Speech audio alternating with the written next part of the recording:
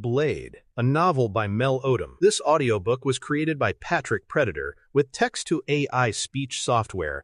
Please keep in mind that it can contain pronunciation mistakes. Prologue, Summer 1967, Trauma Ward, 11:21 p.m.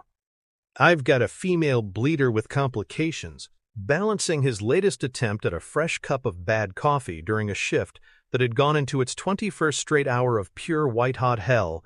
Carl Hunley glanced over at the nurse manning radio communications behind the trauma ward admissions desk. "What complications?" he asked her. He set the coffee on the high wall separating them, picking a spot between a potted ivy and a ceramic lamb that had obviously been painted by a very young artist who loved rainbows. Nurse Hightower picked up his interruption, managed to give Hunley a scathing look of reproach, and said calmly, "Explain the nature of the complications, True Care 42.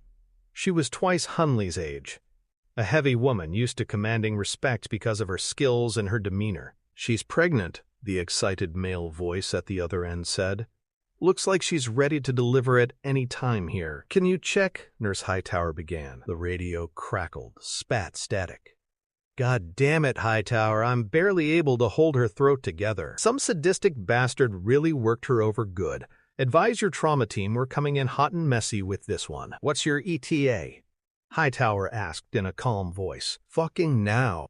Despite the fatigue that had settled over him from the grueling shift, Hunley felt the excitement fill him when a crash cart rolled through the doors of the trauma ward, especially in this city. There really was no telling what would be on the gurney. The radio communications ended with an abrupt, staticky crackle. Hunley, tall and lean, with long blonde hair that flipped up where it hit his shoulders, took a final sip on his coffee. The competitive edge that had seen him through collegiate basketball with a near miss at the pros kicked in, waking up his system. Love the medical profession or leave it. He didn't know how many times he'd heard that from a variety of instructors and doctors. "I've got it, Hightower," he told the nurse. "See if you can get Couch up here." Stat. Bessel doesn't usually come apart like that. And that was the truth. He'd known Martin Bessel for almost a year. The guy was a damn legend on the graveyard shifts at the trauma ward. There wasn't an accident around that Bessel hadn't worked. It would take a lot to shake the man. Hunley moved for the double doors, his hands drifting over his white coat and green scrubs to make sure his stethoscope was with him, and not with one of the other 32 patients he'd seen so far today. But before he got to them, the doors opened with a shotgun blast of sound. Broad and deeply tanned from the sun, Bessel manned the port side of the gurney, shoving with long strides. His dark brown eyes raked the reception room, nailing Hunley within a heartbeat. He wore his hair pulled back, but it hung down over one shoulder now, as blood-flecked as the rest of him. His white True Care jacket had turned almost completely red from the arterial flow that continued to spray in a fine crimson mist from the woman's throat. "Hey, Junior," Bessel growled, "are you ready to rock and roll?" Hunley grabbed the side of the gurney in front of Bessel's partner, Lyndon Myers, who gave way at once. He was barely in his 20s, still learning, in spite of a tour in Vietnam, to put on the hard edge that kept a pickup from becoming too personal. "What about Couch?" Bessel roared at Hightower as they passed the nurse. "He's senior on tonight, isn't he?" "On his way," Hightower responded. No matter how short Bessel got with her, Hunley had noted the respect Hightower always gave the paramedic. "Gonna need a full team," Bessel told her. "I've got one standing by." Hunley kept stride, pushing the gurney, watching other staff members rushing around them. Some of them merely got out of the way, others came to help. In heartbeats, too many of them against the woman on the gurney, they were inside the operating room. Hunley reached up, flicked on the intense light above.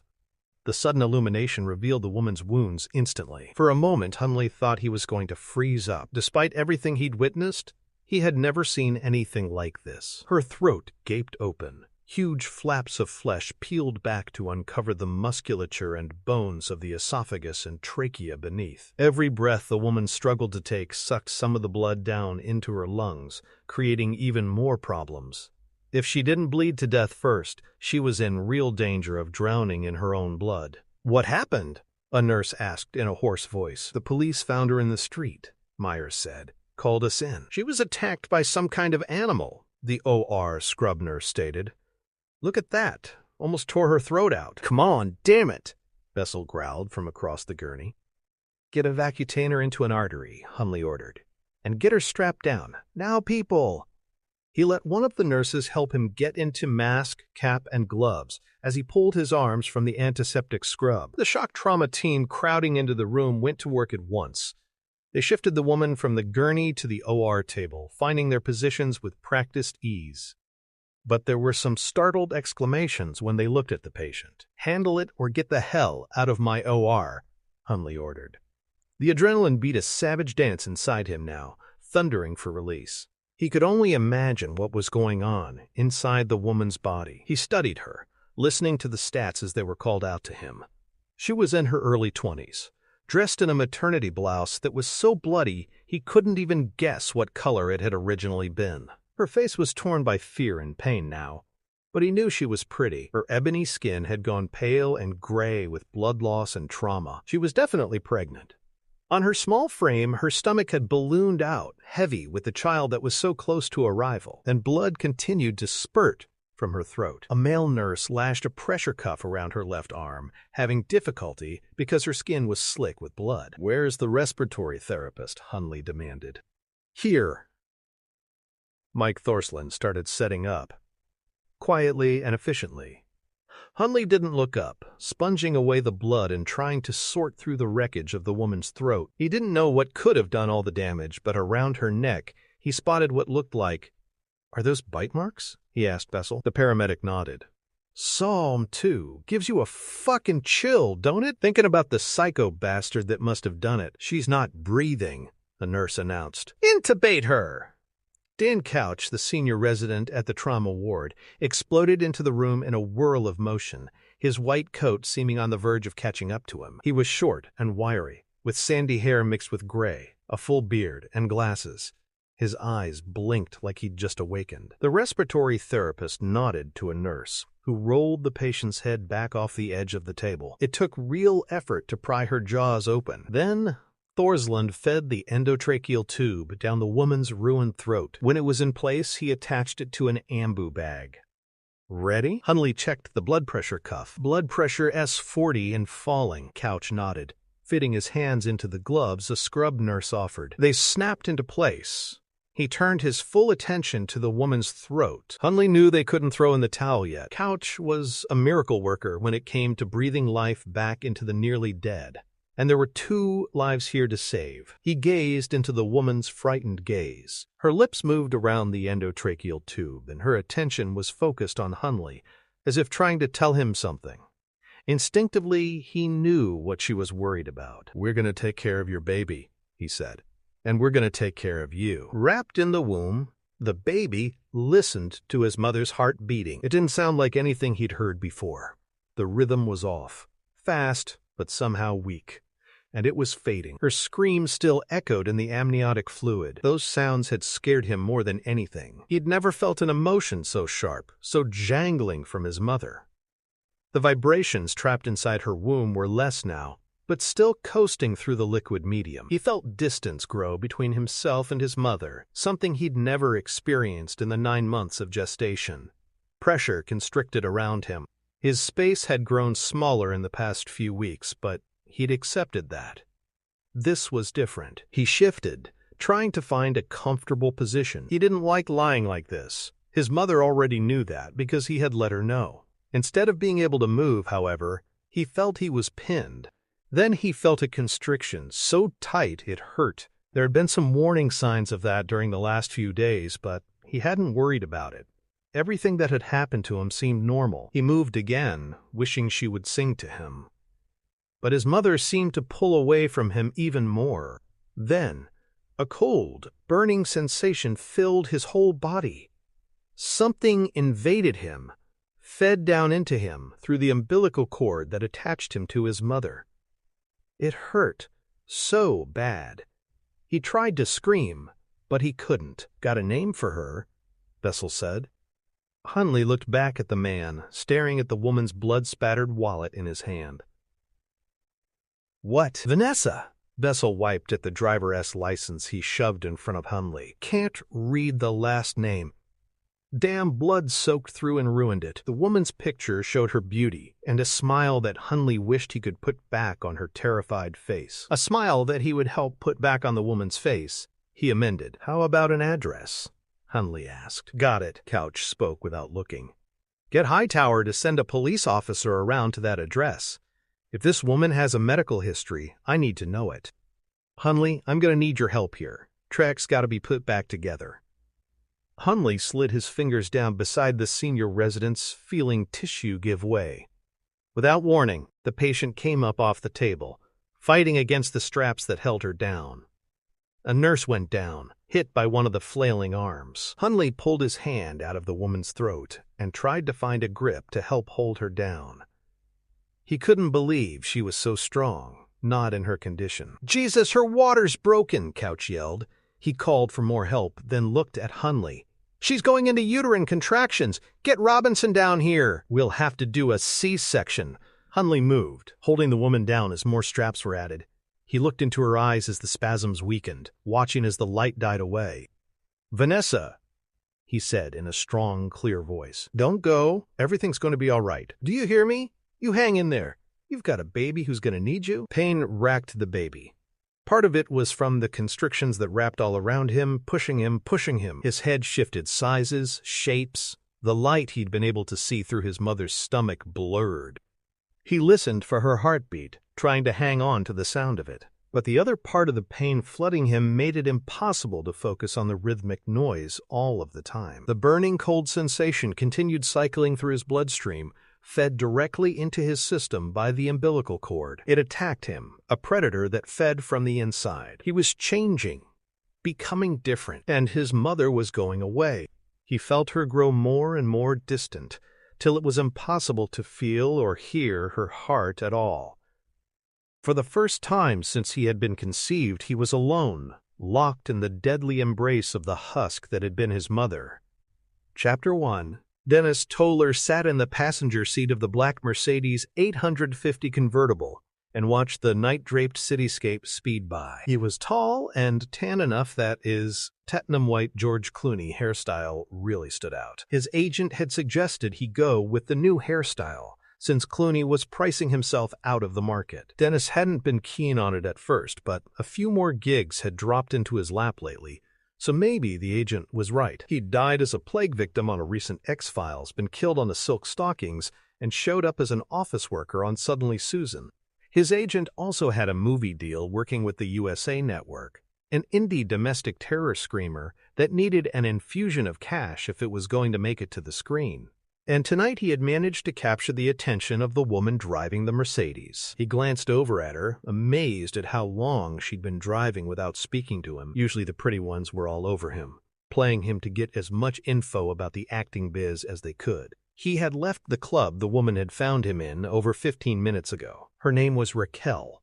Other than that, Dennis didn't have a clue. He kind of liked the strong, silent type of woman, though, because it gave him more opportunity to talk about his favorite subject, himself. He guessed that she was about his age, early 20s, though he tried to look a little older. She was wasp-waisted and carried firm, high cleavage. Her tight dress displayed the whole package at its best. When she'd taken his arm back in the club and let him out, he hadn't minded being seen with her. From the jewelry and the car, Dennis figured she was rich, or at least married to rich. That he didn't mind at all. If he couldn't find a way to convince her to help produce the made-for-TV movie being marketed to the USA Network, at least they'd have a good time, without worrying about the future. He still couldn't tell the difference between cheap champagne and the more expensive varieties, but he liked telling people that he drank it. Dennis turned to her, trying to catch her eye in the rearview mirror because he thought that just seeing his eyes might be kind of romantic for her. Hell, he counted smiling in a rearview mirror as foreplay, only the damn mirror seemed to be set wrong. All he could get a glimpse of was the back of the damn car. He looked at her hard enough to draw her attention. Raquel gave him the benefit of a full glance, sweeping him from head to the material spread tightly across his crotch. "What do you have down there, little man?" Her voice was a cross between a purr and a challenge. "Oh, that's my heat seeker," Dennis answered. "Till bet." Raquel slipped a manicured hand up his thigh. Dennis didn't move, giving her one of his cockiest smiles. The one that had gotten him so much attention as the resident bad boy on 2 soap operas here in New York before he decided to try his luck out in L.A. He felt her hand cup his groin, then squeeze with enough pressure to be just short of hurting. Dennis moaned, giving her the full effect. The woman pulled her hand away and downshifted, pulling onto yet another side street. She turned to face him and smiled. "Have I made you curious?" she asked in that ultra-cool accent she had. "What?" he asked, playing her game. He loved hearing her talk. As soon as he found a bathroom off to himself, he was going to try her accent out, see if he couldn't get it right. Then he'd spring it on his agent. The accent was totally rad. "About where we're going," she replied. "Raquel," he said, using her name because he knew chicks dug it when a guy used their name in conversation, letting them know the guy had stepped in for a reality check and actually knew who he was with. "I figure as long as I'm with you, I'm in good company." He put a hand over his heart. She just gave him that frosty grin, then turned onto another side street, angling away from the downtown traffic. Dennis made a show of looking around. "So where are we going?" "It's a surprise," she told him. He shrugged. "I like surprises." But he also didn't like the idea of being surprised in the neighborhood they were currently in. He wondered if the woman could tell he was nervous. Certain that he had the woman in the bag, Dennis turned his attention to the neighborhood again, ready to start playing hard to get. As much money as she seemed to have, he was sure he'd have to remind her that she might not get everything she wanted, to make her really want it. The neighborhood looked run down, filled with warehouses and factories. A burning stench coiled through the air, permeated by chemical stink. The headlights of the Mercedes cut a burning swath through the shadows, ringing the squat gray buildings. A number of refrigerator trucks sat silent, waiting for morning at loading docks. Raquel powered the Mercedes forward, bringing it to a screeching stop at the rear of a cinderblock building that might have been new around the turn of the century. At the very least, Dennis decided as he glanced at the chipped facade. The damn place was definitely pre-Woodstock, something that he wasn't. The woman switched off the ignition and popped the door latch. She paused, looking back at him. "Coming? Hell," Dennis replied. "I ain't even breathing hard yet." Still, he glanced around the squat building, spotting a couple dozen workers loading refrigerated trucks with boxes of product. The weak yellow light spilled from the warehouse over the waiting trailers. Raquel walked away, her hips twitching suggestively. For a moment, Dennis considered pushing down the door locks and staying in the car. A mobile phone waited in its cradle. If the scene got entirely too whacked, he could always yellow cab it out and get back to the bar. It wasn't too late. Then he looked back at the woman and watched her hips twitching some more. He popped the latch and jogged after her. So maybe those martial arts lessons he'd been taking would come in handy. Getting laid was getting laid, and being a little scared only added to a dynamite adrenaline flow. "What the fuck are we doing here?" he asked when he caught up with her. Raquel smiled at him but didn't answer.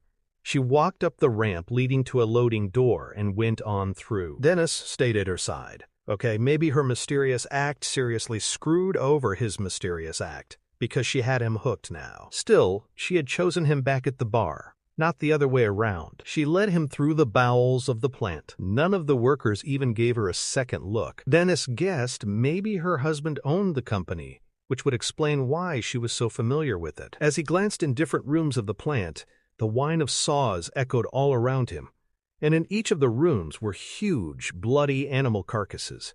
The workers cut on them diligently with electric carving knives, hewing slabs of meat from the bodies.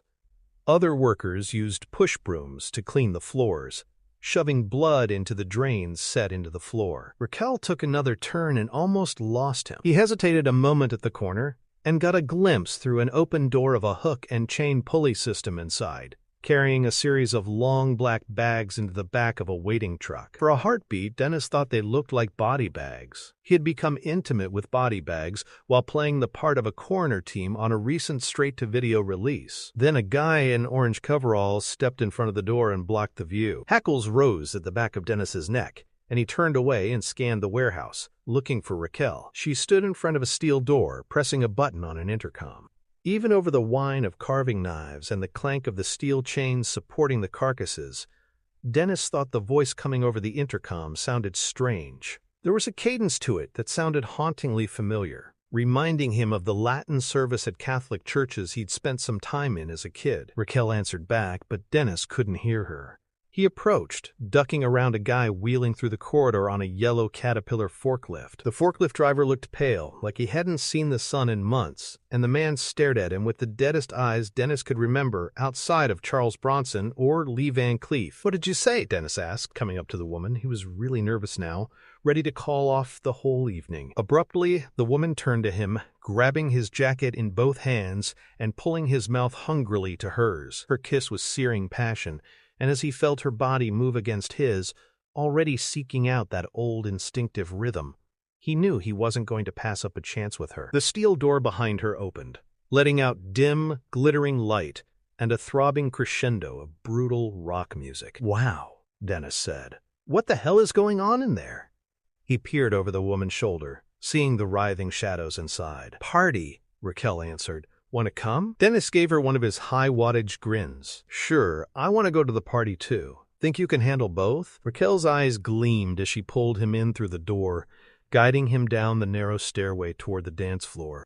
At the bottom, a hulking doorman who looked like he could have worked in the WWF kept watch over the entrance. His chiseled face looked anything but happy. Dennis blew the guy off immediately. If the Hulk had any real power to prevent him from being there, he would have already used it. Being with Raquel was obviously a free pass to this hidden wonderland of erotic delights. He had no illusions about what probably went on here. He had cruised after-hours clubs before. Drugs, drink, and dirty sex. It was truly his kind of place. The sound system was awesome. The deep basso throbbing of the band stopping just short of torment. Lights glittered and flashed overhead, cool neons that barely lit up anything. What really killed him were the floor and the walls, though, covered in white tiles, with chrome runoff gutters and drains that told him this had probably once been a killing room for the meatpacking company. He shook his head in amazement. Hanging around the acting crowd, he had seen some weird shit. But this really maxed out the concept. The only thing that seemed to be missing was a bar. Dennis looked for it but couldn't find one. All he needed was a drink, maybe two, and his nerves would be settled just fine. A strobe light flickered over the dozens of leather and latex bodies writhing on the dance floor as Raquel pulled him out there. Everyone seemed to be into tattoos and body piercings. Above the dance floor, a DJ with twin head-mounted spotlights called the shots and laid down the riffs from twin decks, grooving to the music himself. Without warning, Raquel's course led Dennis into a smooth-looking man in a business suit who seemed young enough to appreciate the decor and the atmosphere. His hooded eyes flickered with amusement and anger. Both emotions smoldered and quickly died away, and he strode deeper into the dancers. "That's Deacon Frost," Raquel said. "He owns the club." Dennis swallowed hard, feeling like he had the day the judge had given him a suspended sentence for his most recent DUI. Fucking guy had eyes on him that would have peeled paint. Raquel pulled on him again, and he went with her. "Someplace!" Dennis shouted to be heard over the din. "I like it," Raquel said. "Dance with me." She pushed at him with surprising strength, getting him moving. She pulled him close, got his body swaying with hers. Dennis let himself be pulled into her black eyes. He was feeling lucky, his earlier misapprehensions having left him. He moved in closer, grinding himself against her thigh. She didn't flinch away. Suddenly, he felt a tongue flick against his ear. He turned, finding a beautiful woman standing there. She was tall as he was, and slender, blonde, with an unruly style in her short-cut hair, but coming across as deliberate trash. She pirouetted for him, giving him a view of the complete package, obviously knowing she could turn the head of everything male in the room with her skimpy outfit. "My friend, Mercury," Raquel said. "Hope you don't mind?" Dennis grinned, looking at the woman. "Not me. I always thought three was company." Mercury grinned, moving in behind Dennis. She rubbed her pelvis against his hip, getting him into motion against Raquel again.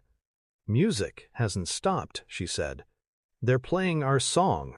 "I guess so," Dennis agreed. This time, when Mercury licked his ear, he saw the silver post on the underside of her tongue, startling against the deep purple flesh. When she drew her tongue back into her mouth, The metal clicked against her teeth. She ran her hands over his back, touching him lightly enough to threaten to drive him entirely crazy. "Feel like sharing?" Mercury asked. Dennis couldn't tell if she asked him or Raquel. "Not Sharon," he said, making a joke of it. "Dennis." Mercury smiled and kept moving against him. By now, Dennis was covered with perspiration. His senses swam as he tried to take it all in. The music somehow became even faster, even more overpowering. Around them, some of the dancers started shedding their clothes, kissing and pressing bare flesh against each other. It was wilder than anything he'd seen lately. Sure, there had been a couple orgies at other actors' and actresses' houses, but he'd known he was going to get into that before he got there. He was new to the club. For all they knew, he could be a vice cop. He considered that for a moment, thinking he should just walk up to some of the people around him, say, "I'm not a vice cop, but I've played one on TV," see what kind of reaction he'd get. But he kept dancing, feeling the seduction of feminine flesh pressing in against him from both women. He knew he wasn't going to be able to take much more of this without some kind of relief. From the way both women were breathing deep and looking at him, he knew the same was true for them as well. He shouted to be heard over the music. "I need a drink." Raquel smiled at him, as if understanding the primitive needs that fired him. She did not, however, move away from him. Something warm and wet struck Dennis's hand. It felt like spit, at body temperature and syrupy, sticky. For a moment, he thought someone had actually spit on him. Instant fear of AIDS or some other deadly disease flared through him. He glanced at his hand. For one insane split second, he thought the red liquid splattered across the back of his hand and his fingers was blood. But where the hell had it come from? He looked up at the ceiling. More wet drops hit his face, landing on his lips. He tasted sticky warm salt. Then he closed his mouth tight, wanting to spit, gagging on the reflex as he fought to control it. The music suddenly hit a crescendo. Then a torrent of blood poured down from the ceiling. Horrified, Dennis shifted his gaze to Raquel's face. Her features were covered in the red liquid. She only smiled, flicking her tongue across her lips, then lapping it up eagerly. Dennis stopped dancing. His heart sped up uncontrollably, pumping his system full of adrenaline. Red droplets continued falling across the dance crowd, and they went on gyrating like they didn't have a care in the world. Dennis figured that a drain above had broken, leaking blood from one of the other killing floors in the meatpacking plant. Then he noticed the sprinkler heads and realized the downpour had been deliberate. Raquel turned her face up to the ceiling, holding her hands palms up at her sides, as if she were caught in a warm summer shower. Then more people stopped what they were doing and turned their faces up to the falling red rain as well. The music continued, the backbeat knifing through the stillness of the dancers. As Dennis watched, sick fear whirling in the pit of his stomach, the clubgoers opened their mouths and drank down the crimson liquid. He couldn't believe it, and turned his attention back to Raquel. She gazed at him, but something appeared wrong with her face. It changed shape, morphing, becoming preternatural. She snarled at him, showing elongated canines. Then she spoke, with the same accent as before, but her voice had dropped a handful of octaves below where it had been. "What's wrong, baby?" Dennis screamed before he knew it. He pushed out hard, with his hands flat against the woman. Surprisingly, she stood her ground while he went rebounding away. He turned and almost ran right into Mercury, who was grinning with her own set of fangs now. In fact, as he gazed around the clubgoers, looking for 911 from anyone he could get it from, he noticed that everyone else in the club was now sporting a set of fangs set in animal faces. "Come on, baby," Mercury said, her eyes blazing with an unholy light. "Ready for me to eat you all up?" Dennis broke free of the two women and shoved his way through the crowd. A huge fist appeared in front of him as he ran for the stairway. It caught him full in the face, shoving him back, knocking him to the floor. Dazed, he watched as the clubgoers surrounded him. Some of them hissed in anticipation, claws at the ends of their hands now instead of fingers. A young guy effortlessly picked him up from the floor. With a shove, he was sent spinning away. The other clubgoers turned it into a game, shoving Dennis from one to another. It all blurred for him as his senses overloaded. The strobe lights playing over the crowd flashed into his eyes. and the music remained deafening. Before he knew it, he was back in Raquel's arms. She still didn't look human, and in her arms was the last place he wanted to be. With a gentle heave that belied the incredible strength she possessed, she sent him spinning away. Dennis tried to remain on his feet, but he couldn't. Raquel had been too strong. He went down, falling hard. He wrapped his hands over his head as he cried out in fear and waited tensely for their fangs to sink into him. Never had he figured himself for a Tarantino finish. He took a breath then, and another. Surprised that no one had attacked him, he looked up and found himself nose to boot toe with someone's feet. He also noticed that the blood rain had stopped, though it had left his hair sticky. He looked up farther, craning his neck back, till he found the owner of the black boots. The man stood alone in the midst of the vampires, like an island of jagged rock thrusting up from a cruel and cold sea. He dressed all in black, some kind of military get-up with pockets and bandoliers, over which he wore a black leather longcoat. His ebony skin seemed to absorb the strobe lights, and the black-lensed wraparound sunglasses he wore gave nothing away. His features showed only cruel contempt as he gazed at the vampires. "Is that him?" someone asked. Another voice said, "Jesus, that's him!" "Blade!" a female vampire screamed, and there was arousal mixed in with the fear. "It's the Daywalker!" Dennis waited, shaking, not knowing what was going on. He didn't see how the hell the man dressed in black could cause a roomful of vampires to freeze. Then someone moved, and all hell broke loose in the club. Chapter 2. Blade whipped the longcoat back and off, his gloved hands searching out the matte black and silver-finished mock pistol in the hip holster. He brought the weapon up and leveled it at the undead siren who'd lured the new meat into the club. The female vampire came at him faster than anything human ever could, her razored fingernails lashing out at his eyes. Her mouth was open in a scream. Only he moved faster. The mock blasted out a drumbeat of death. The garlic-tipped silver dum-dum smashed into the creature's face, exploding on contact, dropping her in her tracks. The body incinerated into a swirling cloud of black ash that sifted across his boots.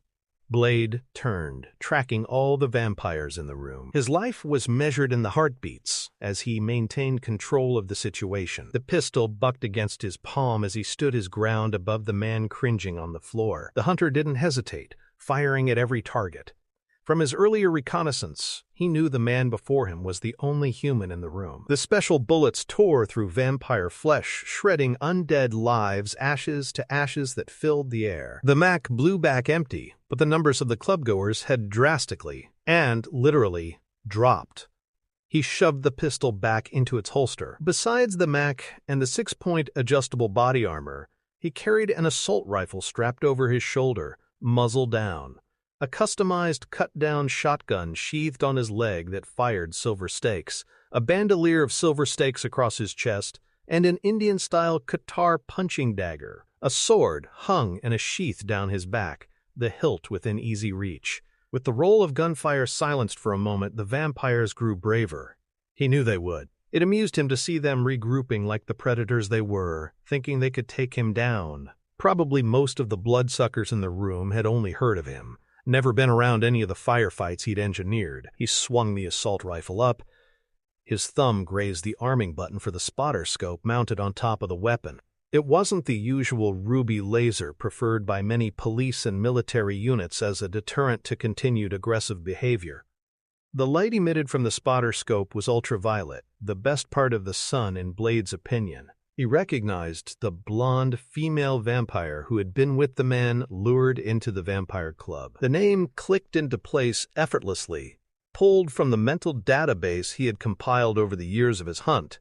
Mercury, and the creature was definitely a threat. Mercury avoided Blade, rushing with inhuman speed toward a doorway at the back of the club. The assault rifle chopped a ragged line through the white tiles of the wall, staying just behind the fleeing vampire till she vanished. Blade cursed silently, realizing he'd cycled the weapon dry. Encouraged by his miss, and because he seemed to be out of bullets, the other vampires surged in. They hissed, Their faces morphed into demonic convulsions. Blade swept the UV spotter light over them. Even empty at the moment, the assault rifle wasn't useless. Everywhere the UV light touched the vampires, it burned them. He played it across their faces, where it would be the most frightening, and reached for another clip. The vampires broke ranks, drawing back immediately when their skin started smoking from the UV light's corrosive caress. Eyeballs popped in their sockets. Blade dropped the empty magazine from the assault rifle and shoved the full one into the receiver. He leveled the rifle and squeezed the trigger in rapid 3-round bursts that took out vampire after vampire. The bullets were special wooden fragmentation rounds, and in most cases the killing didn't stop with the first victim. The DJ died in a blaze of glory, the lights on his head extinguishing in fountains of sparks. Blade stepped over the man cowering on the floor, seeking out his targets with skill and precision. No one got close to him. A handful of vampires tried to make a run for it up the stairway to the door leading back out to the meatpacking plant. The strobe light revealed their fear as they clawed at each other in their struggle to get to safety. Incinerating bodies clogged the stairway, and Blade concentrated on the group that had gotten stuck there. The assault rifle jammed without warning. The wooden fragmentation bullets weren't ideal for cycling through the weapon at such a frenetic rate. He knew he would catch hell about it from Whistler later, but for the moment, he let the rifle drop to the floor. Reaching back behind him, he grabbed the sword in a two-handed grip and pulled it free of the sheath. Shing! 3 feet of acid-etched titanium alloy floated naturally into position before him, sharp enough to cleave a shadow in half. He had taken his name from the weapon, and with it, there wasn't a threat he wouldn't stand against. 2 vampires rushed him, claws outstretched. Blade met them, sliding into a martial arts kata, the sword flashing in his hands as he let his natural skills take over. He carried the sword high, hands tilted back to put the point down. At the last minute, he stepped aside, avoiding the vampires. He whipped the sword around in a blinding arc, cutting at their waists, stepping through the blow and knowing they wouldn't be a threat any longer. The keen edge slid through undead vampire flesh. One of the creatures died in pieces, while the other died nearly so. All of those pieces incinerated, turning to ash before they hit the floor. At the other end of the club, the final vampire Blade saw in the room made a break for the door through which Mercury had disappeared. Setting himself, the hunter hurled a silver-throwing knife toward the fleeing vampire. It flipped end over end till it caught up with the creature, hitting it and impaling it through the heart against the white-tiled wall with a loud thunk. For a moment, the vampire fought against the knife, struggling like a butterfly pinned to a specimen board. When the creature went limp a moment later, it combusted and turned to ash. Blade crossed the room. The music ended abruptly as the final song crashed through the audio system. He fisted the knife hilt and pulled the weapon free of the wall. Nothing appeared to be moving in the club except the man on the floor. Blade looked out on the carnage and felt a grim satisfaction. The strike had gone well, perhaps better than he'd planned. But the number of vampires who had gathered there surprised him. Frost was getting brave, the hunter thought, allowing his disciples to get even wilder in their predatory play. As he walked back across the room, he sensed something rising up behind him. None of his natural senses told him of the coming attack. It all came from the combat skills he'd honed fighting this particular enemy for so many years. Blade whirled, bringing the sword across and down. The big vampire, creeping up on him from behind, moved with agile suppleness away from the blade. Before Blade could pull himself back into proper form, the vampire slammed into him, knocking him back 30 feet. Blade tumbled over tables and chairs, unable to stop his headlong sprawl until he smashed up against the rear wall of the club so hard that tiles fell from the wall and the ceiling. He tried to push himself to his feet and reach for his sword, but his body ached all over from the impact, and the vampire was on him too quickly. The creature was feral-faced, hardly recognizable. He had biker-length red hair and a matching beard that made him look even more demonic. He held a long knife in one hand and reared his head back and howled in insane glee, repeatedly smashing the knife into Blade's chest. The vampire's greater size and weight momentarily gave him the physical advantage. The armor stopped the knife point from penetrating, but the impacts still struck with bruising force. Gathering himself, the hunter shoved the vampire back, finally recognizing the creature. "Quinn," Blade said quietly. A small, cruel smile curved his lips. He set himself into a martial arts stance as the vampire came back at him. He avoided the knife by weaving to the side, then unleashed a series of punches that smashed into the vampire's morphed face with meaty pops. None of them would have a lasting effect on the creature, but it served to keep Quinn off balance. Getting the rhythm and the weight behind him, Blade hit the vampire full in the face. The vampire slid across the length of the room, fetching up hard against the opposite wall. A human heartbeat later, Quinn pushed himself to his feet, getting ready to charge again. Blade slid the customized shotgun from the sheath on his leg. His motions, as always, remained conservative and calm. He flicked the release catch and brought it up. Without a wasted movement, Blade lined up his shot, squeezed the trigger, and put a silver stake through the vampire's shoulder. The stake slid through Quinn's flesh with an audible slick hiss, catching the creature in mid-leap. The force of the projectile shoved him back against the wall. Still moving, the stake punched through the shoulder and nailed the vampire to the wall. Quinn growled and reached up with his other hand for the silver stake. Walking toward his opponent, Blade immediately fired a second time. The second stake struck Quinn in the other shoulder, jerking the creature back. Pinned by the silver shafts, Quinn hung on the wall as the hunter approached. Blade smiled and knew the expression carried nothing joyful about it. It was pure show for Quinn, something the vampire could take back to his leader when he regenerated. Vampires as old and as strong as Quinn were damned hard to kill, and he didn't have the time to finish the job now. He sheathed the shotgun, lifting the sword between them. Rubbing it in how helpless Quinn was, Blade shook his head.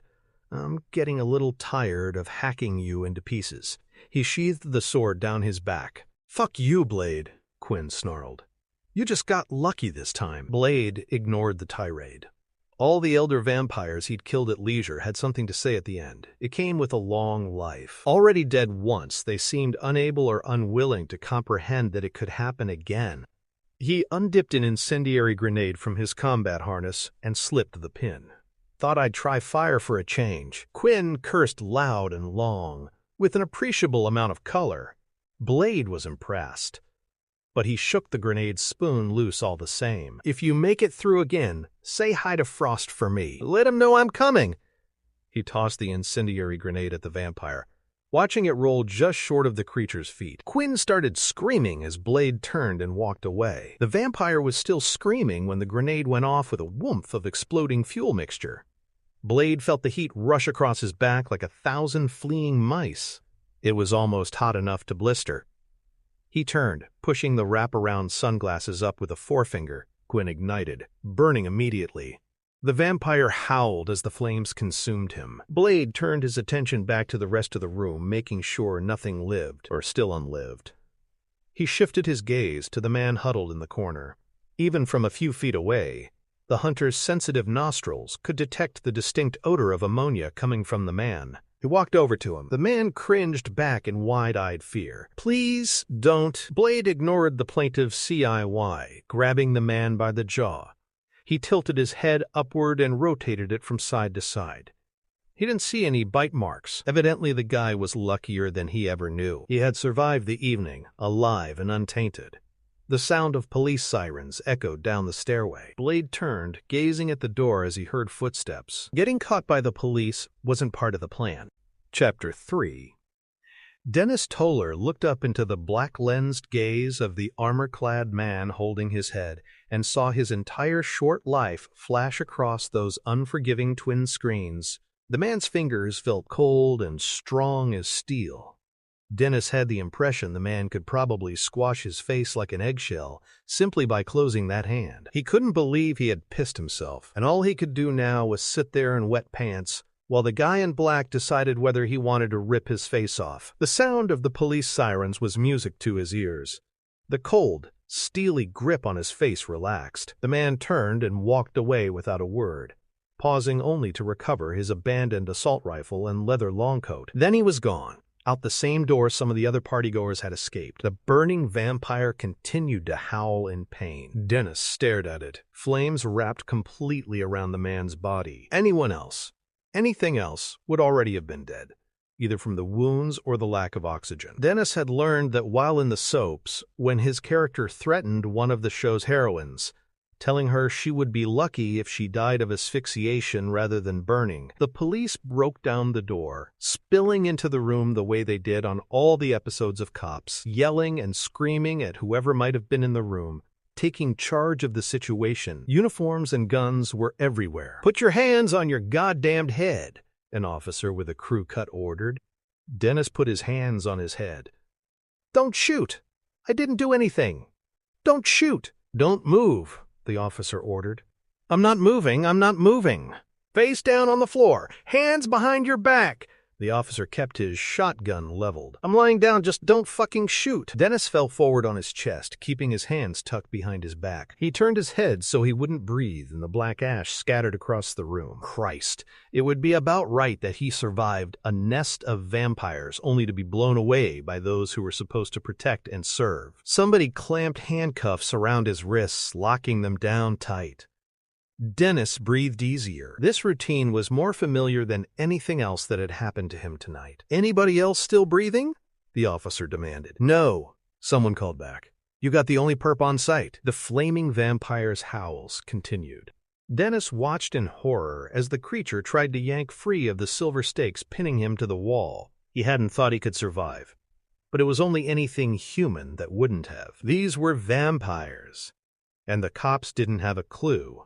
He turned his head, looking up at the officer above him. "You gotta shut up," the man said, shoving the shotgun into his face. Dennis shut up.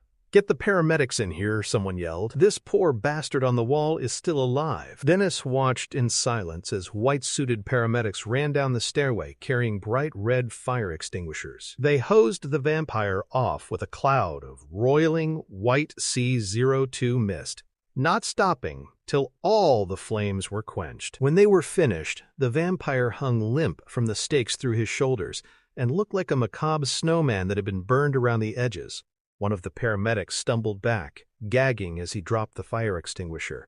Christ, what a mess! Dennis found himself surrounded by police, thinking it looked like he was on the reunion set of Hill Street Blues. He looked around, taking in the piles of ash and the blood-drenched walls. There weren't any bodies left, except for the one hanging on the wall. And Dennis was getting a really bad feeling about that body because he hadn't turned to ash as well. The officer with the crew cut and the big shotgun pinned Dennis with his gaze. What happened here? He nodded at the vampire on the wall. Who did this? Dennis tried to answer, his actor's soul reacting to all the attention he was getting. But he couldn't come up with one damn line. Blade climbed up to an access grating in the street and got out. He moved the heavy grating back into place effortlessly, the scraping noise covered by the sounds of police cars, fire trucks, and emergency vehicles continuing to arrive at the scene. He stood in the nearby alley across from the meatpacking plant, cloaked in the shadows. He still felt anxious despite the way things had gone. His training and the special senses he'd developed, which had helped keep him alive this long, told him it wasn't over. Flexing his body as he watched, he checked himself to make sure that Quinn's attack had only resulted in some sore muscles and bruises. Nothing that would hamper him. It always took time to find the vampires and set up a means to execute them. The attacks were much shorter than the recon and research that went into an operation. Attending to those details always gave him too much time to think, too much time on his hands. Whistler kept himself focused through his grief. Blade had only his anger, and he had to keep it in delicate balance. Anger all too often lacked real direction, shifted fronts without any kind of notification. It took real effort to make it work for him instead of against him. He watched in silence, certain that no one would even know he was there unless he wanted them to. He pulled the long coat back on, concealing his weapons again. The assault rifle was cleared and ready for action again, and the mace was fully charged. After a while, the paramedics brought out Quinn's body. The creature's corpse lay under a white sheet. Smoke still curled above it as the overheated flesh cooled. The police had put up a barrier of sawhorses and yellow tape, but a few of the more adventurous reporters who by now had arrived at the scene surged forward to get some footage and pictures of the victim. Blade smiled, thinking how many of those reporters would be surprised at how the pictures and video footage turned out. Vampires had never been photogenic. The paramedics put the gurney in the back of the ambulance, deliberately keeping the doors open a little longer to allow the media the opportunity to photograph the body. Everything hinged on sensationalism these days, and the public did its bit to provide some. Finally, the doors to the ambulance closed, and it moved through the tangle of vehicles and people. Blade watched the ambulance pass, then put his hands in the pockets of the long coat and turned his steps toward the street, walking down the sidewalk. No one noticed him, as he lost himself in the circus of thrill-seekers the police were attempting to control. Chapter: Got a charred cadaver for you. Still warm, too. Curtis Webb, forensic pathologist at the Metro Hospital, looked up as his assistant wheeled the bagged corpse into the autopsy room. Webb, his boyish good looks drawn in a look of atypical seriousness, wore his pale maroon scrubs like a badge of office. His brown hair was parted neatly on the right, cut every 2 weeks because he liked looking at the same man in the mirror every day without having to wonder if he needed a haircut. He was in his late 20s and had already earned a high position at Metro. He paused in the middle of taking down preliminary information on the hit-and-run victim that had moved up on his schedule. She had been well over the public intoxication standard, probably making the case for the driver that the woman had stepped out in front of the car, if the driver hadn't fled the scene. Now there was a hunt for that driver, and police detectives needed the information only he could give them. He dropped another paint chip he had removed from her right cheek into the glass evidence vial he'd already marked. "What have you got?" he asked. "Definite murder with intent," the assistant said, locking down the brakes on the gurney's wheels. "Killings at this time of night are not an unusual occurrence," Webb said, but the distinct, sweet smell of burned flesh interested him all the same. He took pride in his work. "What makes this one so special that they're bumping the roadkill I'm already working on? Guy who did it," the assistant said, "is still on the loose. Homicide detectives want whatever you can get as soon as you can get it." Webb still played hard to get, reading the assistant's need for his moment of glory. He denied it, keeping the man in check. No one worked the autopsy room on Dr. Curtis Webb's shift without knowing that Dr. Curtis Webb ran that damn room while he was there. He liked it the way it was now, polished and gleaming, everything in its place. "Did they round up the usual suspects?" Webb asked. "The mother? The father? The lover?"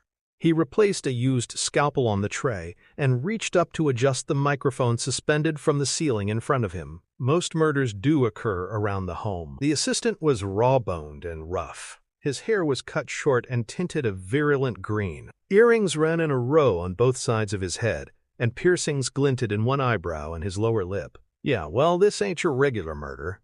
Detectives are wanting the information quick as they can get it because they're thinking the guy might try to pull it off again." "Try what again?" The assistant shook his head. You get to take a look. Get it cold, just like me."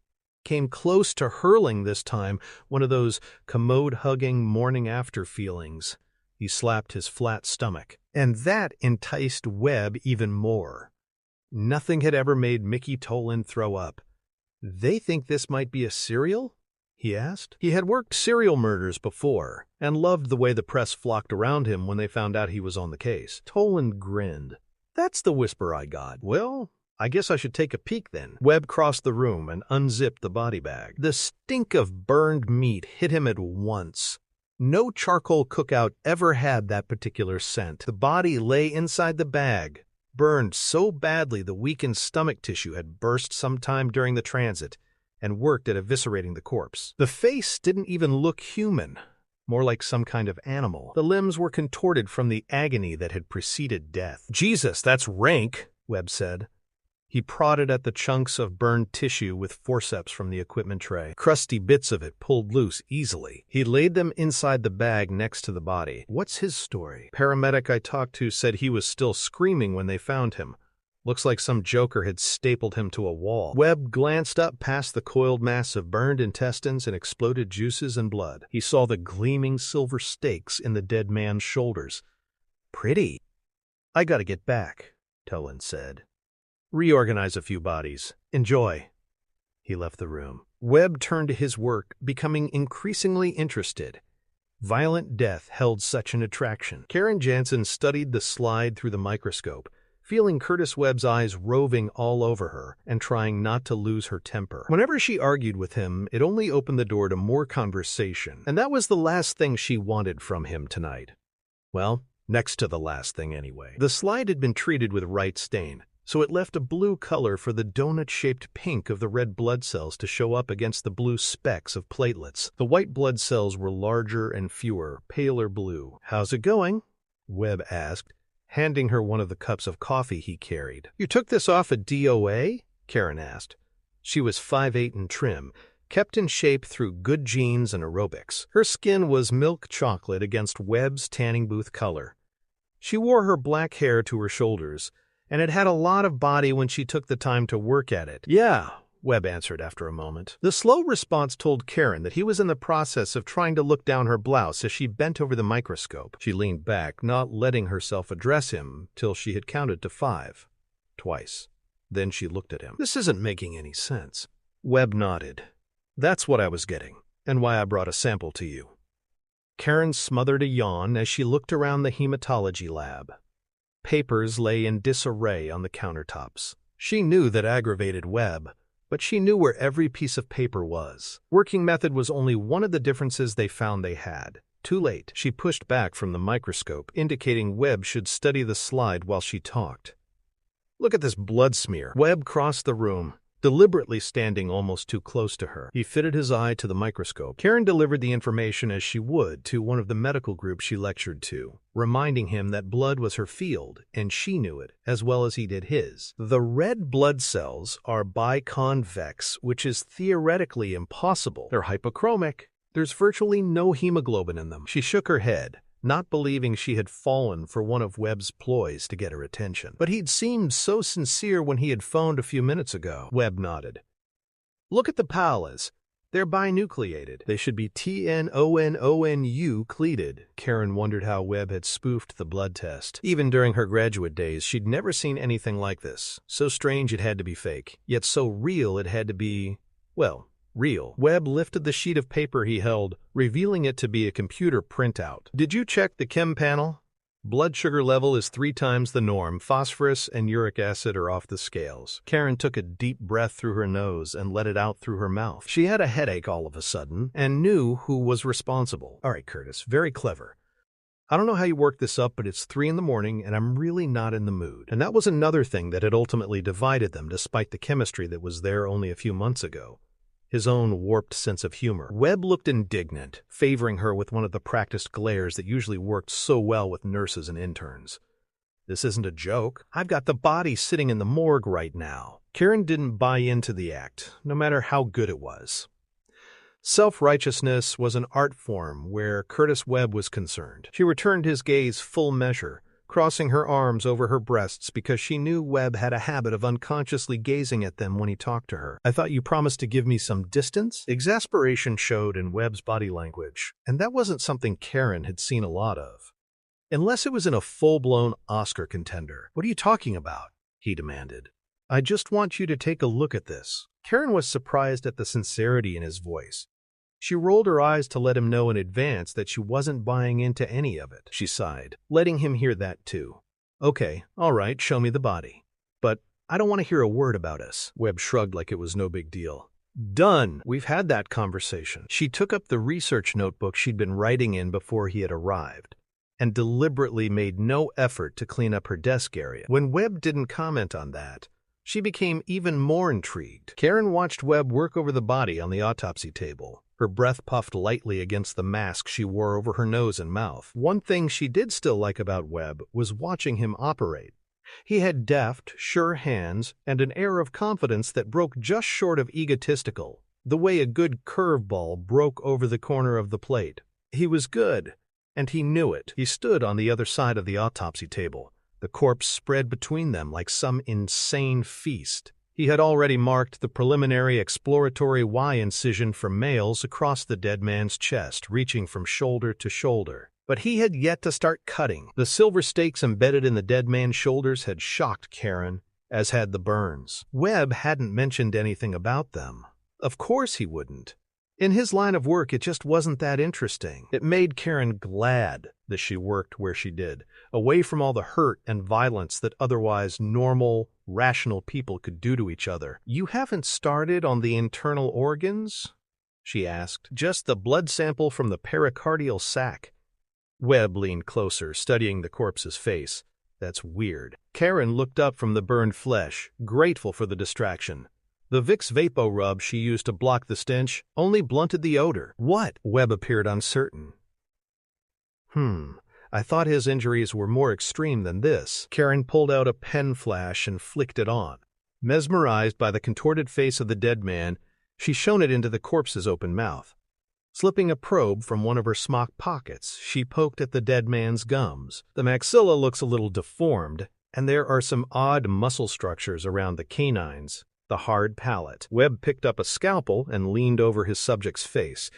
TM going to open the trachea and check for smoke inhalation. The gleaming edge slid into the burned flesh easily. The crack of the fire-hardened skin seemed to fill the room. Karen shivered in spite of herself. Webb glanced up at her, real concern in his eyes. "You gonna be okay?" "I'm going to be just fine," she said in a voice thicker than she wanted. "I know it's been a while since you were around for anything like this." She cut him off, bringing the conversation back to the professional level she had decided to operate on. "Get on with it." "Tell me something," Webb said, probing with the scalpel. "Honestly, you ever have second thoughts about us?" Karen was angy that he'd brought the subject up after promising not to, but at least it took her mind off the bloody corpse. However, she also didn't want to fight. Sometimes. She gave him that, hoping he would stay mollified and leave it alone, because she had thought about them and wished things could have been different. But they weren't. Webb, however, wasn't inclined to leave things alone. He looked up from the corpse and gave her a grin she could see even under his mask. "But then I remember what an asshole you were," Karen went on. Webb shook his head, negating what she'd said. "Come on, cut me a little slack here. I'm trying." "Really? You wanted time to cool off. You've had it." She bit back an angry retort. She was on the verge of walking out and leaving him with his corpse, but wanted to draw the line again, too. And at the same time, she didn't want to hurt him. At times, he was so much like a little kid. That was partly what had drawn her to him. "Look, I'm sorry, Curtis, but it's over.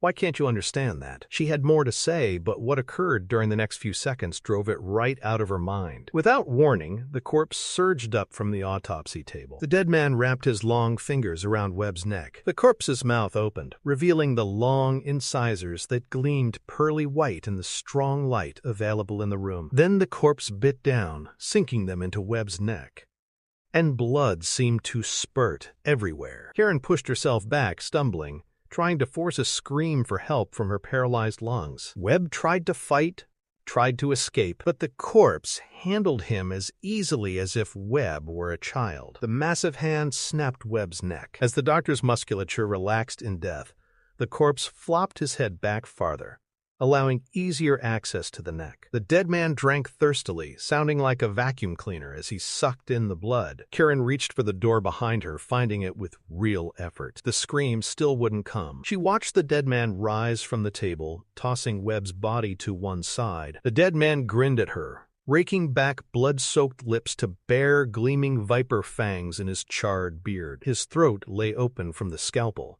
healing as she watched, the flesh knitting back together. He gave a guttural growl as he pushed himself off the table and came at her. Chapter 5. Karen burst through the swinging doors into the corridor. Hospital staff filled the hallway ahead of her. As she ran, she tried to remember how to speak. Even over the din of voices, she heard the dead man running behind her, his bare feet slapping against the tiled floor. The boom of the doors when the ambulatory corpse passed through sounded like thunder. Karen shoved aside an empty gurney, then pulled it around as a defense. She knew instantly she shouldn't have done that, because it gave her another look at the dead man. Her mind whirled, grasping for explanations, no matter how far-fetched. The dead man wasn't dead from the burns and the wounds because he'd been on PCP or crack or any of the other drugs for sale out on the street that pushed the human body past the point of death. Oh my God, Curtis is deadal.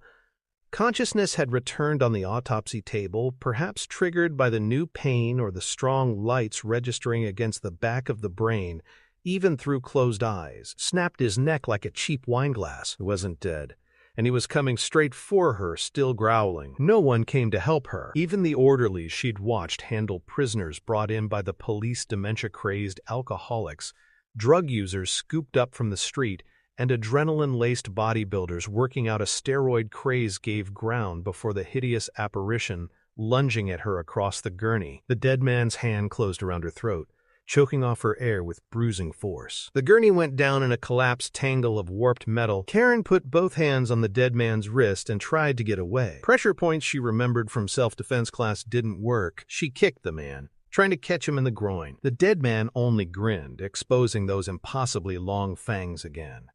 "Too weak," he said in a voice that sounded as if it had been squeezed out from between two flat rocks. Karen swung at the end of his arm, her feet inches off the floor. He was so strong. Snapped his neck like a cheap wine glass. Out of the corner of her eye, she saw the panicked crowd of orderlies and nurses drawing back. Nobody wanted any part of the dead man. Then she saw the night duty nurse on the phone. Karen couldn't remember the woman's name, but knew whom the woman would be calling. Police officers stayed around the hospital with one case or another nearly all day in this section of the city. She continued struggling, watching as the dead man's face seemed to open and become all mouth and fangs. His features blurred in her fading vision. Then she couldn't see his face anymore because he'd buried his fangs in the side of her neck, drinking deeply from her carotid artery. The cold, burning sensation that ran through her torn throat headed straight for her spinal cord. She felt it spread, bringing with it an instant paralysis. The dead man nursed at her neck. She heard the slobbering sounds he made and knew he was sucking down her blood the same way he had with Webb's. And she couldn't even fight back, could only hang there helpless from that impossibly strong grip. The guttural growls shifted to sounds of pleasure, of conquest. Karen felt the blood rushing through her mind, but it was weaker than she'd ever felt it.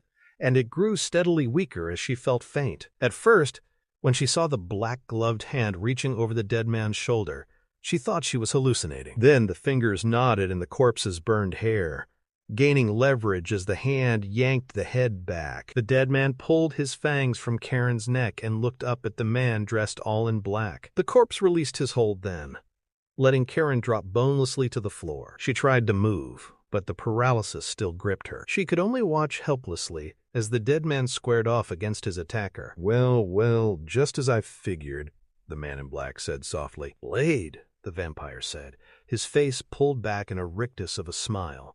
"Welcome to the feast. Came back to finish you off," Blade said. Karen watched the black-gloved hands, almost too fast for the eye to follow, as Blade powered short jabs into Quinn and drove the monster away. She wanted to scream out a warning, tell the man in black that the dead man was too impossibly strong, that he would need more than just fast hands to kill the creature. It surprised her when she realized thinking of the dead man as a creature somehow seemed more natural. Quinn staggered under Blade's attack, alternately trying to swing at him and cover up. "Get out of my way, you freak!" "Ride's over," Blade said. "My mistake in letting you live this long." He delivered a spinning back kick, driving the bigger man away. Karen couldn't believe Blade actually appeared to be winning. Some movement returned to her. Weakly, she put a hand to her neck, thinking she needed to have pressure to stop the wound from bleeding because she could feel blood coursing warmly down her neck. Mesmerized by the savagery she'd been victim to, she pulled her hand away and gazed fearfully at the blood staining her hand. There was so much of it. She struggled to control the sudden hysteria that gripped her, finally able to force her hand back onto the wound, knowing she should never have looked. She took her first real breath since the dead man had locked his hand around her throat. It burned, but brought more feeling back, including the incredible pain. Roaring loudly, Quinn reached for a portable electrocardiogram unit sitting on a wheeled table. Incredibly, the vampire lifted and threw it easily.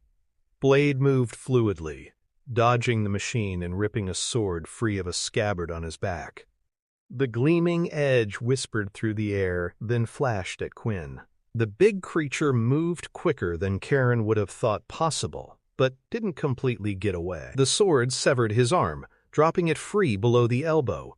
But before it could hit the floor, the hand and forearm exploded into a cloud of black ash. With Quinn off balance, Blade moved on the vampire. Karen saw the pitiless expression on Blade's face and wondered what his eyes looked like behind those black-lensed sunglasses. Would they be narrow and hard, or would they be open, as if this was business as usual? He was the only person in the hallway who hadn't seemed surprised to see the dead man drinking her blood. Blade shifted points of balance, getting ready to swing the sword again. Quinn appeared helpless. Then the sound of shots filled the hallway. When Karen heard the shots, she expected to see policemen firing on the dead man. She was surprised to see Blade take a half step back, like he had been hit instead. Blade spun, looking back down the hallway past Karen. "What the fuck are you doing?" Karen managed to turn her head. At the other end of the hall, 2 security guards stood with their weapons drawn. My God, she thought, they had been the ones who had fired, not trained police officers. How could they have made such a mistake? She tried to find her voice, to tell them they were shooting at the wrong man, or had shot the wrong man. She remembered the way Blade had rocked back. Then movement behind Karen yanked her attention away from the security guards and Blade. Her mind screamed at her to move, that the dead man was coming for her again. When she looked, though, she saw the dead man running flat out for the window at the end of the hallway. As soon as he got within range, he hurled himself forward, smashing the glass into 1,000 gleaming shards as he went through. Karen knew they were 4 floors up from street level, over the emergency room exit. There was no way the dead man would survive the fall. Was there? Chapter 6. Quinn flew through the air. He stared down at the street 4 stories below, then noticed that he hung for a moment over a parked ambulance. He fell, flailing with his single remaining arm and not quite able to get his balance. Quinn wanted to laugh because the vampire knew he had escaped. The fall wasn't going to kill him, and neither was Blade, though it had been surprising to see the hunter at the hospital. Quinn had to get back to Frost, tell Frost that the Daywalker was here, that he had somehow found them again, and the killing would start anew. The creature wrapped his arm over his face to protect it as he crashed through the top of the ambulance. Not that the face needed protecting. As long as the vampire had plenty of blood, he could grow himself a new one. Same as he would regrow the arm Blade had taken tonight. Only the young vampires at the club had died again. Metal screeched and tore as Quinn hammered through the vehicle's roof, hitting a gurney and smashing it flatter than it had been, winding up next to an old woman strapped to it. She stared at Quinn in apoplectic fear, eyes wide over the oxygen mask fogging up with her labored breathing. The paramedic with her cowered away, dazed. Quinn gazed at her, for a moment thinking about taking her blood as well. But the special radar he had been gifted with the night he'd risen from the dead, as a vampire told him, there wasn't much energy left in the tired old crimson that flowed sluggishly through her veins and arteries. The creature smelled the coming death on her. Even strapped to the gurney as she was, she managed to cringe away from him. The vampire pushed himself up on his remaining arm and growled at her, feeling the savage glee as she struggled against her bonds. Sheep had reason to be afraid of the wolf. Quinn turned and kicked the back doors of the ambulance open with ease now that his full strength was returning. It wrenched and tore the hinges, leaving the 2 doors hanging haphazardly. His 2 donors had possessed healthy blood that he was glad to have taken. The vampire started to climb out the back of the ambulance, knowing that the law enforcement teams would begin the hunt, and Blade would be there somewhere around them. Quinn vaulted from the back of the ambulance and ran into the night. The new blood flowed within, moving to repair all the damage that had been done to his body. He was alive, and it would be Blade who died the final death. Frost would see to that. Frost was working on getting more power and was going to be stronger than Blade had ever counted on. The old secrets were going to be found once more. Blade stared at the empty window that Quinn had leaped through. A few steps, and he knew he would be stepping in the vampire's shadow again. Quinn couldn't get away. Blade's back still hurt from being shot, guaranteeing a bruise, but the Kevlar armor had stopped the bullet. A mewling sound came from behind him. Blade turned, the sword still heavy in his hand. He gazed down at the woman bleeding her life away on the floor. He knew what she had coming, and he blamed himself for it. Quinn was an old vampire, a strong vampire. His bite was way worse than his bark. The nurses and orderlies moved toward the security guards. Evidently, the hospital staff knew most of them. They also served to block the guards from Blade. "Please," the woman said in a thin whisper. "Someone help me." Blade gazed at her, keeping his level of involvement non-existent. She was just a civilian who had gotten caught in the war. Civilians died all the time. He was fighting to keep all of them from dying. It came down to a choice: get Quinn or try to help the woman. He figured he had a better chance of nailing Quinn. Without warning, the old memory ghosted out of the past and touched the hunter, chilling him to the bone. His mother's voice hung in his ears, a plea 30 years gone that hadn't saved her. Blade remembered her voice, remembered the smell of all the blood, and remembered all the pain they'd both gone through. "Put the gun down, buddy," one of the security guards ordered, trying to push through the hospital staff. "Not him," one of the nurses yelled hysterically. "He was only trying to help. It was the other one." Blade sheathed the sword and crossed over to the woman, watching her eyes widen as she focused on him. She shook her head, definitely not enamored of the idea of going with him. The small knot of policemen arrived, filling the corridor. "Get down now," someone yelled. "Now!" A pistol blasted. Blade bent down and scooped the woman up effortlessly as he watched the hospital staff go to cover on the ground or behind the desk. The policemen would have shooting room in seconds, but they saw him with the woman and hesitated. In that moment, the hunter crossed the corridor back to the broken window. He peered out, evaluating his escape routes. The best, the one the woman seemed most likely to survive, was the rooftop of the parking building adjacent to the hospital. 30 feet lay between him and that building. The woman pushed at him, trying to break free. She was weak. Even had she been at full strength, she couldn't have broken free, and Blade knew it. The policeman opened fire behind him. The bullets thudded into the hospital walls, shattering picture frames, potted plants, and ripping into a nearby couch. And they hit Blade, only to be stopped by the caviar lining in the long coat. Setting himself, hearing the woman begin to scream because she realized what he was going to do, or at least thought she did, Blade threw her. Chapter 7. The woman sailed through the window. Blade watched in satisfaction as she arced without spinning and came down on the rooftop of the adjacent building. When she came down, though, she hit hard, landing on her shoulder and instantly clutching it in pain. She tried weakly to get to her feet. Blade watched her in silent appreciation. She had a lot of courage. Then he lost admiration for her because he knew she had become a ticking bomb, potentially dangerous even to him. He stepped into the window frame, hammered by bullets from behind as screams laced with the sounds of gunfire, and leaped. He almost made the 30 feet to the other building. It was one thing to use his body weight to throw something that far, but another to heave that same body weight across the distance. Knowing he was falling short, he lunged in midair, stretching out the length of his body, barely able to wrap the fingers of one hand over the rooftop's edge. He slammed into the building hard enough to hurt himself, even under the protective gear. The rough bricks scoured his cheek as he reached up with his other hand. When he had the grip he needed, he pulled himself up. Bullets drilled into the parking building as the police officers filling the hospital windows fired at him. From the ledge, Blade saw other police cars arriving, squealing to tire-eating stops in front of the emergency room entrance. Quinn was nowhere to be seen. Having hauled himself up, Blade stayed low, rolling across the rooftop to crouch next to the woman. She looked up at him, tears streaming down her face as she held her injured arm. "My shoulder dislocated." Blade glanced at her injured arm and saw that the shoulder had been dislocated in the fall. Putting one hand on her shoulder and another on her elbow, moving too quickly to allow her to respond, he brutally popped the shoulder back into place. She passed out. He felt bad about that, a little, but decided he didn't have the luxury. There were things a lot worse that could happen to the woman after being bitten by Quinn.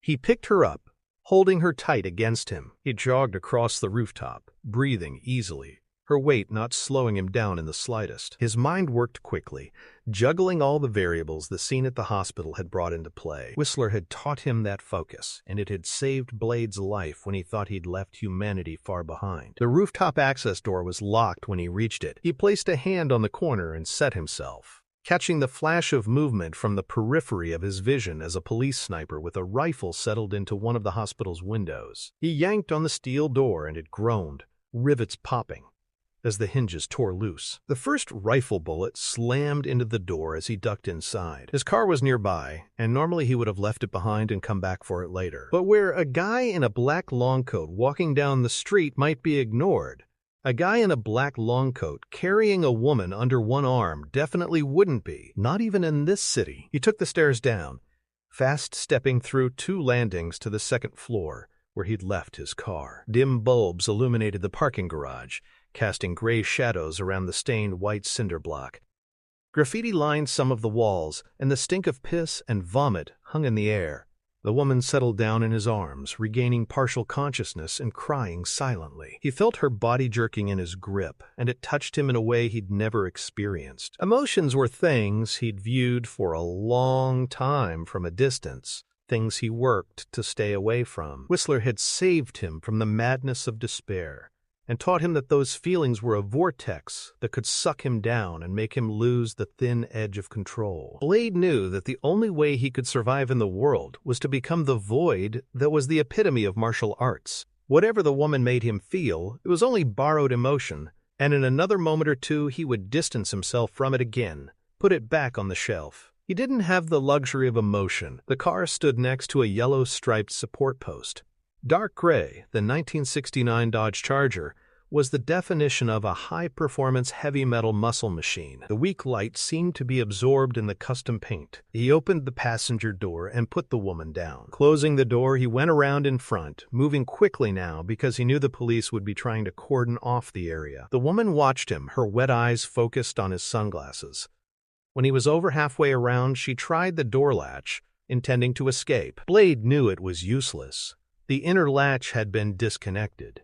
When he put someone or something in that seat, they didn't get out unless he allowed it. He dropped behind the steering wheel and keyed the ignition. The engine caught immediately, sending a shiver throughout the whole car as the throaty roar filled the parking garage. He shoved the gear shift into first and left rubber on the concrete floor. He enjoyed driving the car, enjoyed the power and the way it handled. Whistler may have preached about the evils of emotion, but he hadn't said a damn thing about not liking cars. He threaded the muscle car through the parking garage, arriving at the main entrance in short order on squealing tires. The parking attendant lounged in his seat, with his face buried in a comic book, only looking up when he realized the car wasn't slowing down. The attendant was in his early 20s, dressed in a black t-shirt with a caped and costumed hero on it. His jaw dropped as the Charger slammed through the wooden blocking arm. Pieces went back over the car. Blade pulled the wheel hard, then pressed the accelerator to the floor. The Charger lunged forward like a great cat, straightening out as the huge power plant sprang to full life. Gunshots sounded behind him. He glanced in the rearview mirror, spotting the handful of police officers out in the street in front of the emergency room entrance. He took the first right he came to, leaving the hospital behind. Chapter 8. Once he was clear of the hospital zones and certain the Charger hadn't been made by one of the police officers on the scene, Blade slowed to just below the speed limit. Meanwhile, the woman's breathing deepened and she slept, giving in again to the pain. The hunter glanced at the woman as the lights from the downtown district played over her. She was pretty, even with the blood from her wounds streaking the expensive blouse and the lab smock. He left the radio off, listening to her steady breathing because that was more calming to him than anything else he could imagine. Now that the initial rush of adrenaline was starting to die down, he felt his concentration wavering. He knew that movement, or the preparation for movement, was his focus, the strongest of the threads that kept him together. His weakest times, when those cold fingers of uncertainty twisted through his heart, were in the moments immediately after a battle. The woman's breathing deepened still more. He breathed with her, mimicking the calm pattern, feeling his focal point shift. He drove automatically, sorting through the cityscape with practiced economy, knowing the terrain was the most basic element of any protracted engagement. Whistler had taught him well. He experienced a split second of anxiety as a police car pulled up behind him and turned on its lights. He glanced at it in the rearview mirror and searched for running room in the lane with oncoming traffic. Then the police car pulled away, swooping in to the curb where a guy was trying to hold on to two women in scanty clothing and shock hairdos. Evidently, the guy was an undercover cop and had called for backup. The working girls hadn't appreciated getting arrested. Blade watched them only a second longer, putting his foot on the accelerator and cruising by the line of cars starting to slow down to watch the sideshow. He practiced pacing his breathing with the woman's again, getting back into the serenity it promised. The downtown district funneled directly into the warehouse district, where the city had been birthed and fleshed out, constructed in the huge monsters of factories, then built out around it. And every bit of the new city growth sapped the strength and will from the warehouse district, leaving only degenerated neighborhoods behind. He made the final turn, still breathing with the unconscious woman, and drove down the two-lane street leading to the mammoth industrial facility ahead. The Charger rolled across a desolate railway track, powering past the freight train clacking by in the opposite direction. Cyclone fencing topped with razor wire cordoned off the facility from the rest of the area. Floodlights stood silent sentry on top of poles and the fencing, casting what seemed a cool light. But Blade knew that all of the bulbs were ultraviolet. They were there to keep out the rough trade. There were also security cameras staggered around it with overlapping viewing fields. Maybe the bloodsuckers couldn't be photographed or videotaped easily, but they often used humans who could be. Blade halted the car, his foot resting lightly on the brake. He rested in what felt like a light trance, hypnotized by the sound of the woman's breathing. It made him feel more peaceful than at any time in his life. It was an incredible discovery to make. Whistler had taught him the benefits of breathing, how to control it to get the maximum use of his muscles and effort, and how to use it to wait when there was nothing that could be done. But he'd forgotten how restful simply breathing could be. His mind rolled back, reaching for a distant memory that offered comparison. Then the pain and fear that were associated with it kicked in as well. He came out of the trance with a start and a choked gasp. His heart hammered inside his chest, angry at himself, focusing on that old standby emotion that had taken him through so much of his life. He glanced at the unconscious woman and cursed the weakness she'd brought out in him. There was little chance of him saving her, and he wasn't a savior anyway, he was a hunter. Saviors had bright futures. Hunters lived for the moment, for the kill. He punched the remote, secured to the sun visor. In front of him, the gate ratcheted back into its housing. He paused, waiting till the electronic spikes built into the street at the entranceway also retracted. Then he rolled in. The gate closed, and the spikes extended automatically behind him. The remote also opened the bay doors of the building in front of him. Tall and squat, it resembled a watchtower from an old castle, and it was closely akin in purpose. He drove through the doors, extinguishing the headlights and the dashboard panel. Even in the womb-like darkness, he knew the way. He followed the concrete loading ramp down, twisting into the bowels of the building. A heavy iron door lifted in front of him. He rolled on through and parked with precision.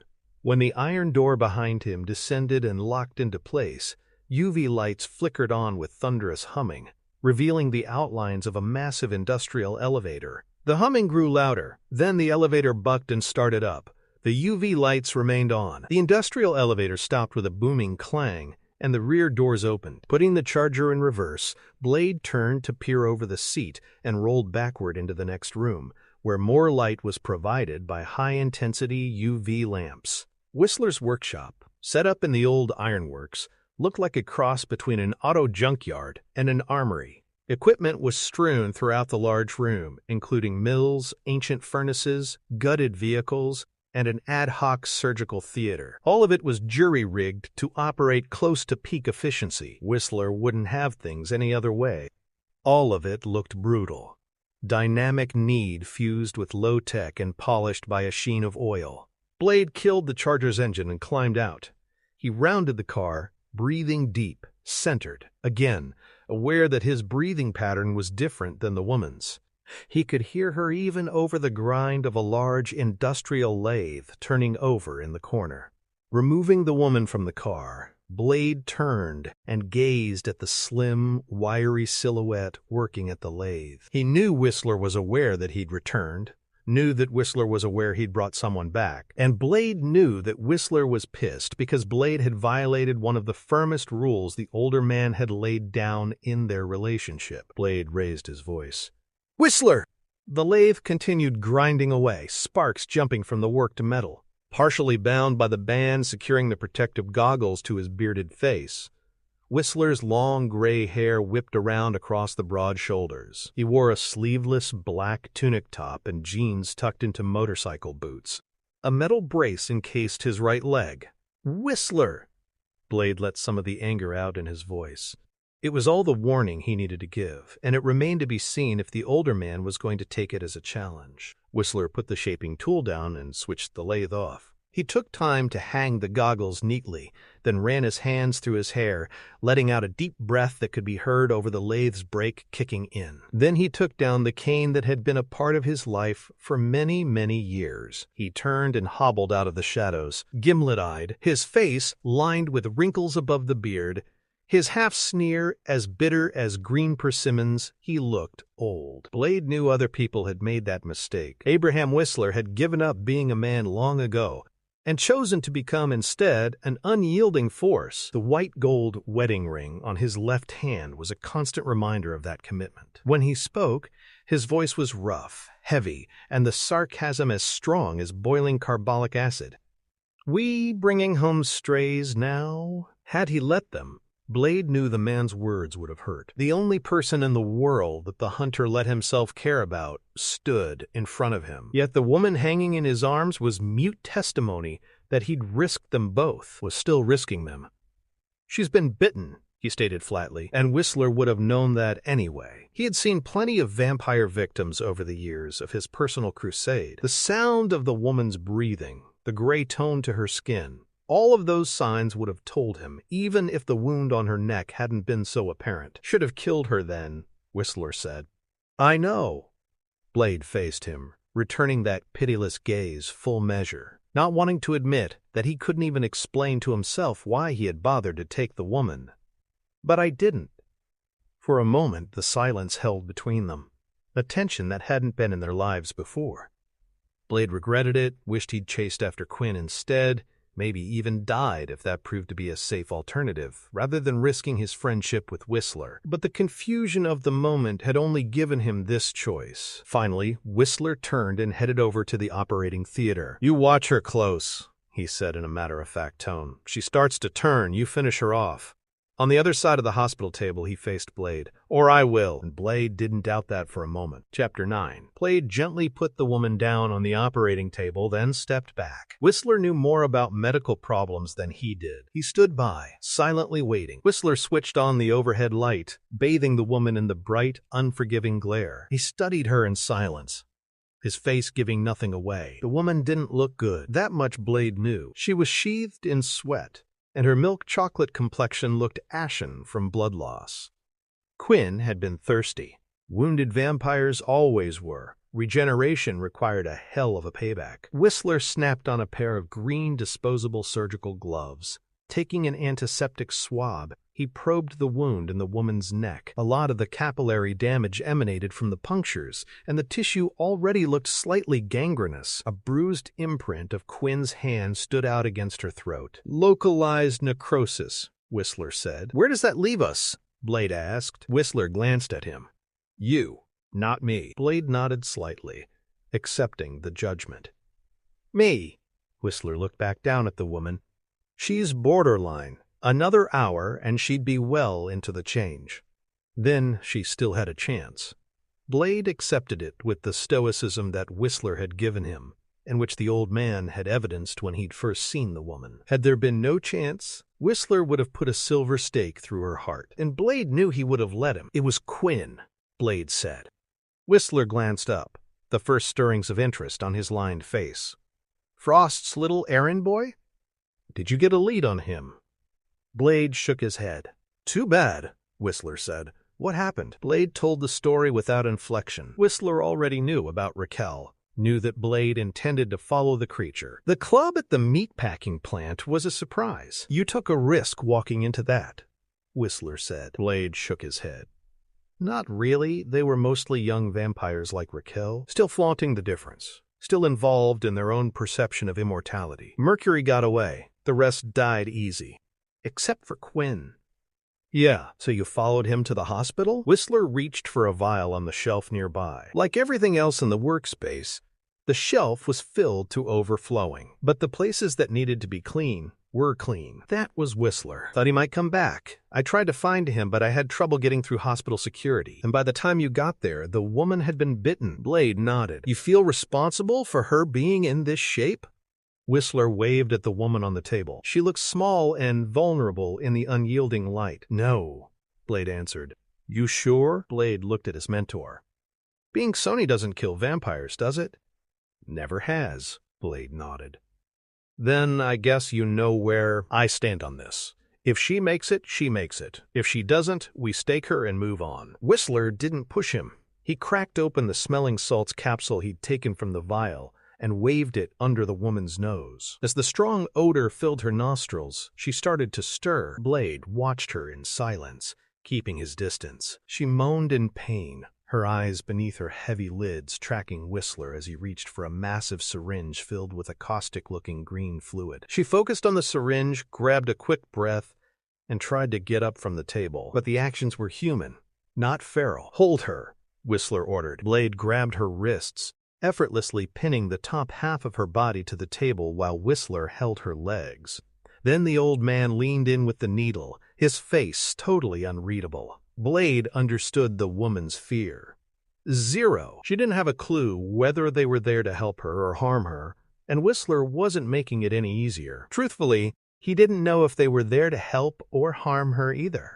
It depended on how far the disease running rampant throughout her system had spread. Either way, he had plans for her he was sure she wouldn't approve of. Karen struggled against the two men holding her down. At first, when she'd regained consciousness with the strong odor of smelling salts in her nose, she thought she might have gone to sleep in the lab again, and Webb had sneaked in to hit her with the smelling salts as a joke. He'd done that before, repeating it well past the point of irritation. They both knew she pulled long, hard hours in the lab working on her research. But Curtis didn't do that anymore, she realized, and on top of that, he was undoubtedly dead. Images of the dead man attacking Webb, ripping out his throat and sucking his blood, had haunted her dreams. Her own throat hurt, and the wound in her neck burned with cold fire. She cursed the two men holding her, struggling against them as much as she could. It wasn't much, and it was nowhere near enough. With practiced ease, the old man tapped the gigantic hypodermic with his forefinger, making sure the air was gone from the needle. He leaned forward again,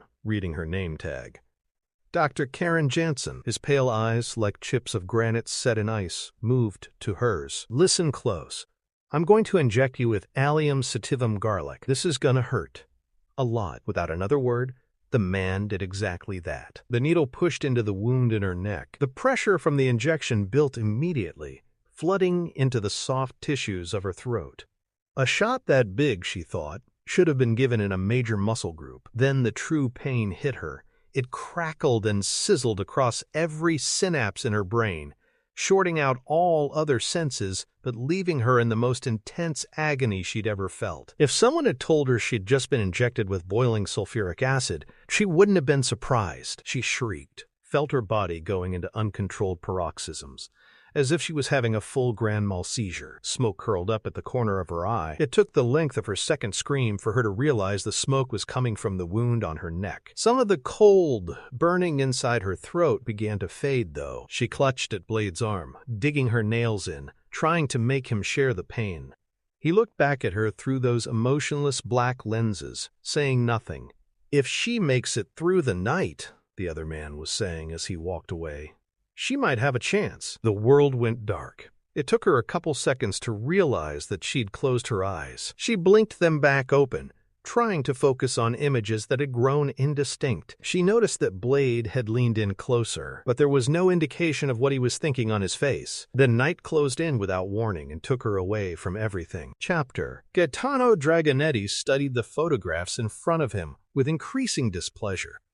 He was old, older even than he looked. And he knew he looked very old. His hands had withered over the passage of centuries, turning into claws. But he didn't mind that. He had power, and power made up for a great many of what other beings might term shortcomings. Parchment skin stretched over skull-like features. He wore his thin blonde hair pulled back, coated with gel to keep it in place. His suit was Italian, a craving that he carried over from his days when he'd been more venal. It was no craving now because he was past caring about such trivial things as appearance, but it gave others who were responsible for attending to his appearance direction. The photographs only showed two figures, one a cowering man sitting in a corner of the club, and the other a hated warrior dressed in black. Dragonetti tossed the photographs aside. Then he turned to the long conference table and stared out over the 11 faces assembled before him. Carafes filled with blood, sat within easy reach of every vampire there. Men and women, in a rainbow of colors, all vampire lords in their own right, waited on him to speak.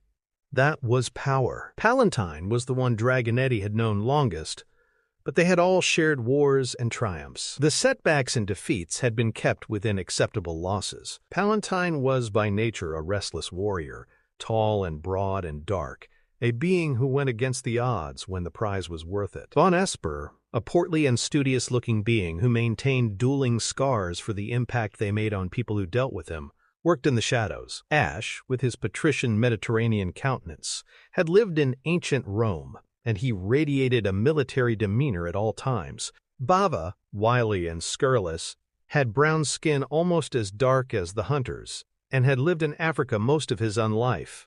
The Fasutina sisters, identical red-headed twins who didn't look old enough to vote and wore revealing clothing, had been talking out in the hallway about a new assault rifle that would be released in the European market, where they did much of their business these days.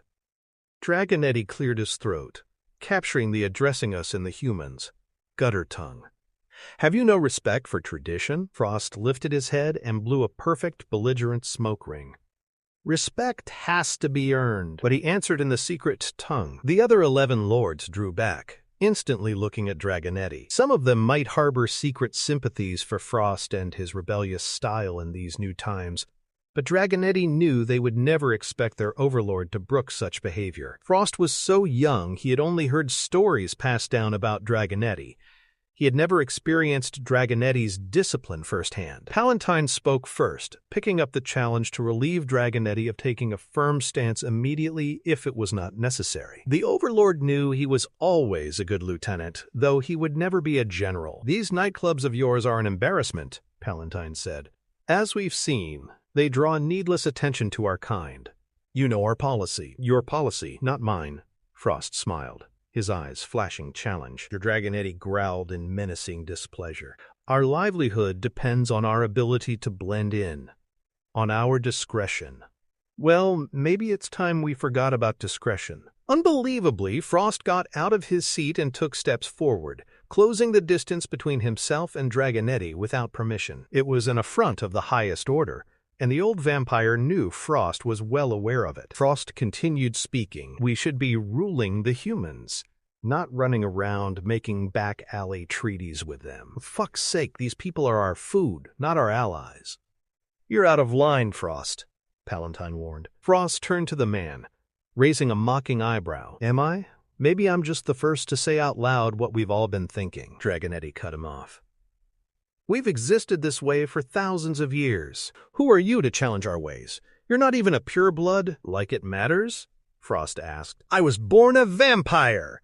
Dragonetti slammed his withered fist down, splitting the table in spite of his fragile appearance. The nearby carafe of blood cracked, releasing a single trickle of crimson that oozed out onto the conference table. He rose, pointing at each of the other vampire lords, as was every other member of this house. "But you, Frost, you were merely turned." Despite the inflammatory denigration, Frost stood his ground, then slowly looked at the others around the table. "We deserve better than this, Gaetano. The world belongs to us," he addressed them, "not the humans.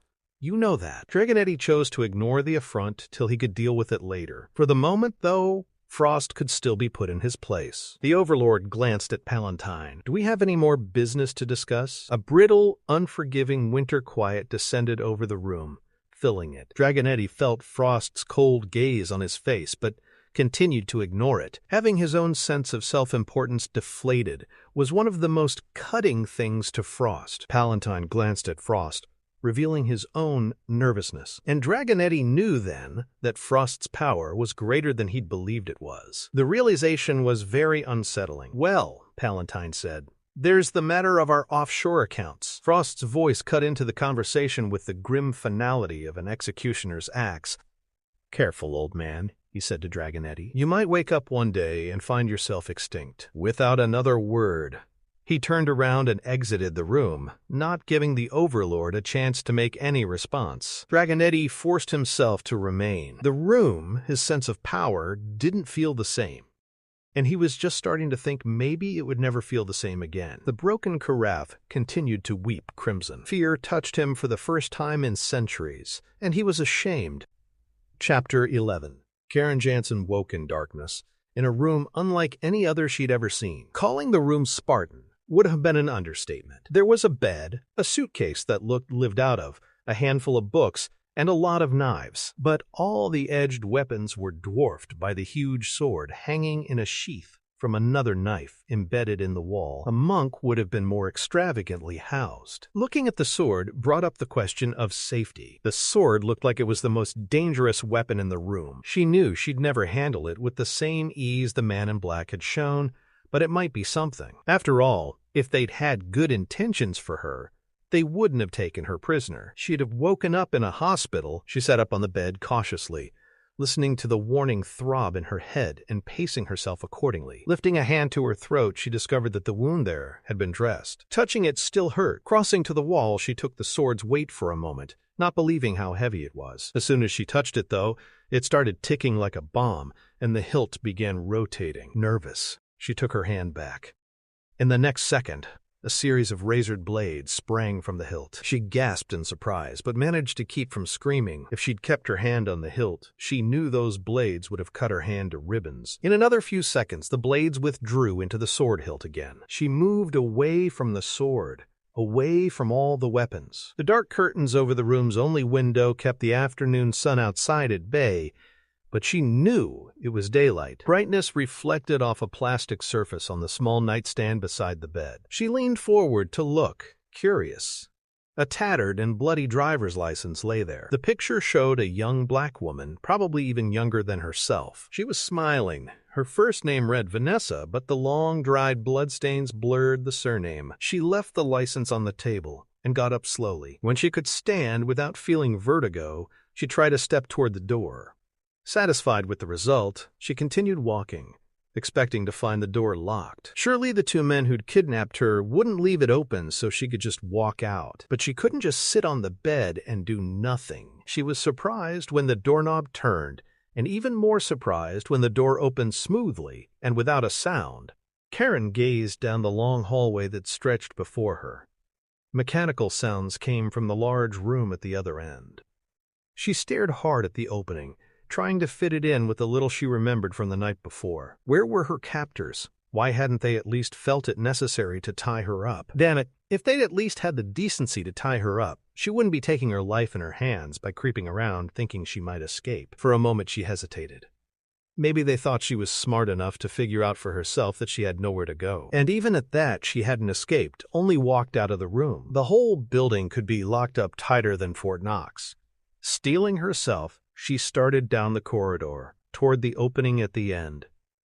Halfway down, she heard voices from the large room. She recognized them. One was Blade's, and the other belonged to the old man who'd given her the injection.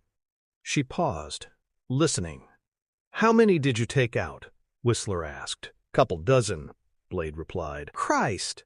What'd you do to this shotgun anyway?" "This is a hand-tooled weapon. It's going to take me days to get it back in shape." She turned the corner, staying hidden, totally unprepared for what she saw through the tangled maze of machinery ahead of her. Blade sat in a surgical restraint chair near the small operating theater she remembered.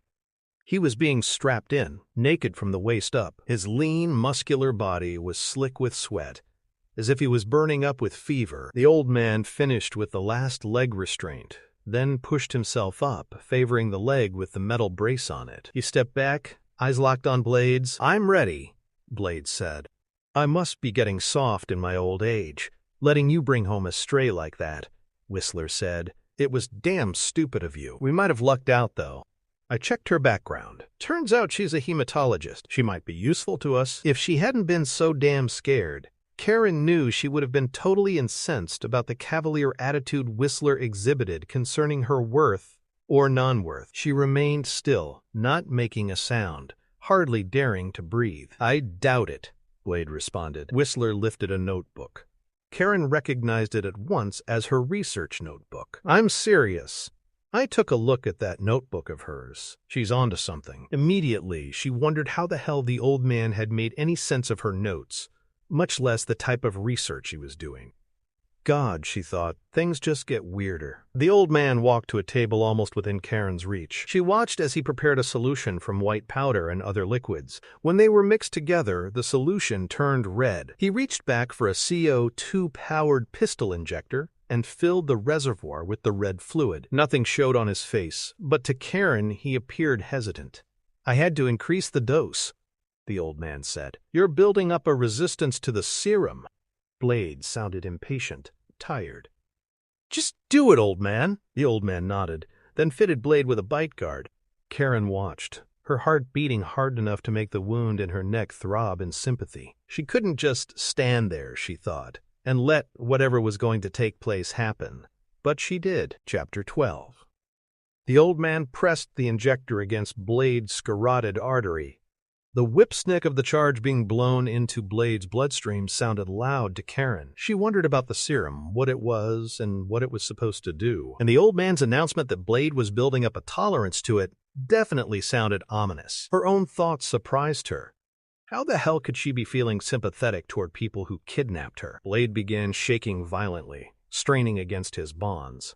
Somehow he remained silent through whatever agony he was feeling, but his teeth ground through the bite guard. Veins stood out on his neck. The old man held his hand through it all, never letting go, being Blade's anchor back to a world without pain. Karen felt the kinship between them then, knew the bonds that held them to each other were strong.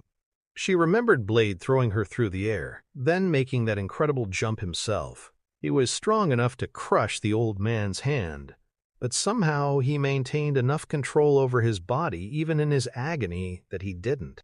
And the old man had to know how badly the younger man could hurt him, but he gripped Blade's hand anyway. Karen watched, forgetting to breathe herself. Then the agony left Blade's body. He slumped forward in the chair, held up by the straps. Exhaustion etched every line of his body. He took a deep, shuddering breath. He started to say something, then stopped, looking up without warning. The man's black-lensed gaze brushed Karen's, locking on her eyes like a white corpuscle attacking an invading virus inside the bloodstream. She drew back at once, cursing herself for being foolish enough to stay there. She looked for an exit, spotted a doorway to the right, and pushed herself at it, staggering from the effects of her wound, the sick vertigo suddenly spinning inside her head again. Marshaling her reserves, she ran for the doorway. When she got there, the way was blocked by a solid steel door. Throwing herself in another direction, she ran at another door farther down.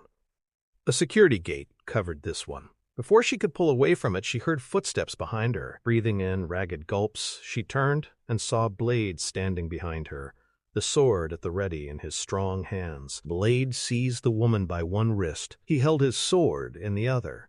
He still felt weak from the injection of serum Whistler had given him, but was easily strong enough to catch her and keep her from falling. She pulled away, and he let her go, wanting her to know that he meant no harm. At least, he meant no harm as long as she didn't show effects of the change in progress. If she did, he meant to take her head. She hesitated, obviously at a loss. "I'm sorry, I wandered off the beaten path, Doctor?" the old man asked, entering the room from a second doorway. The woman looked at the old man, shrinking from him and Blade. "You have yourself a nice nap?" he went on. "You were out for most of the day." The woman shook her head. "Who are you people?" "My name is Abraham Whistler." He nodded at Blade. "You've already met Blade." She looked at them both, then gave up and headed back to the room they'd left her in. Blade watched her go. "Spunky?" Whistler said. "Yeah," Blade agreed. "Gonna be an asset later tonight. Going to be risky, though," Whistler mused. "For both of you, only choice we've got. And if the change is gonna take her, I need to use her while I still can." Chapter 13. Blade pulled on the body armor from the Dodge Charger's trunk, suiting up for the nightly hunt. Now that he'd found the vampires' nest, there could be no let-up. Time would only allow them to dig in tighter, cover their tracks better. Karen Jansen leaned against a packing crate only a short distance away. She had showered sometime during the day. Blade's sensitive nostrils could smell the soap on her, but she had no choice except to put her own clothing back on. It looked like she'd made the attempt to wash the bloodstains out of her blouse and lab smock as well, because they had faded considerably. Blade slid his gun belt around his hips, locking it into place, then knotting the thigh tie down. The headache from the serum had persisted all day, finally easing up when the night arrived over the city. He always felt stronger at night. "So," Karen asked, "am I a prisoner here?" Blade knew she'd been drawn to the workshop by the sound of activity. Whistler had made a picnic basket from food stores on hand and carried it back to her earlier. Neither of them had talked to her since. Everybody involved seemed more comfortable with that. "Not at all," Whistler said as he walked up. "We just had to take certain precautions before we let you go." He wiped grease from his hands with a red towel that had seen better days. He shook a cigarette out of a pack he kept under the shoulder of his shirt and lit it. Then he lifted the dispenser nozzle for the gasoline and started fueling the Dodge Charger. "We hunt them, you see, moving from one city to the next, tracking their migrations." "Hunt what?" Karen demanded. Whistler answered without pause. "Vampires, the homines nocturna. They're hard to kill. They tend to regenerate." Blade worked the action of the Mach, making sure everything moved perfectly. He listened to the conversation but kept his distance. The fact that the woman was going to be leaving tonight had preyed upon his mind more than he'd expected it to. He pulled the trigger on an empty chamber, and the dry pop echoed over the workspace. Karen jumped and glared daggers at him. Whistler waved a hand toward the windows and the darkening sky high overhead, directing his words at Karen. "There's a war going on out there. Blade, myself, a few others.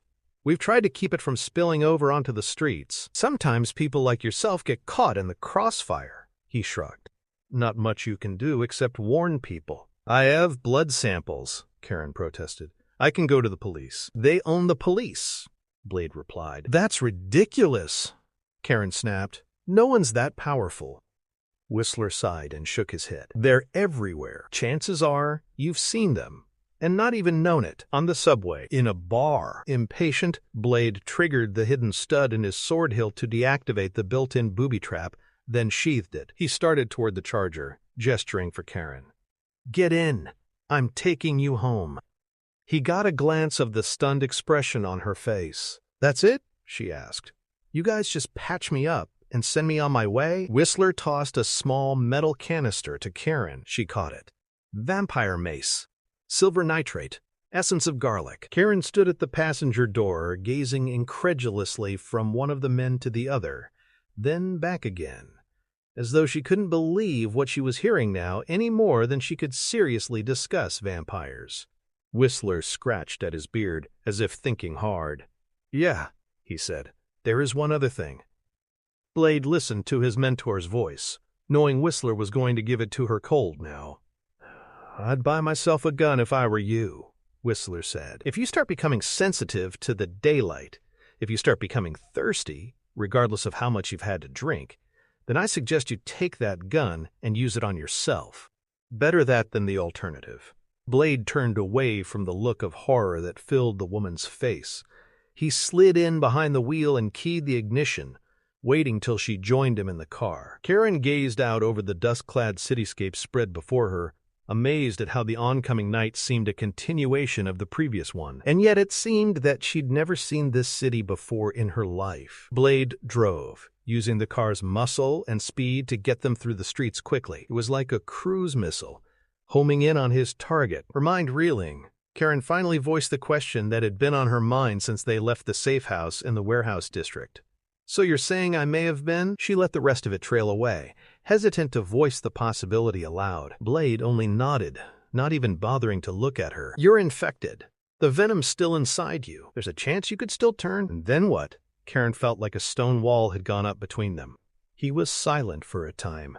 Just when she was going to ask the question again, he answered, "Then I'd have to take you out, just like any other bloodsucker." Karen had no doubt that he meant it. As they changed directions following the street, the fat red-gold sun hanging low in the purple western sky suddenly shot through the windshield and stabbed into her eyes. She was acutely aware that despite how normal it was for someone to pull down a sun visor against the direct glare, Blade could read something else entirely from the movement. She looked over at him and found him staring right at her, whatever he was thinking masked behind those black lenses. Chapter 14. Deacon Frost sat at a high-tech steel and glass desk that was littered with computer equipment. The room was dark around him, only the sickly glow of the monitor throwing off any light. He wore a headset, listening to the blitzkrieg of heavy metal from the CD player. Stacks of books and scriptures surrounded him. The library had grown impossibly large over the years, despite efforts to digitize everything, swelling to fill even the large rooms that had once been available. More information came in all the time. Personally, he felt it should have all been scanned into computers 10 or 15 years ago and saved as electronic data, and the books gotten rid of, except for those tomes that were of a sizable monetary value and didn't give away too many of their secrets. There were several others, however, who did not agree with his assessment of the situation. That wasn't surprising.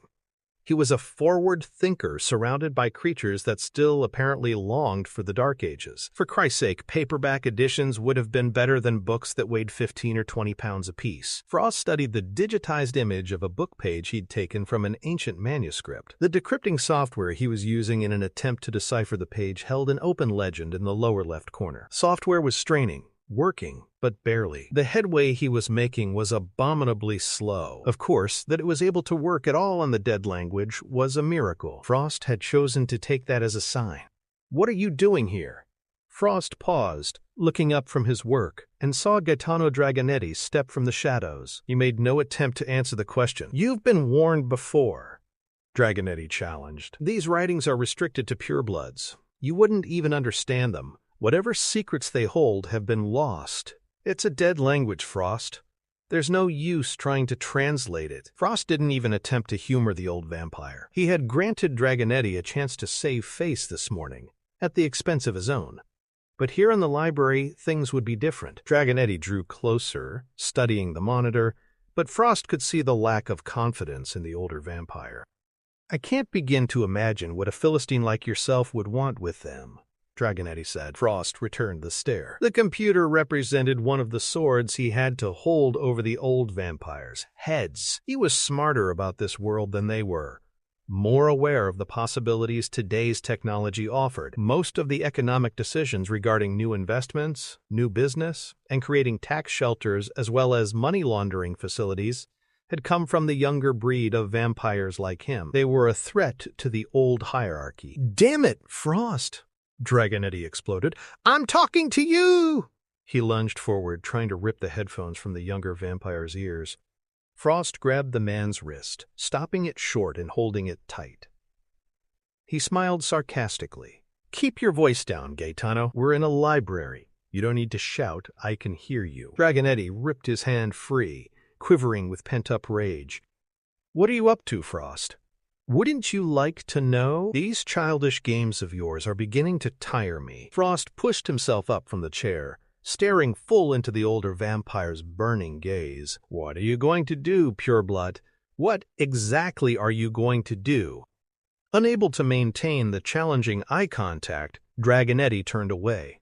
Then, before Frost knew it was coming, the old vampire whirled around and slapped him hard enough to nearly knock the younger vampire from his feet. The pain exploded in Frost's head. He let his anger loose, not wanting to restrain himself anymore. But when he looked for Dragonetti, he found that the old vampire had already disappeared into the shadows. Frost chose not to go after Dragonetti. He touched the side of his face and worked his jaw tenderly. He reminded himself to be patient, that the day of reckoning was coming soon enough. Dragonetti knew it too. That was why the old vampire was pressing his luck now. Not much time remained. Peering through the darkness, Frost saw the huge shape quivering in fear. Pearl had heard and seen everything, not even showing the good manners or sense to leave. Frost ignored Pearl as well, turning his attention again to the computer monitor. Blade was in the city now, and the other vampires would be concentrating on him instead of what Frost was doing. Considering the background Blade had,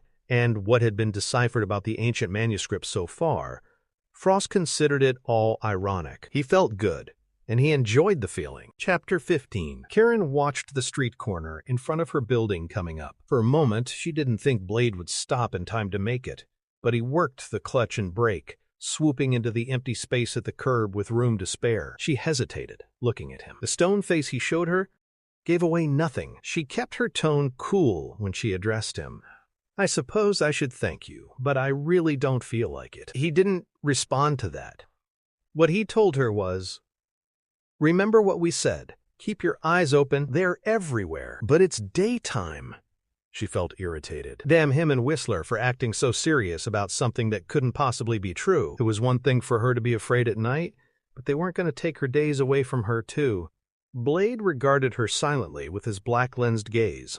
Karen climbed out of the car, thinking about the neighbors she'd lived among for the last few years. Her apartment building was in a nice part of the city, but it wasn't as security-conscious as many of them. So far, it hadn't had to be. She felt at a loss, thinking about Blade going away. No one would be at her apartment.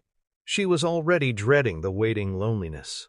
The only solace would be a phone call to her mother or sister, and that would be cold comfort at best. She kept recalling what she'd seen that morning. How Whistler had held Blade's hand while whatever serum had been administered coursed through his body. She looked at Blade again, but he was already facing the street ahead, both arms resting on the steering wheel, boxing himself off from conversation. When she stepped away from the car, Blade put the accelerator down and roared away, the Charger slipping through the traffic like a big gray tiger. Karen watched the vehicle till it vanished, wondering if she would see him again. Then she wondered why she'd thought something as dumb as that. One thing she was sure of was she never did want to see him again. She turned and went into the apartment building. Her neighbors took on whole new aspects as she considered Blade's final words to her. She heard them again in a whispered rush. They're everywhere. She used her key to enter the building, crossed the lobby to the elevator, and pressed the button. A young couple joined her, looking like they'd stepped out of a fashion magazine. That made Karen feel even worse about her own appearance. She wanted a bath, a chance to fix her hair, and clothes that she hadn't been wearing for 2 days. As she waited, the indicator light beginning its inexorable crawling down to the lobby, she felt the seconds tick away slowly. She glanced at the couple again, hoping she wouldn't get caught looking, but after everything she'd been through, it bothered her that she didn't remember them as her neighbors. Of course, it was foolish to think she'd know everyone in the building. She noticed that both had matching tattoos on the back of their necks. The doors opened with a musical ping of noise, and she entered. The couple got on with her and didn't speak a word. That bothered Karen more than she wanted to admit. She almost started a conversation just to break the tension she was feeling, but that would have been giving in to Blade and his whole paranoia. Still, she had to ask herself if she'd really be able to tell if the couple weren't human. She thought she could feel their eyes on her, and she knew then that her imagination was getting the best of her. She made herself glance at the man. "How are you?" he asked, smiling politely. Covering the movement with her nod, Karen slipped the container of vampire mace from her pocket. "I'm fine, thanks." And conversation was over. They were human, she told herself. They had to be. The elevator stopped on Karen's floor and the doors opened. She got out and headed left, toward her apartment. Still, she couldn't resist a quick glance behind her. The tattooed couple got out behind her, following her. Suddenly, Karen's heart felt like it was going to burst inside her chest. The deserted emptiness of the hallway hit her like a physical blow. The sun had almost gone down, and she could see only long shadows at both ends of the hallway. She realized how far she was from her apartment and a phone. She lengthened her stride and walked with more haste. The sound of footsteps behind her grew closer, faster. Unable to stand it anymore, she whirled around to face the couple, the vampire mace clutched tightly in her hand. Only no one was there. The hallway was empty. She'd imagined it. She sighed in relief, finishing up cursing Blade and Whistler. At her apartment, she fumbled for her key at the door. Her breathing sounded loud in her ears, drowning out the sounds of sitcoms and their laugh tracks coming from the other apartments. Keying the lock, she let herself in, leaving the door open behind her in case she had to make a hasty retreat. Everything looked normal, though. The television was off, but the radio was on, as she'd left it. A stack of towels she had folded but not put away remained on the couch. An empty coffee cup sat on top of the medical journal she'd fallen asleep reading the last night she spent in the apartment.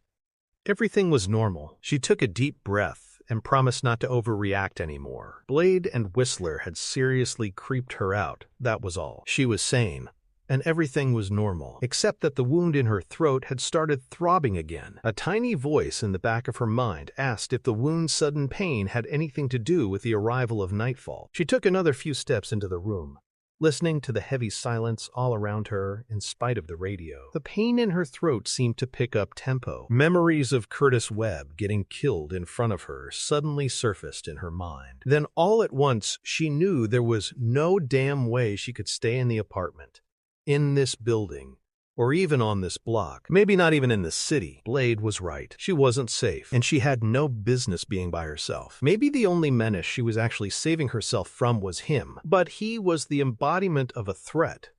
She crossed the room to the phone and dialed 911. She shivered, listening to the terror in her heartbeat as she heard the phone ring. She shivered, thinking it was a damn emergency phone line, and why the hell didn't somebody just...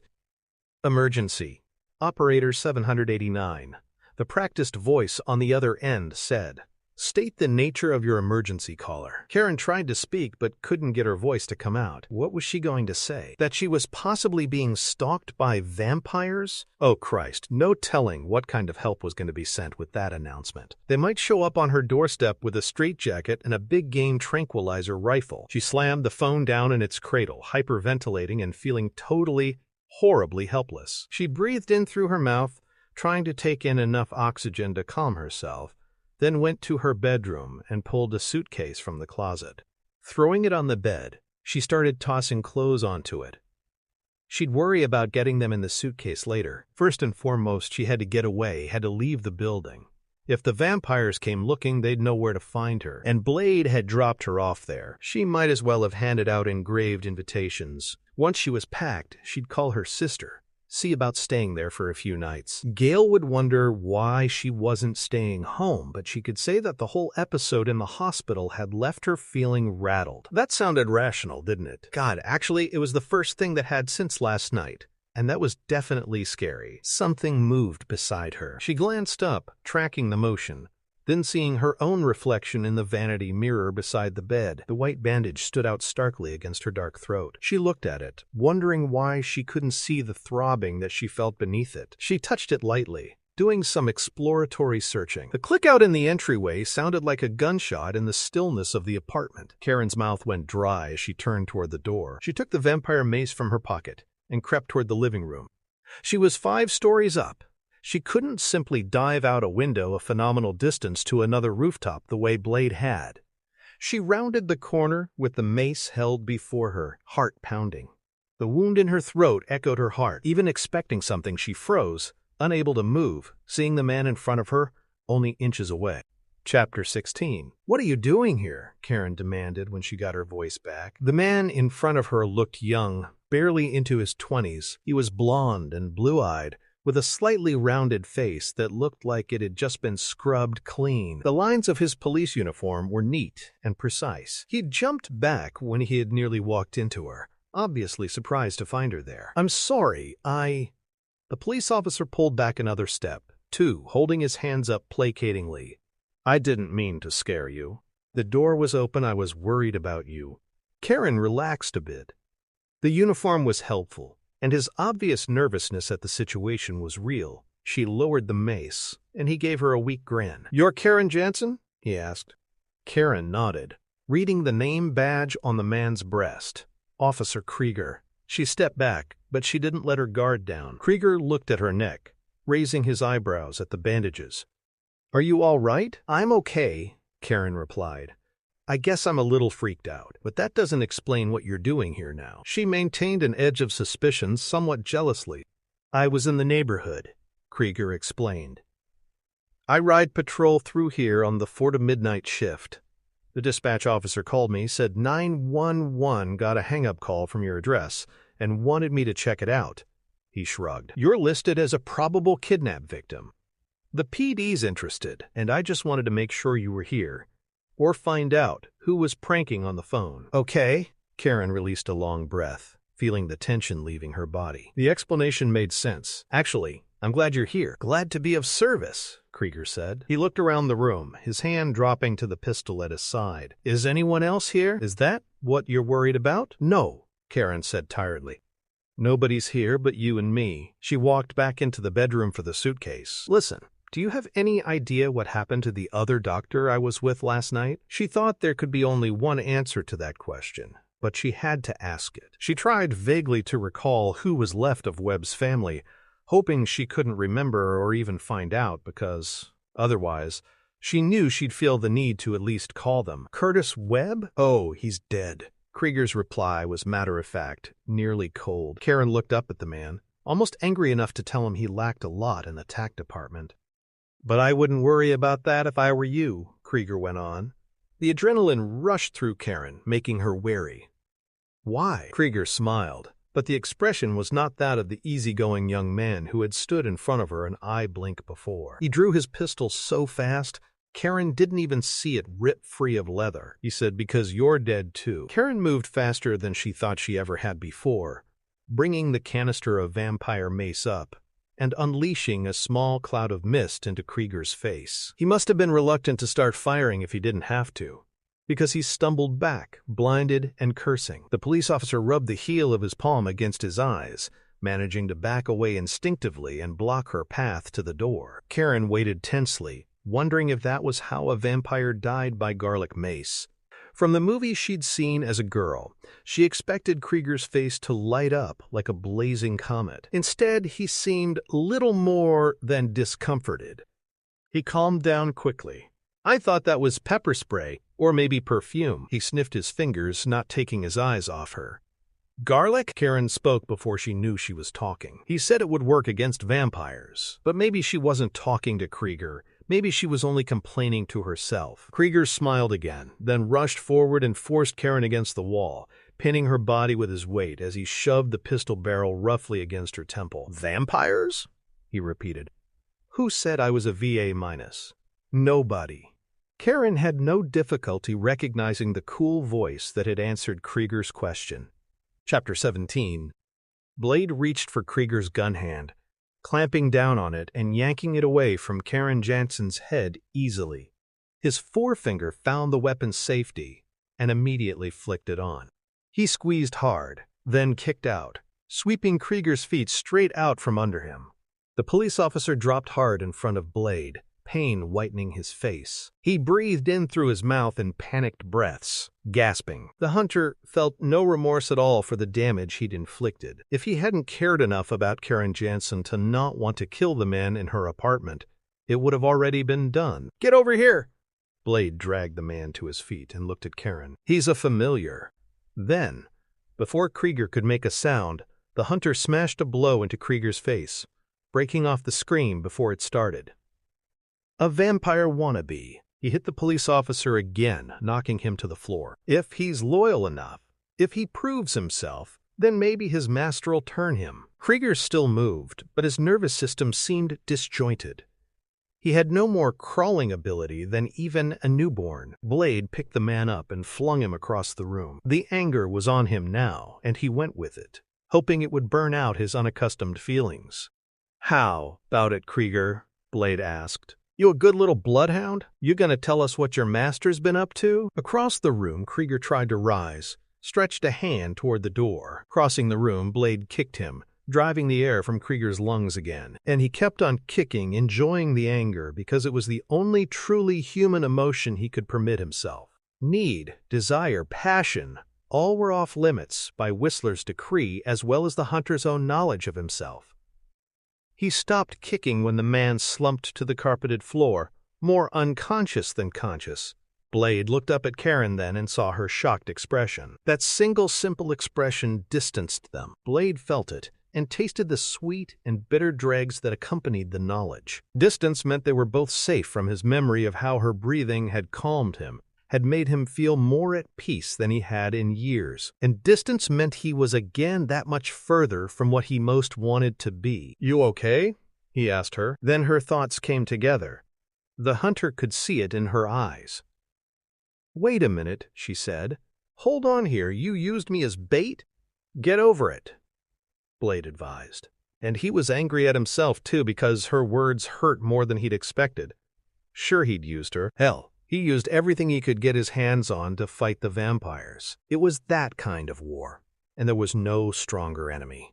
He slammed Krieger's face into a table, crashing through. Hey, Karen protested. Is that really necessary? Blade picked Krieger up again, fitting him into a headlock this time. He turned the man's head, inspecting the neck, the skin behind the ear. "See this mark?" He pointed the tattoo out to her. Karen moved closer, but still remained out of reach. He told himself the reaction didn't matter, but it bothered him that he'd thought that before. It wasn't acceptable. "That's a glyph," he said, pushing the thought aside. "Kind of like a vampire cattle brand. That means Officer Krieger here is someone's property. Any other vampire tries to bleed this little hooker, they'll have to answer to Krieger's owner." He peered more closely at the glyph, surprised but only somewhat, since he'd halfway expected what he found. "How?" "About that, Deacon Frost. We've been tracking that one for a long time." Blade dropped the man and methodically stripped him of his wallet and watch. He emptied the cash from the wallet and put it in his pocket.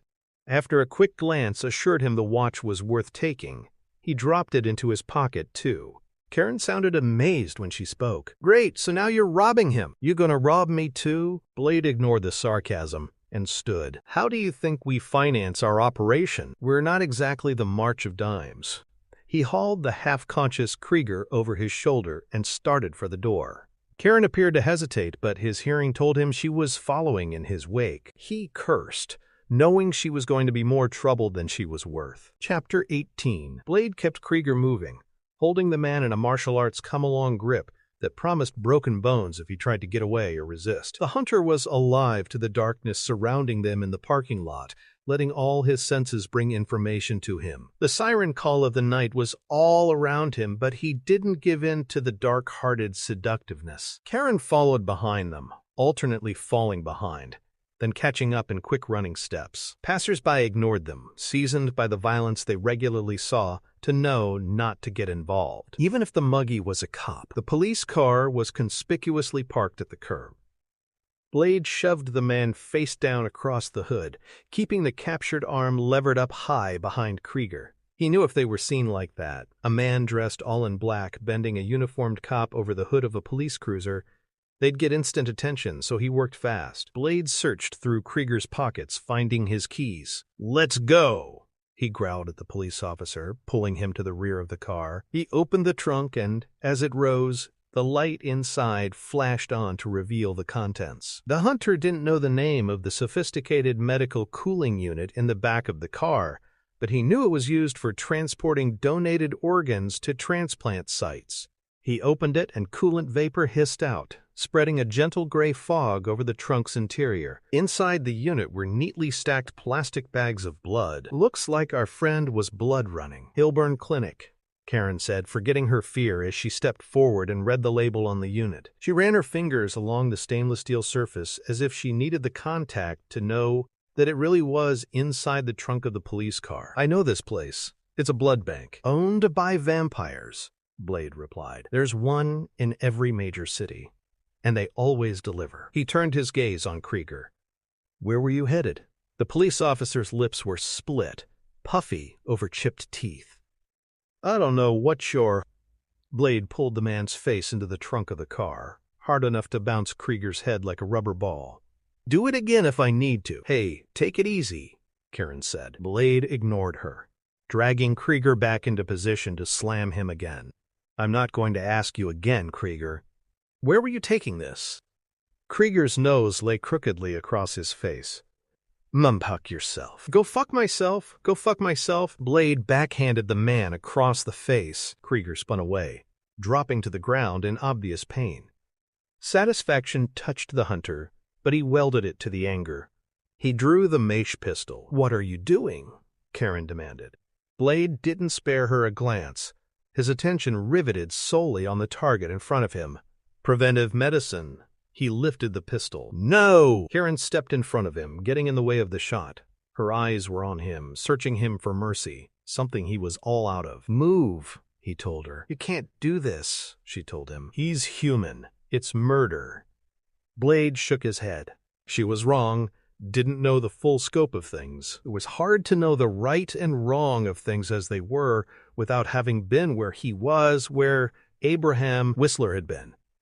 "It's war," he growled at her. "Now get the fuck out of my way." Before he knew what was happening, Karen grabbed his arm and wrestled with him, trying to push his gun hand away. He flicked on the safety automatically, not wanting to hurt her inadvertently. He also couldn't use his full strength against her for the same reason. Over her shoulder, he saw Krieger make a break for it. The man ran for all he was worth, pumping his arms and legs as he cut across the street. The car screeched, narrowly avoiding him. Getting a grip on Karen, Blade shoved her aside and lifted the Mac.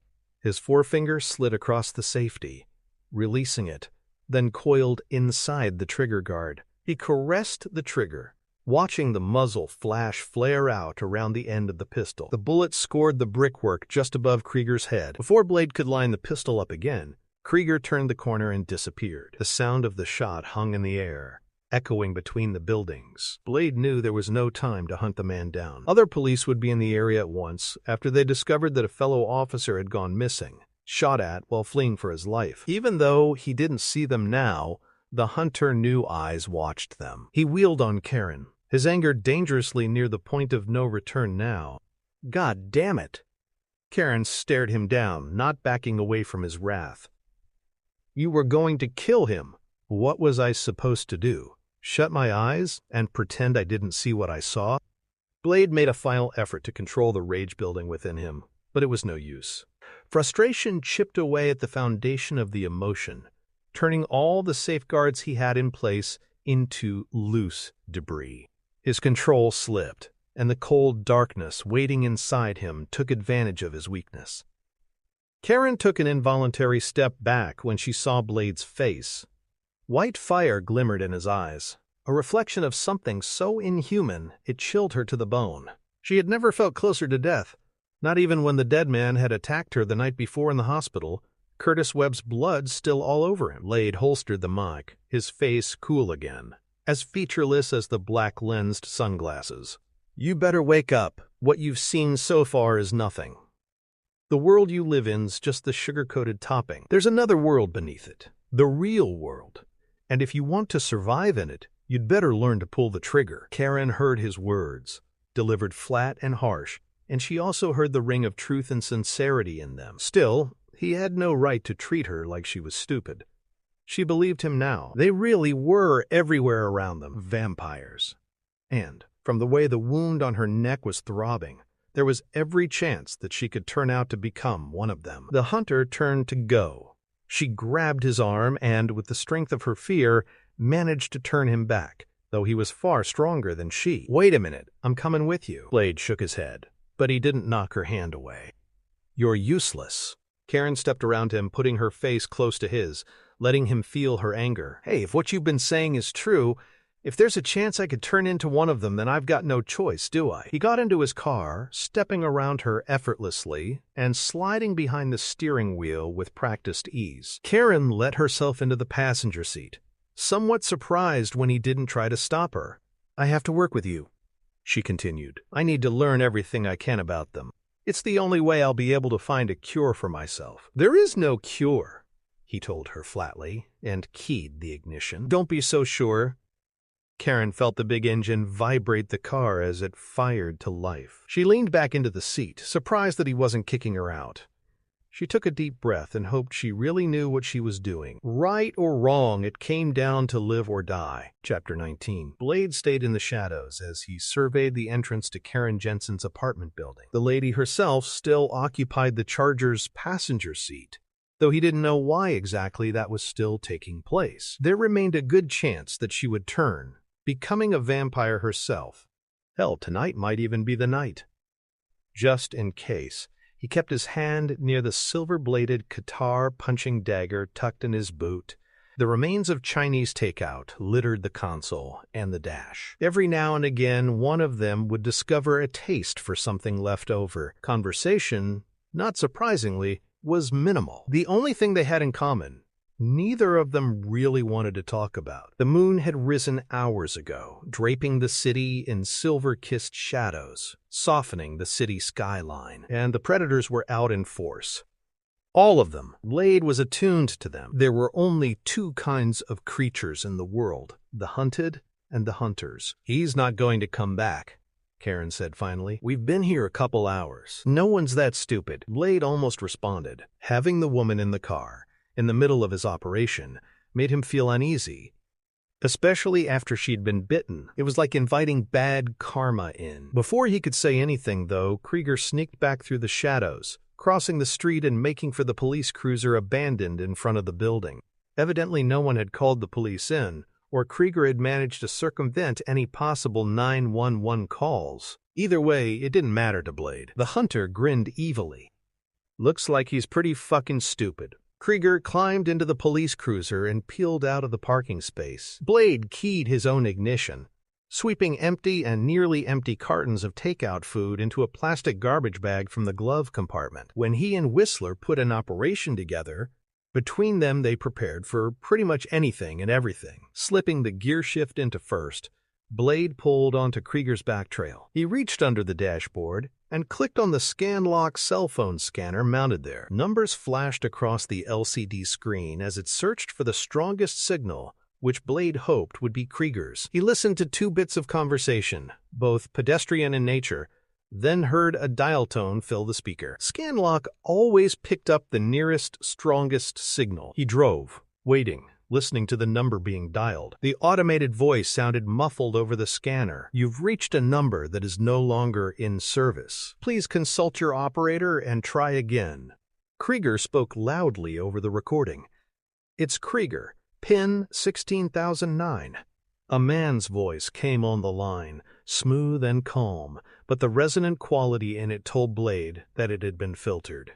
"Yes?" Blade leaned back in the seat, following the police car through the late-night traffic with ease. He saw Karen glance at him, her eyes widening at how easy he made it look. He pushed away any thoughts that she might somehow come to see things his way. She'd lived her sheltered life too long, built illusions that were too strong. She hadn't seen firsthand all the horror the creatures were truly capable of. The police car continued to hurtle through the night-darkened streets. The Charger paced it easily, a big beast just hitting its stride. "Get me Pearl!" Krieger shouted. "Pearl is feeding," the calm voice replied. "Look," Krieger went on, "I've got a delivery from Frost here, and I just had a run-in with Blade. We've got to clear out the clinic on Hillburn. Got another bad news flash for you, boys," Blade said quietly as he switched lanes.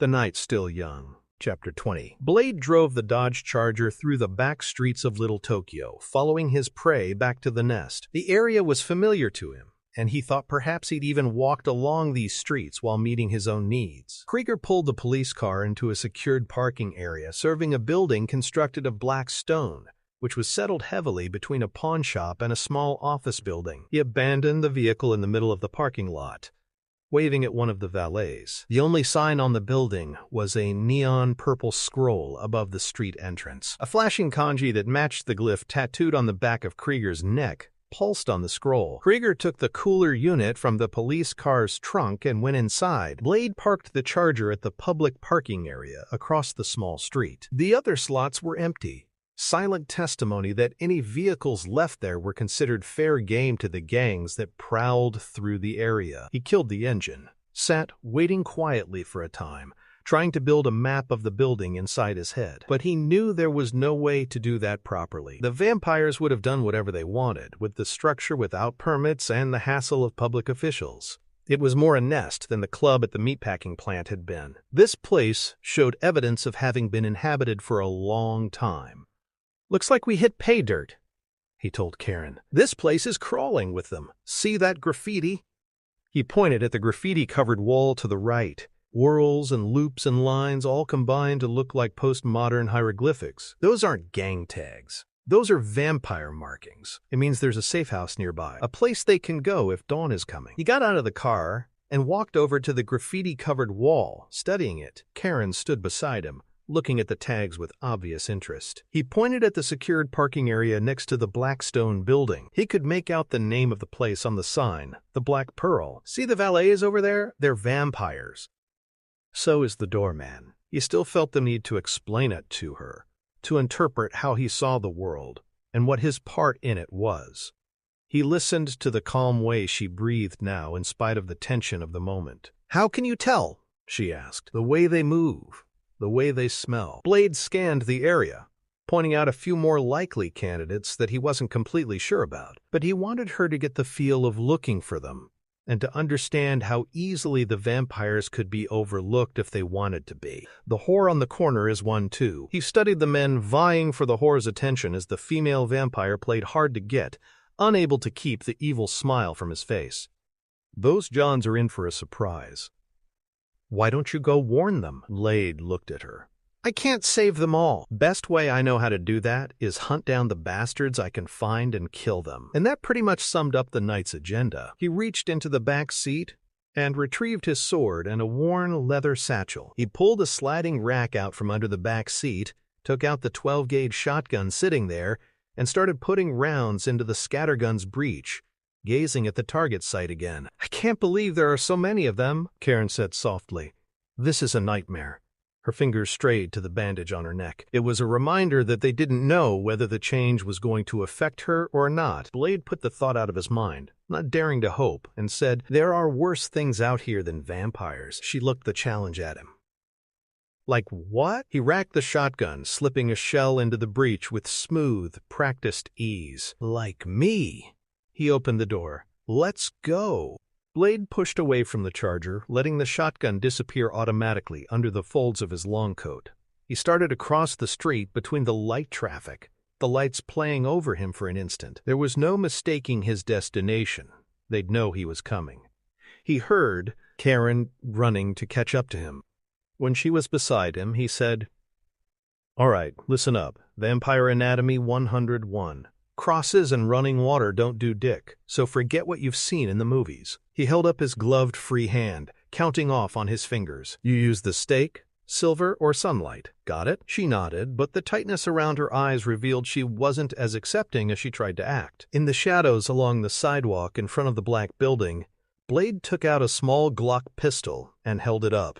Know how to use one of these? Karen took the Glock from him, running her fingers and eyes all over it. Despite her willingness to handle it, he knew she was unfamiliar with it. No, she finally admitted, her tone telling him that she was not happy with having to tell him that. Blade took the gun back and snorted derisively, making sure both of them kept their distance now. It was her choice to walk into the building. His mistake to let her. He wasn't going to be able to cover her completely inside. There were too many variables. Safety's off, rounds already chambered. He used his thumb to drop the magazine for a moment, showing her it was full. Silver hollow points filled with garlic. You aim for the heart or the head, anything else is suicide. They're hard to stop. He gave the weapon back to her. Karen knew enough to hide the pistol against her body. She brushed the hair out of her eyes. When it gets nasty in there, Blade said, and it will. Do your damnedest to stay out of my way. His words were cold, chipped ice, letting her know how it was. She took it, though, and that bothered him more than if she had exploded in anger. He was being hard on her, and she already had enough to deal with. Blade wheeled around the corner leading to the recessed entrance. He took a couple quick breaths to pump his system up, getting his focus and stepping outside the few uncertainties floating around in the back of his mind. No one was at the entrance except the large, bald doorman, who could have been a sumo wrestler in the tailored suit. The doorman spoke in Japanese, not expecting Blade to understand it. I'm sorry, sir. Do you have an invitation? Knowledge of the language was only one of the surprises Blade had for the creature. Hi! He slipped a silver stake from the armor and moved on the vampire, shoving it deep into his chest. And I'm gonna engrave it. Chapter 21. Karen held her breath as Blade shoved the dying vampire doorman through the entranceway of the Black Pearl. The hinges ripped out of the wooden moorings with shrill cries. The doorman turned to ash before he hit the floor, swirling up and being sucked back out the door. Karen thought she was going to scream and barely managed to stop herself. Stepping through the entrance, Blade scanned the room, holding Karen back protectively. She looked over his shoulder, not believing what she saw. It made her tighten her grip on the pistol. The business inside was set up as an all-hours strip club casino combo. Dim light barely broke through the heavy clouds of cigarette smoke filling the room. Music blasted away at a deafening intensity from the speakers, a crashing heavy metal storm front at ground zero. Go boards and pachinko machines were set up in the back. Karen recognized them from outings she'd gone on with Curtis Webb. Webb's restless nature had taken them a number of places she'd never been before. Japanese men in black suits played with a consuming intensity, evidently taking a break from the Zaibatsu district. Heavy business required heavy play to let down.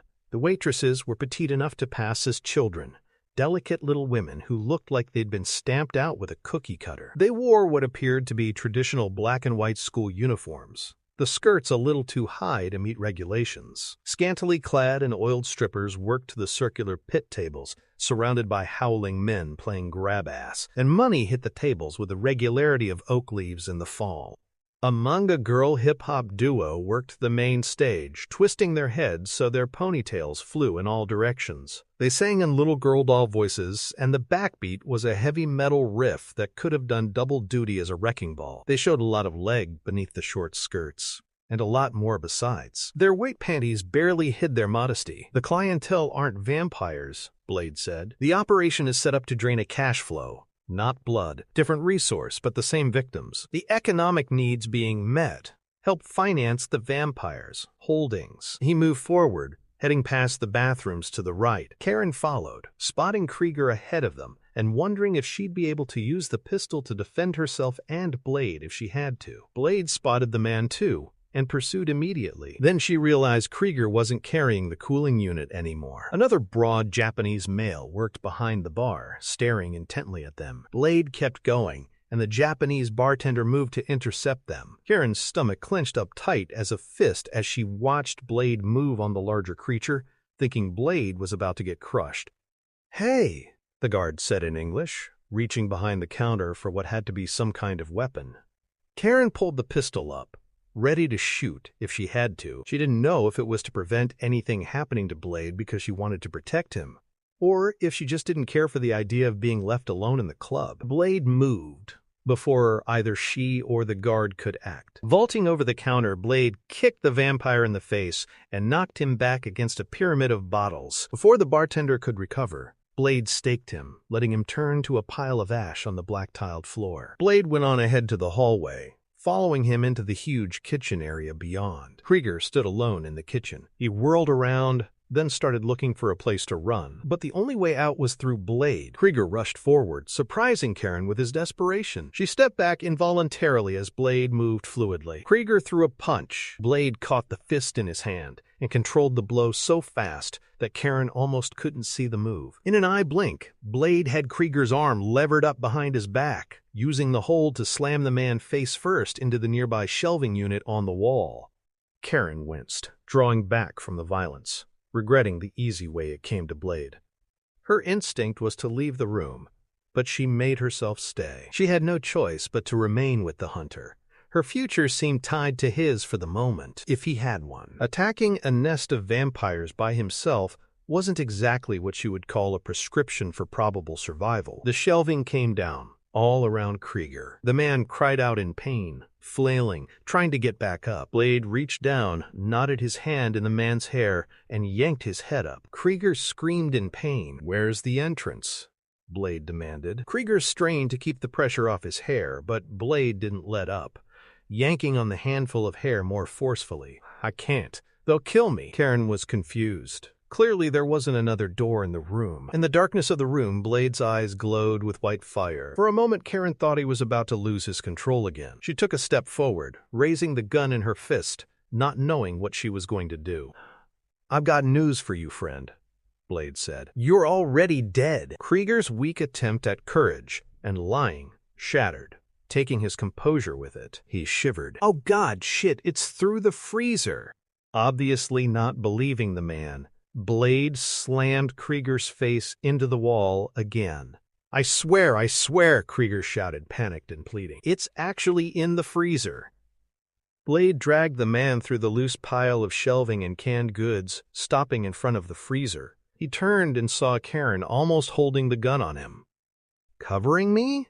he asked, "or protecting him?" His words were a sneer, a verbal slap in the face. Karen felt their sting. She wanted to argue with him, tell him that it wasn't easy, making the change from a normal, sane person with everyday problems to some kind of vigilante hunting creatures she'd believed only existed in fiction. He moved on before she had time. Going to the freezer, Blade pulled the door open. It took a second for the freezer light to flicker on. Then, through the cold, white-gray haze of vapor fog that came boiling out of the room, The dim outlines of a stairway leading down to an elevator took shape. Karen stared at the doors, suddenly entranced by the arcane possibilities presented by the discovery of the hidden elevator. In the corner of her eye, she saw Krieger moving on his own in Blade's inexorable grip, and was grateful that the man didn't appear to be hurt too badly, because she didn't want to be part of that. Blade drew the assault rifle from his back and placed it against Krieger's forehead. "Give Frost a message for me.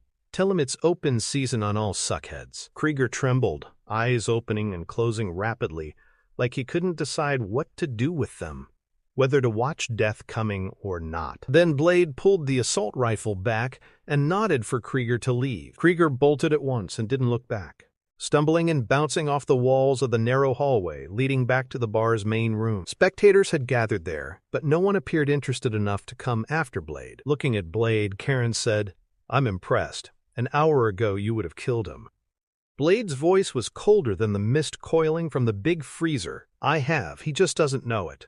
I want Frost to know I'm coming." He kept the weapon in his hand as he motioned Karen toward the hidden elevator. "After you." Somewhat reluctantly, Karen stepped into the small cage, grateful there were no recriminations about her ability to keep watch over his back, or questions about whose side she was on. Blade stepped into the cage with her, then pressed the only button on the control panel in front of them. He kept his gaze and his thoughts to himself as the doors closed and they went down. Karen couldn't even guess what they were about to walk into, but her skin was prickled from more than just the cold inside the freezer.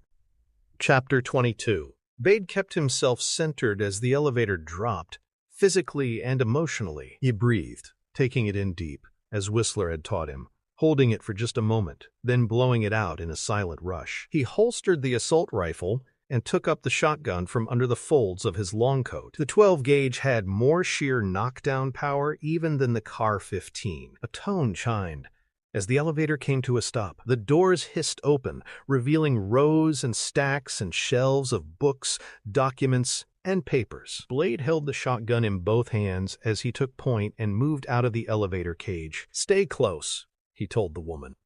Karen was at his heels. Stacks created a maze across the huge floor. If it had been empty, it would have been a cavern beneath the city. The dim lighting hardly penetrated the shadowy darkness at all. And it was so cold that his breath and the woman's came out in frosty gray plumes. "What is this place?" Karen whispered. Blade didn't worry about cautioning her not to talk. She was human.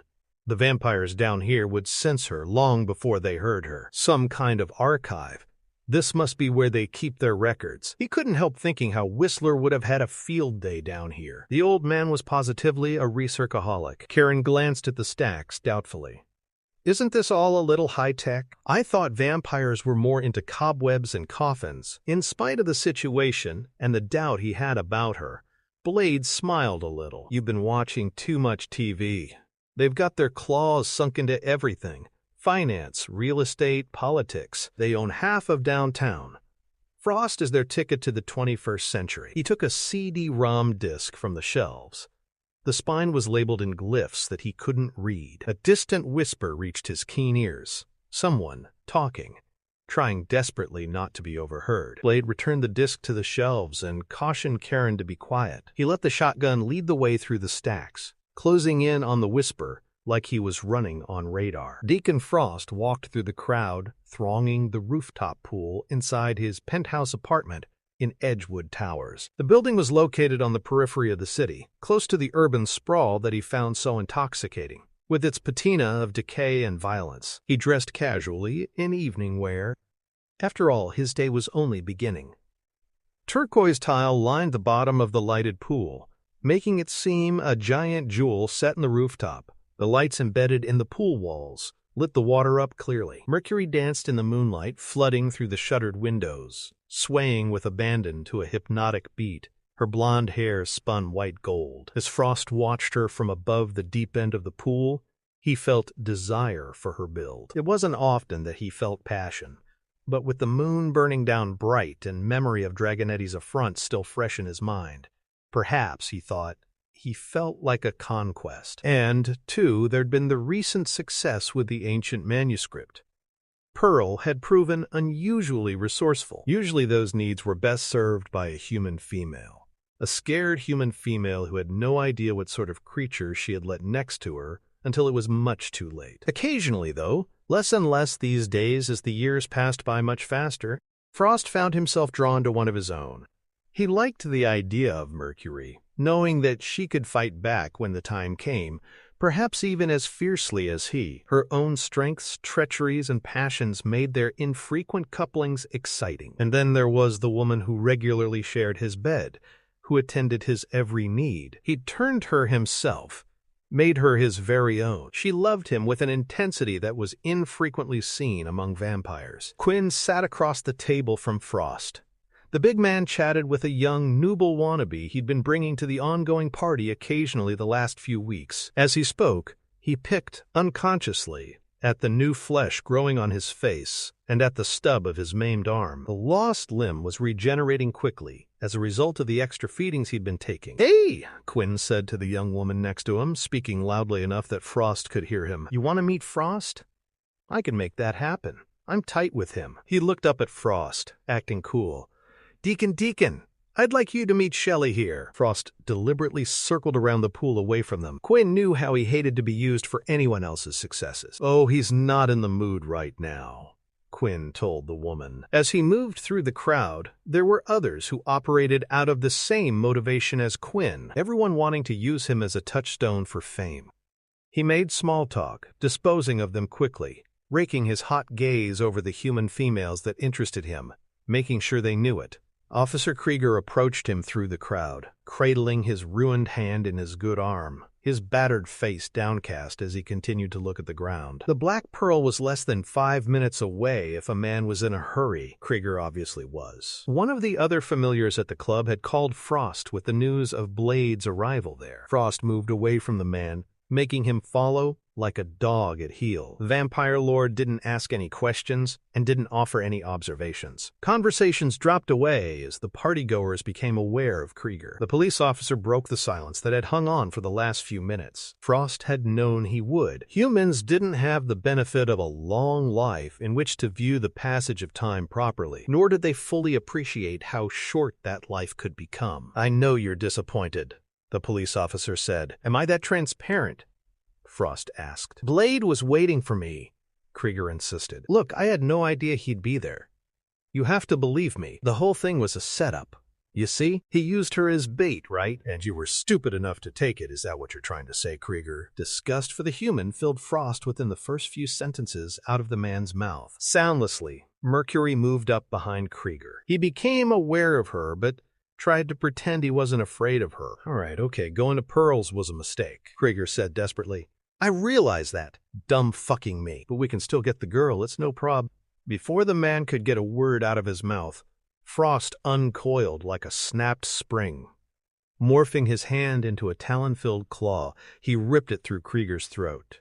He caught the dying man by his necktie and hauled him up. The partygoers watched in stunned amazement. Some of them had never seen a vampire kill before. None of them reacted badly. They all wanted to be what Frost was. "Wild?" Quinn said appreciatively, grinning widely. Frost offered his kill to Mercury. She bent over the dying man, drinking deeply from the bloody fountain spurting from his throat. Then she put a hand on Frost's arm and leaned in for a kiss. Frost bent to her, took her lips in a thirsty crush. The savagery unleashed in him sang an ancient song that he was still learning about. He knew he had power at those times. Now even Mercury felt the strength in him. Her eyes were ablaze with passion as well when she pulled back from him. A smile was on her face as she flicked her tongue over her lips. She savored the flavor of the blood, then frowned in disappointment. "Oh, negative.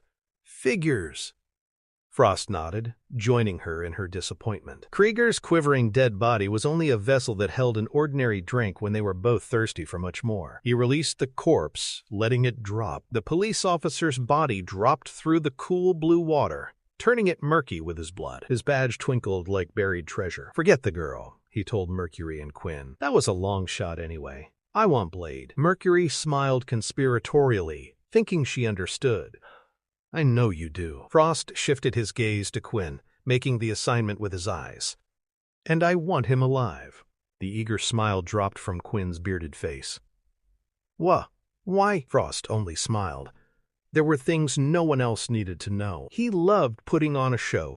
Chapter 23. The whisper in the vampire archives grew steadily louder in Blade's ears. He rounded the corner, crossing the threshold of a vestibule that seemed to lead, incredibly, to a bedchamber. Even as long as he'd been hunting vampires and thinking that he'd seen it all, what he knew he was about to see was something he thought he'd never get used to. The bedchamber had rice paper shoji screens as walls to separate the room and tatami mats covering the floor. Scented candles glowed within the final room, illuminating a monstrously obese shadow through the translucent paper walls. Blade kept his voice at a whisper, referring to the man they were about to encounter. His name's Pearl. He's their curator. You won't believe this motherfucker. The shadow spoke in a tremulous, bird-like voice, but the speaker littered its conversation with harsh words that Blade couldn't understand. The language, however, confirmed that the creature on the other side of the rice paper wall was a vampire. "I understand, Deacon," the tremulous voice said, "but the prophecy of Lamagra is ancient." Blade put the shotgun away and drew his sword, knowing that if the vampire was one of the old ones, the edged weapon would put more fear in him than the 12-gauge. "I understand, Deacon. I understand, but the prophecy of the blood god is ancient. It took time."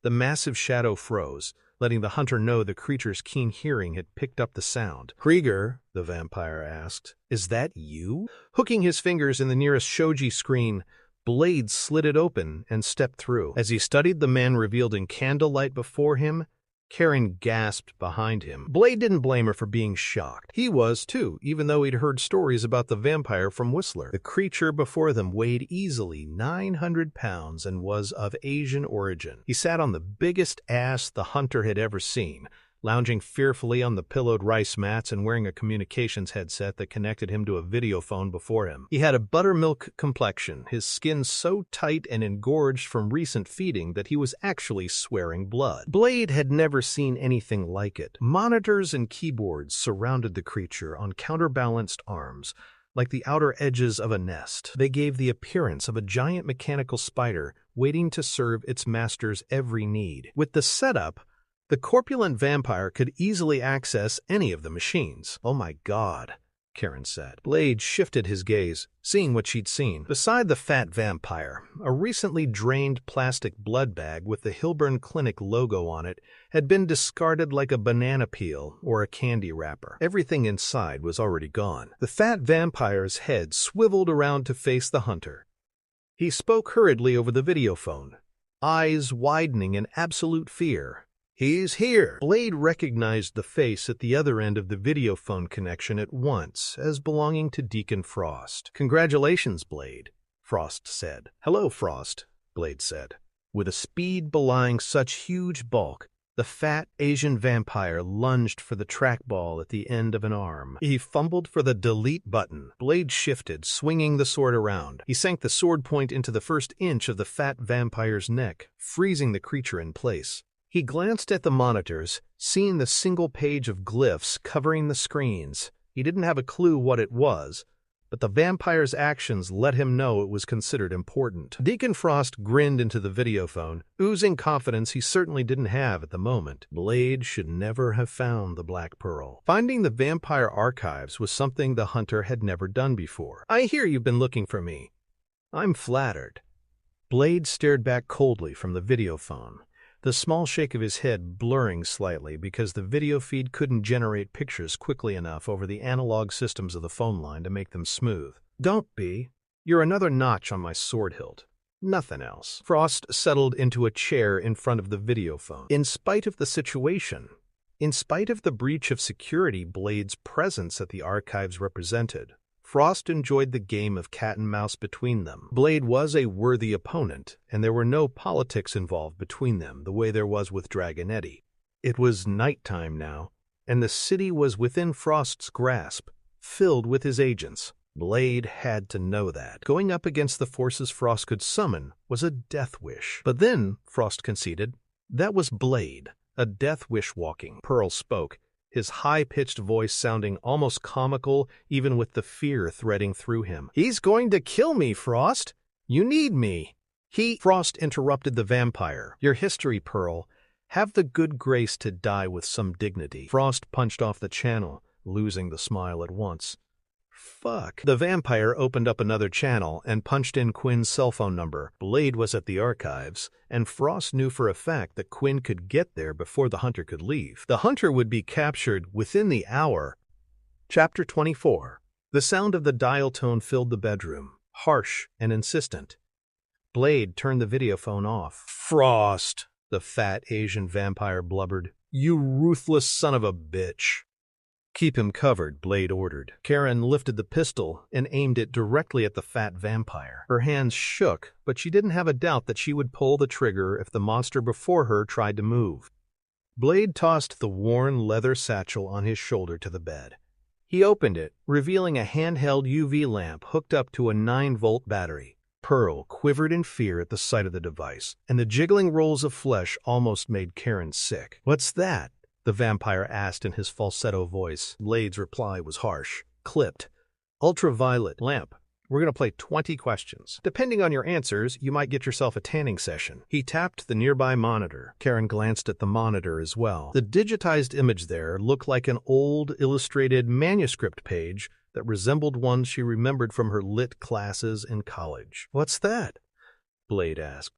The fat vampire glanced nervously from Blade to the monitor, then back again.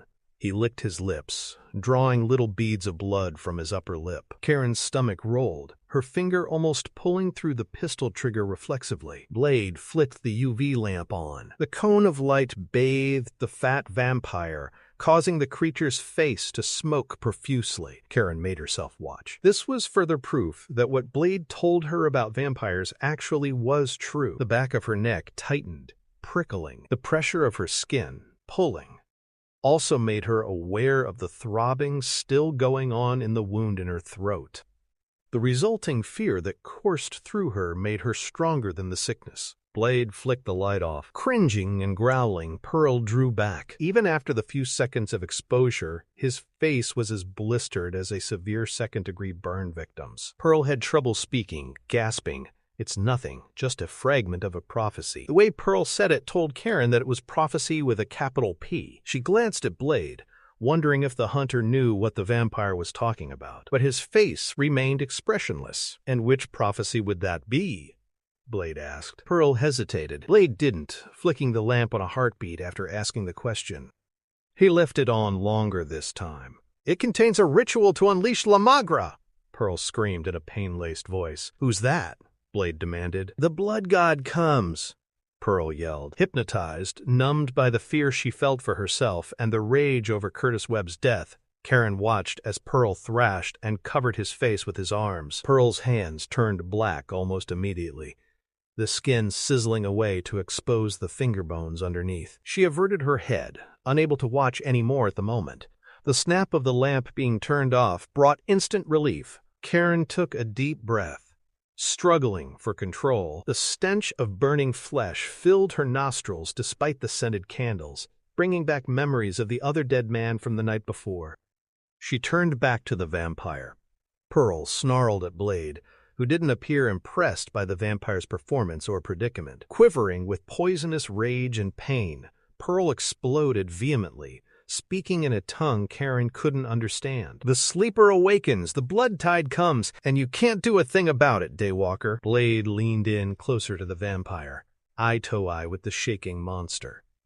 "Is that so?" Blistered face convulsing, Karen recognized the fear in Pearl's eyes, knowing the vampire realized he'd said way more than he should have. "Well," Pearl said, stumbling over his own words, "that's what Frost says." The vampire cast a sidelong glance away from Blade, his eyes fixing on an armored door almost hidden in the shadows. "Huh?" Blade appeared noncommittal. "Well, you don't mind if I just borrow that, do you?" He reached out and tapped the CD-ROM drive, ejecting the tray. He took the CD out and dropped it into a nearby jewel case, which he then pocketed in his jacket. The computer screen faded to gray snow. A message came up only a little later. "Device not ready." Abort? Cancel? Retry? Blade straightened, handing the UV setup to Karen. "If he moves, cook him."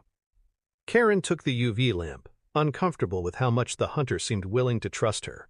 She watched him walk to the armored door, and saw that it opened to a vault built into the wall. Blade crossed the room and sized up the locking mechanism on the armored door. Pearl appeared close to panic. "There's nothing in there! It's just a storeroom!" Blade took an aerosol can from his long coat and fitted a nozzle to it.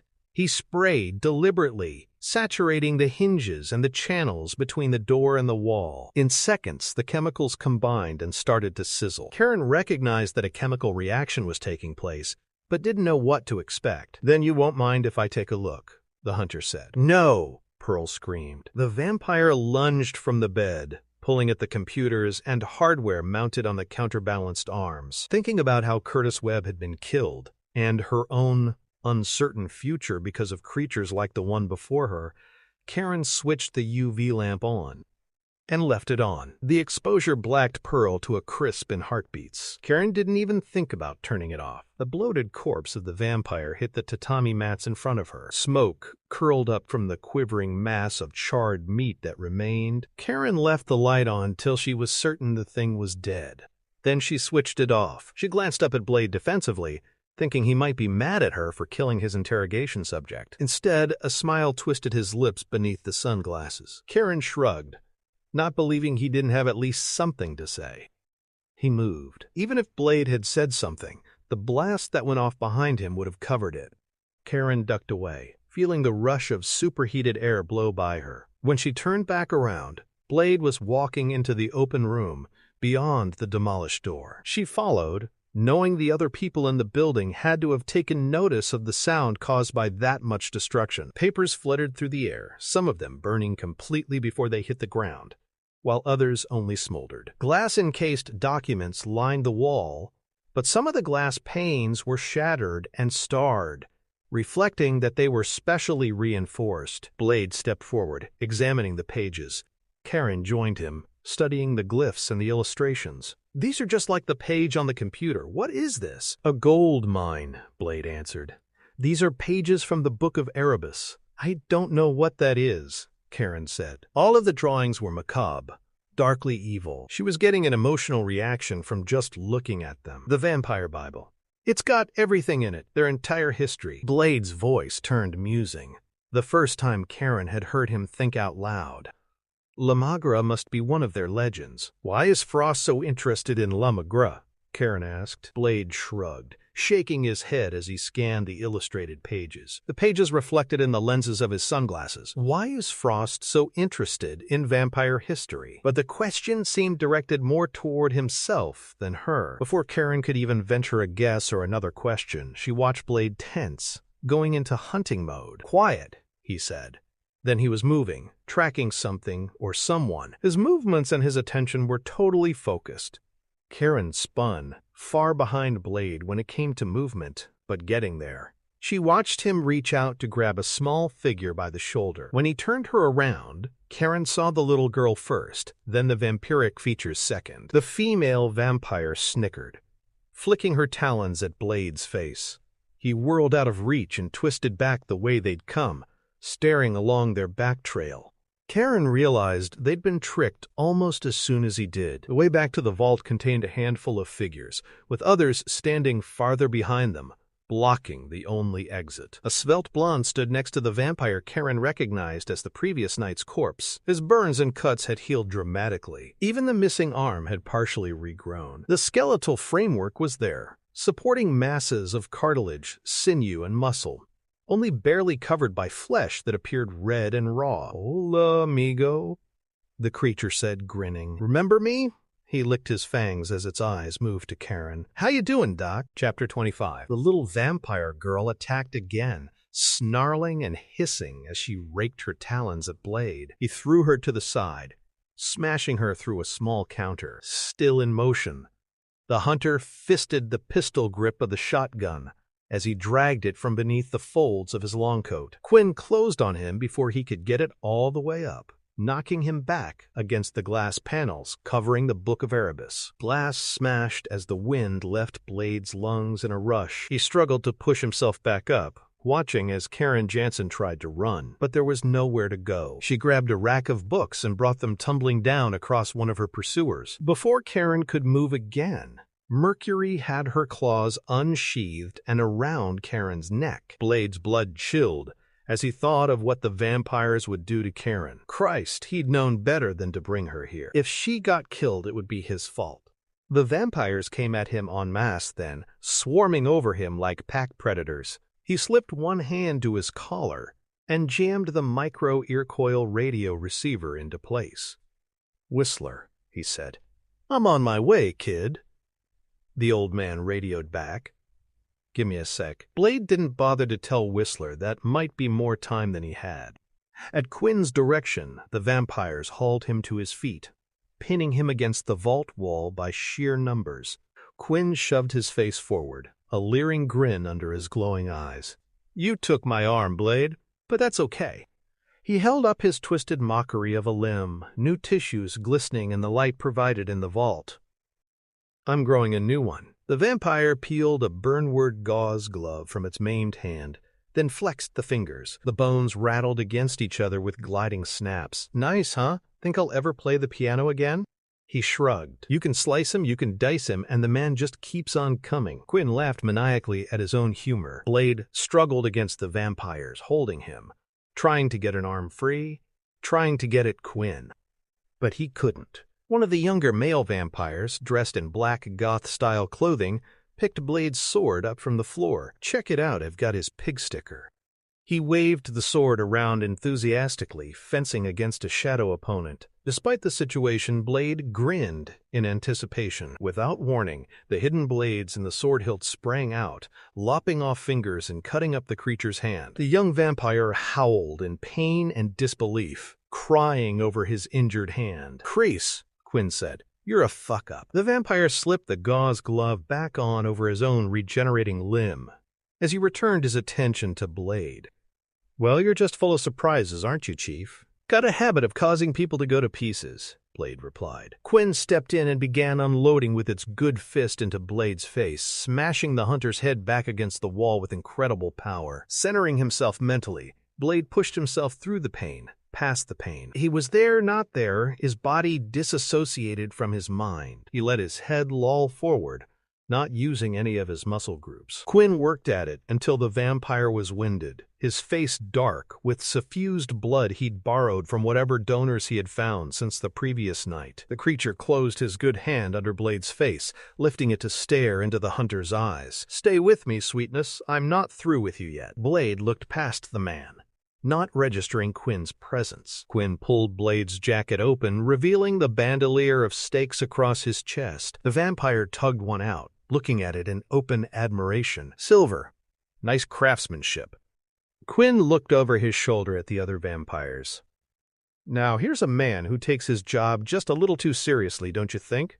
The audience responded with a chorus of affirmations. Mercury grinned, still holding Karen in her clawed grip. Quinn turned back to the hunter. "Which reminds me, Blade, I think I owe you one." With incredible strength and speed, the vampire rammed the stake into Blade's shoulder, ramming it through the flesh and blood and into the wall behind him, pinning him. The pain flooded the hunter's synapses, breaking through the barrier he'd put up inside his head. Blade cried out and struggled again to free himself, but the vampires holding him didn't let up. He slumped back then, managing to get around even this pain. Across from him, Karen looked away, not wanting to see his agony. "Actually," Quinn said with a sadistic grin, "if you want to get technical, I owe you two." He reached for another stake from the bandolier. Blade made himself laugh, and the effort rolled like thunder through the enclosed vault space. Quinn stepped back uneasily. "What's so funny, Bright Eyes? I'm expecting some company," Blade replied. "You should get a bang out of it." Quinn stared at the hunter, finally noticing the micro-earcoil radio receiver in Blade's ear. "Duck and cover," Whistler said over the radio. Blade waited, not at all surprised when the sound of an explosion temporarily deafened them all. A huge section of the vault wall exploded inward, knocking Quinn and the rest of the vampires from their feet, tumbling Karen from Mercury's grip. Whistler stood in the smoking hole where the wall once stood. He brandished his cane in one hand and an automatic rifle in the other. "Catch you fuckers at a bad time?"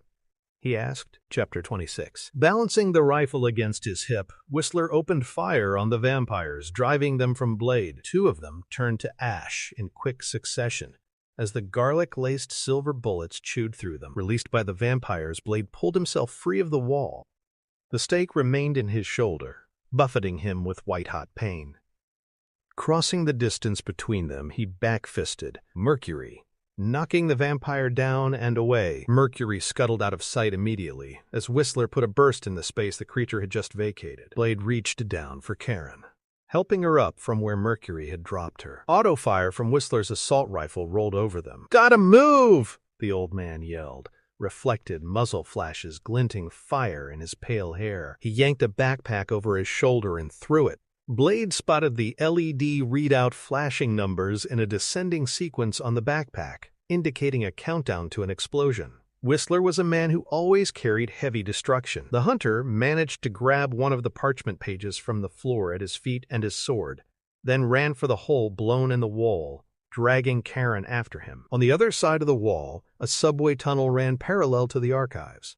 Releasing Karen, he gripped the silver stake in his shoulder and yanked it out. He wiped it on his leg, then replaced it in the bandolier. The pain wasn't nearly so severe now that the silver was gone. "How did you find us?"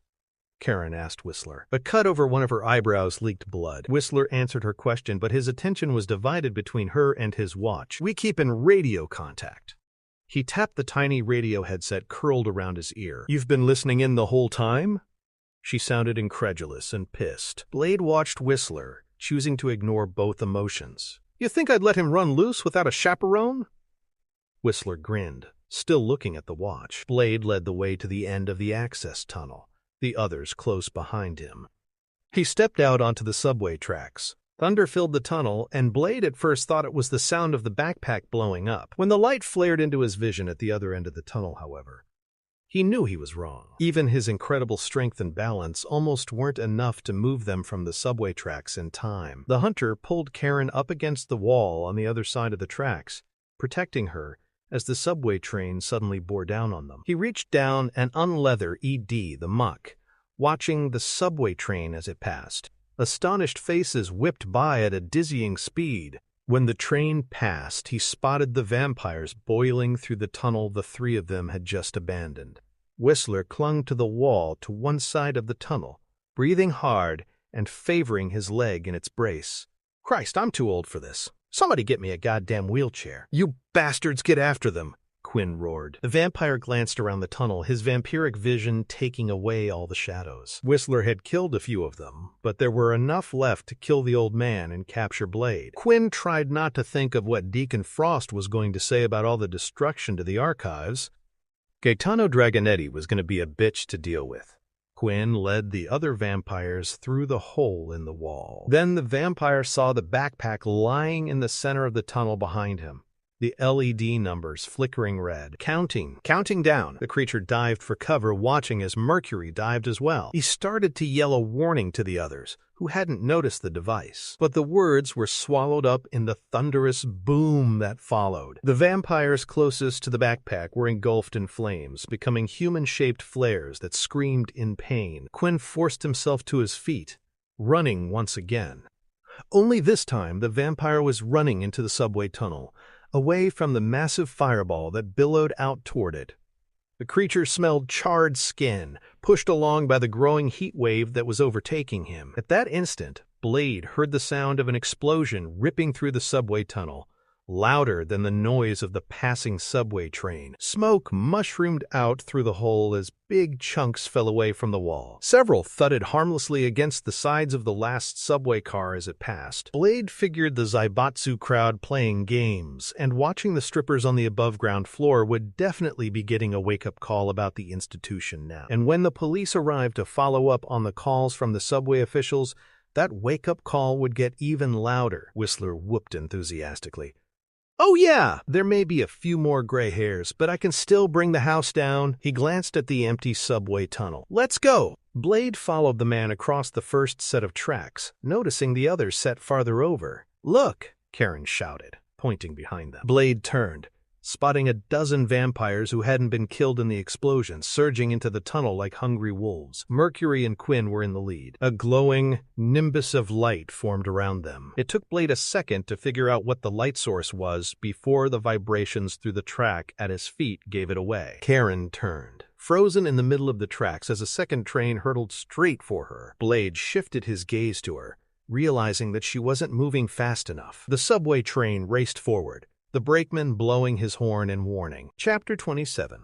Blade threw himself across the intervening distance toward Karen Jansen. He hit her at waist level with his wounded shoulder. The pain exploded inside his head like a napalm blast, almost burning out his senses. The force of his lunge carried them across the track just ahead of the approaching subway train. Everything around them was light and noise and rumbling movement. Karen groaned in pain when she hit the ground, and Blade kept them rolling clear of the train. He looked up, only to see the leaders of the pack of vampires almost on top of them. He helped Karen to her feet, barely holding it together. The wound in his shoulder was already starting to heal, but it had taken a tremendous toll on his system. "Where's Whistler?" Karen asked. "He can take care of himself."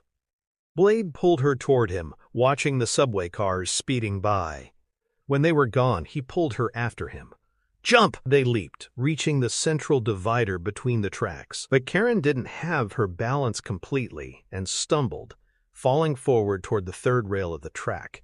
Blade helped her to regain her balance, then picked up movement in the periphery of his vision.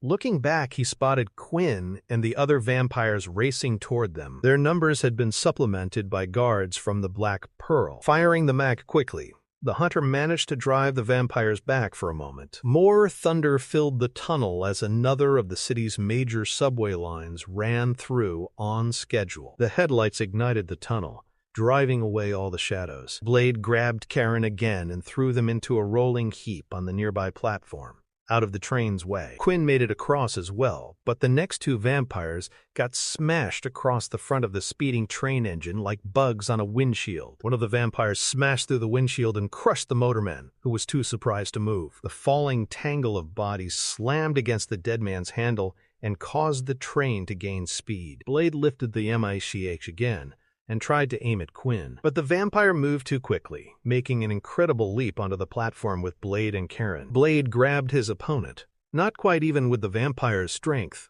but hoping to make up the difference with his martial arts skills. Quinn was too damn strong. They rolled and struggled, knocking Karen from the platform. She tumbled into the gap between the platform and the grinding train wheels, and Blade's attention was diverted. The crushing, cutting steel wheels were only inches from her face. Getting some leverage, Blade threw Quinn aside. He reached down to Karen to help her out, but before he could manage it, Quinn kicked him, causing near-paralyzing pain to surge through the hunter's nervous system. Rolling to his feet, Blade drew his sword and swiped at Quinn's head. Quinn ducked beneath the hurried swing and retaliated with a solid punch to Blade's wounded shoulder. Pain flooded through Blade's arm. The sword fell out of his hand, skittering across the concrete and dropping off the edge of the platform. Karen dodged frantically to get out of the sword's way. The sword thudded into the ground at her feet, vibrating in place. Blade chopped at Quinn, only managing to get in a few solid blows without getting the leverage he needed to get the vampire off him. Quinn snarled and spit in the hunter's face, his breath foul with the scent of blood and death. Going down under the vampire's renewed onslaught, taking more damage to his wounded shoulder, Blade saw Karen rip the sword free of the ground, but she didn't know how to disarm the booby-trapped hilt. He tried to call out a warning to her to drop the damn thing, but Quinn caught him in the face with a blow that rocked his head back. In the next instant, Quinn froze, roaring in pain. The vampire stumbled back, gazing incredulously at the sword sticking out of his crotch. Blood streamed down his pants. Karen backed away from the sword, releasing the hilt just in time to avoid the maiming booby trap. Blade moved at once, grabbing Quinn's head and shoving it into the passing subway train. The vampire's face slammed against the cars, shredding flesh. "They're still coming!" Looking up at Karen's screamed warning, Blade saw brief kaleidoscopic images of Mercury pacing frantically on the far side of the train like stop-motion photography. Then he spotted Whistler, so far unnoticed by the vampires, ducking down into a maintenance access shaft. Karen gazed at the gaps between the cars. "We're running out of train." The last car was already in sight. "Once it clears, they're going to be on top of us." "I know," Blade replied over the rumbling roar. He let go of Quinn, and the vampire crumpled at his feet. Much as he wanted to, there was no time to deal with the creature if they were going to make any kind of escape. After he sheathed his sword, Blade grabbed Karen and pulled her to him. "Hold on to me!" Karen glanced at the train, but amidst the tumult, it was a moment before it occurred to her that what he was planning was impossible. "Oh my God!" Blade saw her eyes widen, and he understood her disbelief. The subway train was passing at 60 miles an hour. As the last car quickly approached, he saw Mercury and the other vampires moving closer. Readying himself, dropping his arm over, then tightening his grip on Karen, Blade lunged forward. Lightning quick and steel strong, the fingers of his free hand closed on the safety rail on the back of the rear car as it flashed by. He screamed with the agony that ripped through his shoulders, spreading down his entire spinal column, but held on by sheer willpower even after he felt the shoulder slide out of its socket. Then he pulled them both onto the coupling footplate. Once Karen had her balance, Blade rammed his spiked shoulder against the emergency exit door, trying in vain to knock the lock open. "Blade!" Karen pointed behind the hunter. He turned and stared, not believing what he saw. Quinn was running after the subway train, racing down the tracks. Incredibly, Quinn was gaining, closing fast. Then the creature threw himself forward from 30 feet out. Blade, dazed from the pain, couldn't get out of the way in time. Quinn's good hand wrapped around his ankle, and pulled by the vampire's weight, the hunter went off balance and down at once. Quinn maintained his hold, weighing Blade down, tugging him back out of the subway car door. Karen, trying to help Blade, grabbed the back of his jacket and pulled. Blade knew it was no use. Quinn was dragging them both off the car. He held onto the railing with one hand, feeling the stress through his dislocated shoulder, and flicked a hidden wrist blade into view.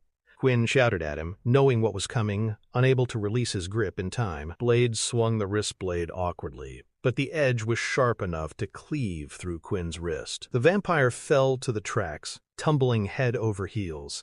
In seconds, he disappeared into the darkness. The amputated hand burst into sudden flames as it continued to clutch at Blade's ankle. The hunter cursed in disgust and kicked the flaming piece of flesh away from him. Then he turned back to the locking mechanism, where Karen was still frantically trying to get the door open. "Mind your fingers," he said. When she stepped away, he slammed the wrist blade into the lock, smashing it open. He let her enter the car first, glancing back to make sure they'd gotten away. Inside the subway car, his wounds took their toll on him. Dizzy and weak, he fell in the aisle. He tried to get up but couldn't make it. He cursed again, hating the helpless feeling that filled him.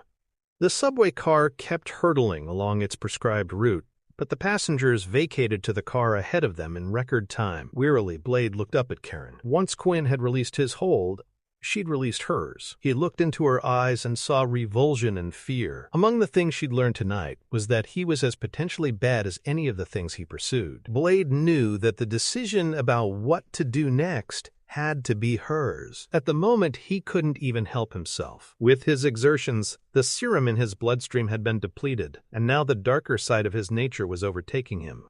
It was all he could do to keep the dark thirst that threatened to consume him from reaching out for her. Chapter 28. Karen Jansen had made hard decisions in her life, over career choices, friends, romance, economics, and even life and death, when she was an intern in the ER. Most recently, as a consultant on blood order diseases and types of cancer, she'd told patients they were terminal, that they were never going to get any better. Now she looked at Blade, who was weakly managing to sit up. If she wanted simply to push him out the back door onto the tracks, she didn't think he could stop her. And once he was off the subway car, she felt certain the vampires chasing them would kill him. She couldn't help thinking that maybe he'd lied to her. Maybe the only reason Krieger had come to her apartment was to get a chance at Blade. Maybe she was being used as bait by both sides, Blade's and the vampires. That thought made her confused about what she should do. She stared at him, certain he knew what she was thinking. He was for damn sure more than human. A human couldn't have taken that stake in the arm, incurred the blood loss he had, then fought his way clear of the vampire nests. A human couldn't have grabbed onto the back of a subway train going 60 miles an hour and pulled her onto it at the same time. But did the evidence that he wasn't human mean that he was more than human? Or less? It was a question she didn't feel comfortable asking. Her first instinct was to be rid of him. Only bad things could come from being around him. She'd seen some of them firsthand. People and things died around Blade. He could also be absolutely infuriating, with his attitude and the blunt way he had about him. Even in the condition he was in, hurting as he was, obviously unable to do for himself, he wasn't asking for help. Those black-lensed glasses hid whatever he might be thinking from her.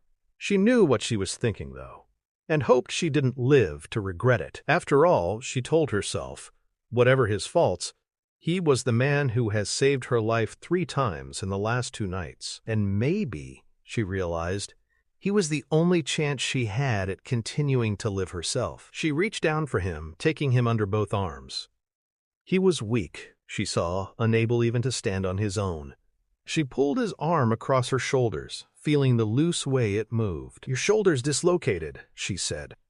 "Yeah, noticed that." She helped him into the subway car, swaying with his weight. The front of his jacket was covered with blood. A half-dozen passengers had crowded to the back of the next car to see what was going on in the car they had just deserted. As soon as they saw the blood covering Blade, they crowded to the front of the car. Then full immigration to the next car ahead began in earnest. Blade sat on the floor, obviously in pain. He looked gray.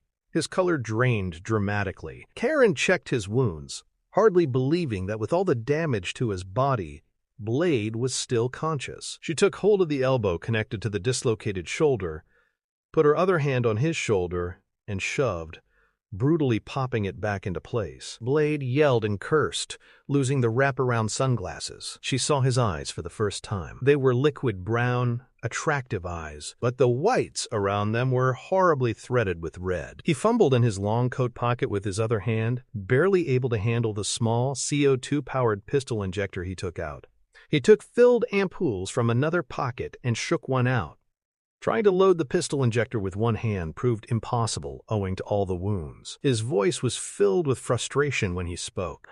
"I need help with this." "I can do it." Karen took an ampoule and loaded it into the pistol injector. Blade shrugged out of his jacket and bared his arm. He held it out to her. She immediately noticed how much he was shaking, like an addict needing a fresh hit. "What am I injecting you with?" she asked. Blade's voice was weak, distant. His eyes focused on hers. She knew how vulnerable he was at that moment, and knew that he knew it too. "Serum. It's a human hemoglobin substitute. My last dose is wearing off." 1,000 questions fired through Karen's head, foremost among them why Blade would need a human hemoglobin substitute. His body should make its own, and if it was blood he needed, it was more like a transfusion. Then a cold dawning of realization flooded her mind. The damage he had taken and survived, all the impossible feats of strength she'd seen, the war on the vampires, all of it went through her thoughts. The fact remained, though, that he needed her help, and she had to depend on him. She found a vein, then pressed the pistol injector against it and squeezed the trigger. The dose shot into his bloodstream with a harsh hiss. The serum affected him at once, throwing him into convulsions. Blade fell backward, away from her. He put his hand on the wall behind him and tried to hold himself together during the attack. Karen struggled to hold his hand, but his grip was like a vice. She barely saved her fingers from being crushed. Blade's feet drummed out a tattoo against the subway car floor. His breathing sounded like a bellows pump, rasping even over the sound of wheels skidding across the tracks. Gradually, the attack lessened. When it abated, he slumped over. He looked exhausted, flushed with sweat. Karen couldn't keep her conjectures to herself, even though she knew she probably should. "You're one of them." He kept his eyes averted from hers. When he spoke, his voice was filled with self-loathing, the first weakness she'd seen in him. "No, I'm something else." Chapter 29. "He's a hybrid," Whistler said. "Half human, half vampire." Karen sat across from the old man at a table in the refurbished ironworks where Whistler and Blade had holed up for their siege on the vampire nest they'd uncovered in the city. Neon colors stained the painted plate glass windows behind Whistler. The old man used a first aid kit to clean the scrapes and bruises they both had. His touch, Karen found, was surprisingly gentle. Blade had disappeared into one of the other rooms almost as soon as they returned. Karen had tried to go after him, but Whistler had known immediately that he didn't want company. Karen had taken the hint reluctantly. "He knew you were going to tell me?" she asked. Whistler grinned and shook his head. He blew on his coffee, then sipped it. "What the hell else were you and I going to talk about?" Karen conceded the point. "Why didn't he stay?" "Because of you." "But I didn't say anything," she protested. And she hadn't. Even though she didn't understand everything that was happening, they'd been through a lot together in the last 24 hours. He might need first aid, too. He hadn't looked good even after getting his last injection. This time tomorrow, all those wounds of his will be healed. He still ages like a human, though. See, vampires age slower. That little punk, Frost, you wouldn't know it to look at him, but he's 200 years old. Unfortunately, Blade also inherited their thirst. "You're saying that I bother Blade? Not you personally," Whistler said. "It's what you represent." "And what do I represent?" Karen wondered if she should take offense. The old man looked at her and shook his head. "Dr. Jansen, you're a good-looking woman. You smell nice, and you got this way about you that's just womanly. I don't know how else to say it." Karen decided to wait before reacting. Neither Blade nor his mentors seemed especially good at sugarcoating things, but they had both been brutally honest. "What you represent is the real world. People just doing regular things. Blade doesn't fit, and he knows it. He thinks he's too good for it?" "Fuck," Whistler said. "If that's what you think, then even I ain't got any business talking to you." He pushed himself up from the table, favoring the crippled leg. "Wait," Karen said. Whistler didn't make it easy, staring down hard at her. "I'm sorry," she told him. "That's not what I'm thinking. I'm just trying to understand him." Whistler's craggy, beard-stubbled face softened. "Good. Gives the two of you something in common, because I can tell he doesn't quite know what to make of you either. Blade isn't one for relationships, doesn't know much about making friends, and you being a woman, that's definitely going to throw a monkey wrench into his thinking. Hell, it already has." He sat back down. "Spent his whole life trying to figure out where he stands in all of this. You think you know something? Hell, you don't know the half of it." "I'm trying," Karen said honestly. "How did he get to be a hybrid?" There must have been dozens of questions buzzing around inside her brain regarding that issue alone. Blade's mother was attacked by a vampire while she was pregnant. Ultimately, she died, but her unborn child lived. Unfortunately, he'd undergone certain genetic changes while in the womb. Whistler reached for a pack of cigarettes and shook one out. He cracked a wooden match with his thumbnail and took a long drag. "I found Blade when he was 13. Vampirism doesn't manifest itself until puberty in those born to it. He'd been living on the streets, feeding off animals. He took a drag on the cigarette and let it out.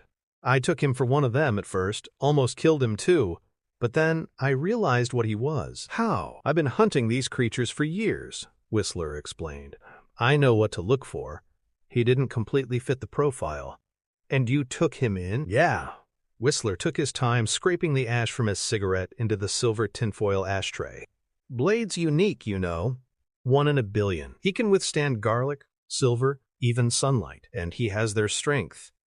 But the thirst came with it. I thought the serum was supposed to suppress that." Whistler shook his head. "Time's running out. His body's starting to reject it. And so far, all my efforts to find a cure have ended in failure." "What happens to Blade then?" "The thirst overcomes him, just like the others. It's not something he can control." Whistler stated it matter-of-factly, but she saw the pain in the old man's gray eyes. Blade crouched in the corner of his room at the workshop. He focused on his breathing, willing the serum in his system to work and control the thirst gnawing at the back of his mind. The urge was sweetly seductive, pulling at him in dulcet tones. Another series of shakes racked him. He held himself in check, feeling his body heal. If he allowed himself to drink blood, he instinctively knew he would heal even faster. He wasn't going to allow that to happen. He also knew Whistler and Karen were talking about him. Sweat bathed him, making him alternately cool and hot. He wondered what the woman would say after his mentor told her all of it. Then he supposed he would know soon enough. The shakes hit him again, making his stomach and blood roil like a volcano blossoming with lava heat. "You sound like you've given up," Karen said. Whistler looked away. Time's working against us, Doc. I could work on a cure, or we can kill vampires. Can't do both. Maybe I can help." She was surprised at how readily the offer came to her lips, but that was what she'd trained to do. Help. "Like to think so," Whistler admitted. "But I've been over this problem from one end to the other. Not much I haven't considered." She wondered briefly how to phrase her next statement, then decided to take a page from Blade and Whistler's Book of Etiquette. "No offense, Whistler, but you haven't exactly been working with state-of-the-art equipment. You might have missed something." "I doubt it. I've been doing this a long time, since before you were born." Karen nodded, conceding the point for the moment. It was tough handling male egos, especially when it was something they cared about deeply. "Why do you hunt them?" She couldn't make herself say vampires, not in public. "Habit, mostly, just like this." He held up the cigarette, then stubbed it out in the tinfoil ashtray. Smoke curled up in front of him, and he blew it away. "Had a family once. A wife, 2 daughters. Then a drifter came calling one evening. A vampire." Karen recognized the name from the phone call in the archives. "He killed them?" Whistler nodded, his pale eyes hard and distant. "Eventually. Toyed with them first. Tried to make me choose, you understand, which order they would die in." Swallowing the heavy lump that had suddenly formed in her throat, Karen asked, "How did you escape?" Whistler smiled bitterly. "I didn't. The monster let me live." He reached down and slapped the leg brace. "Even gave me a souvenir to remember him by. And now you're using Blade to exact your revenge?" Returning her gaze unflinchingly, Whistler said, "Nobody's using anyone. Blade hates them more than I do. We kill as many of them as we can find. But it's been getting worse." "Because of Frost?" "Frost's body count keeps rising. Something's happening in the vampire ranks, something big, and I'd stake my life that son of a bitch is at the center of it." Chapter 30. Deacon Frost watched the translation program running on the laptop computer on the big desk in his bedroom. The pages of the ancient vampire prophecy were being laid bare, bite by bite. The analogy, he thought, was properly fitting. He pressed his fingertips together in front of him as the program ran through its final cycles. The air conditioning blew cool against his skin as he sat in the chair, naked from the waist up. As an added enjoyment, he allowed himself to feel some of the chill. The slender woman sleeping in his bed stirred restlessly. It was night, and they weren't used to sleeping at night. However, sex could be used as a relaxant or a stimulant if performed properly.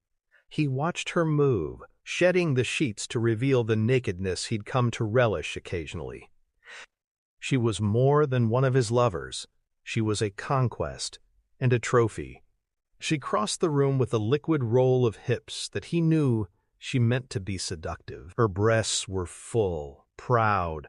Moonlight swathed the curves, and he didn't use his vision to its fullest to strip away the darkness that seemed so much a part of her. Her ebony skin remained smooth and supple despite the passage of the last 30 years, added to whatever she had been. He continued devoting most of his attention to the computer screen, knowing she enjoyed being the pursuer. She stopped behind him and put her hands on his shoulders, tightening her fists just enough to let him feel some of the power she wielded. She moved against him, letting his head rest against the smooth flesh of her stomach. Her breast rested against the top of his head.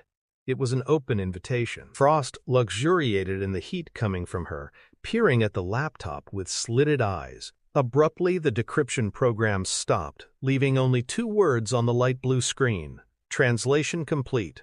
A moment later, the screen blinked again. Then, the English version of the vampire prophecy started printing out. Frost smiled in satisfaction, giving himself over to the woman as she started to caress his face. A slice of moonlight invaded Blade's room in the ironworks, and he would have banished it if he had felt like getting up to close the window completely. Instead, he huddled in the corner on the floor, willing his body and the thirst to give in to the serum one more time. Footsteps too light to be Whistler's approached the room. Then Karen was at the door, pushing it open. "Blade?" He didn't answer, not wanting to deal with her or her questions. Blade knew he was mostly healed now, and the shakes weren't as debilitating. He hated being wounded this badly, because he had to remain idle for the healing process to kick in and be at its most effective. He avoided looking at her. "It's dark in here," she said. He felt her eyes looking at him, knowing there was no way to avoid her completely. "You get used to the darkness." he said softly. Karen stepped into the room. She walked over to the small table and touched the driver's license there. Blade almost felt invaded. The license was his personal property, all that he had left of his mother outside of memories. "Whistler told me what happened," she said, "and about your mother." That wasn't part of the deal, Blade thought. The old man overstepped his bounds.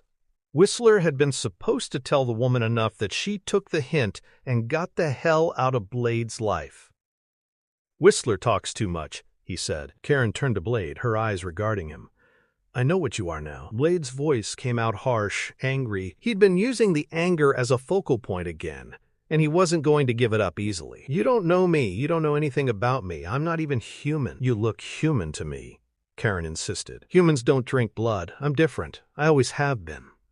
I remember from day one, people staring at me, sensing I wasn't like them." Blade forced himself to breathe, feeling the anger squirming around inside of him as he tried to pin it down. "You don't get over something like that." Karen's voice got harder. "Maybe you should try." Her statement stung Blade. He concentrated on the anger again, using it to ferret out and erase any other confusion that might be raging inside him. "Maybe I don't want to." He glared at her. Karen stood there, waiting quietly. Her patience got on Blade's nerves. He laid it out for her, etching each word with the hatred and anger that filled him. "I've spent my life looking for the son of a bitch who killed my mother, who made me what I am.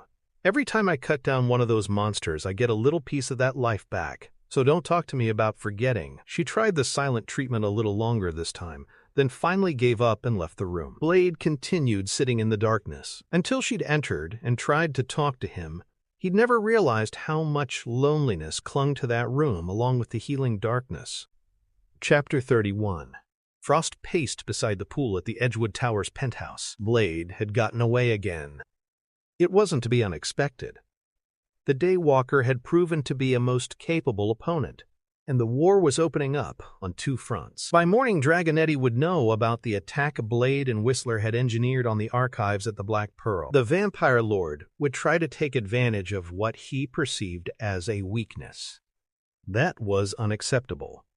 The Eternal Party in the penthouse had dropped into low gear, barely an audible rumble. Most of the hangers-on had even drifted away, returning to whatever they claimed as lives when they weren't at the penthouse. Two women who looked like recreational drug burnouts sat on either side of Quinn, redressing his latest stump. Mercury stood before him, in full ball-breaker mode. Neither of them sensed Frost coming. "It wasn't my fault," Quinn said petulantly. "Deke'll understand. We got taken by surprise. We were outgunned." Mercury cut him off, her anger brooking no excuses. "Two of them against our entire security force? You lost 17 familiars to the Daywalker. I'm sure Deacon will appreciate the reduction in payroll." She wore a revealing strapless yellow dress, her hair pulled back. "Don't try to put it all on me, bitch," Quinn snarled. "I was just doing my best, and I got stabbed in the balls for it." "Ouch! Stop that, you fucking skis!" He yanked his stump away from one of the burnouts. She'd been licking at his raw flesh, her fangs extended to feed. He shoved her away. "Ha!" Mercury laughed. "The amputee lifestyle really suits you. How'd you like a stump through that shit-eating grin of yours? Face it, Angel, you were sloppy. You got what you deserved." "Yeah, well, we'll see what Deke has to say about that." "You think he gives a shit about your goddamned hand? The only thing he cares about is bitter." Ignoring the bickering between the two, Frost stepped into view and waited for their attention to center on him. "Deke," Quinn pleaded, "you gotta let me take this guy out. He took my fucking arm again. I owe him big time." Frost kept his voice low and cold, forcing Quinn to concentrate on his words to hear them. "Listen very carefully, Quinn. No, I want him alive." "Why, for fuck's sake?" Quinn exploded in frustration. "We've been trying to nail that freak son of a bitch for years, and now, all of a sudden," he altered his voice, trying to do an impression of Frost, "I want him alive." His voice returned to normal. "Have you lost your fucking mind?" Frost reached out tenderly, but the slow motion still caused Quinn to recoil slightly. The big man had overstepped his bounds, and he knew it. Frost brushed the hair out of the bearded face, gentle as a lover. "Calm down, Mikey. Be patient. All will be explained soon enough." Mercury looked at Frost, shaking her head slightly at Quinn.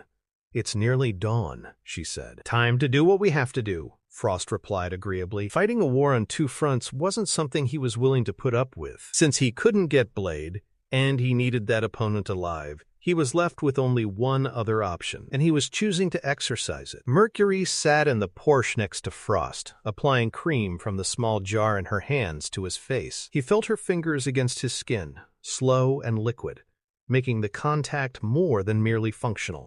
His confidence rose with his libido, and when she finished, he leaned down to kiss her.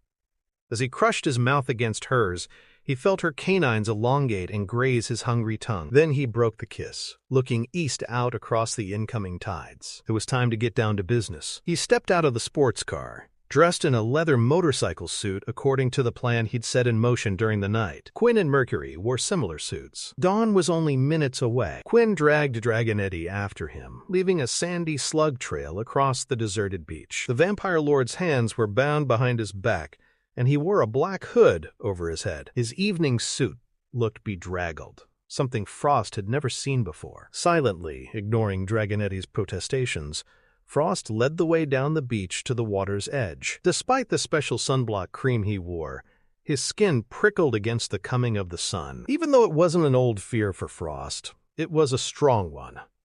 The fear of extinction ran bone deep. Capturing Dragonetti hadn't been hard. Frost had watched the man for years and knew most of the Vampire Lord's schedule. Even the men Dragonetti had around him had posed no real threat. Once they'd stopped again, Dragonetti's questions had started back up. What is this? Where am I? Stepping forward, Frost stripped the hood from Dragonetti's face. The Vampire Lord blinked against the brightening sky across the ocean. A look of horror etched his features. Frost had to respect the old vampire for his ability to face what was coming. He'd never thought the man a coward, only fearful. Morning. When was the last time you stopped to appreciate a good sunrise, Gaetano? You ever surf? Catch a wave, Frost taunted.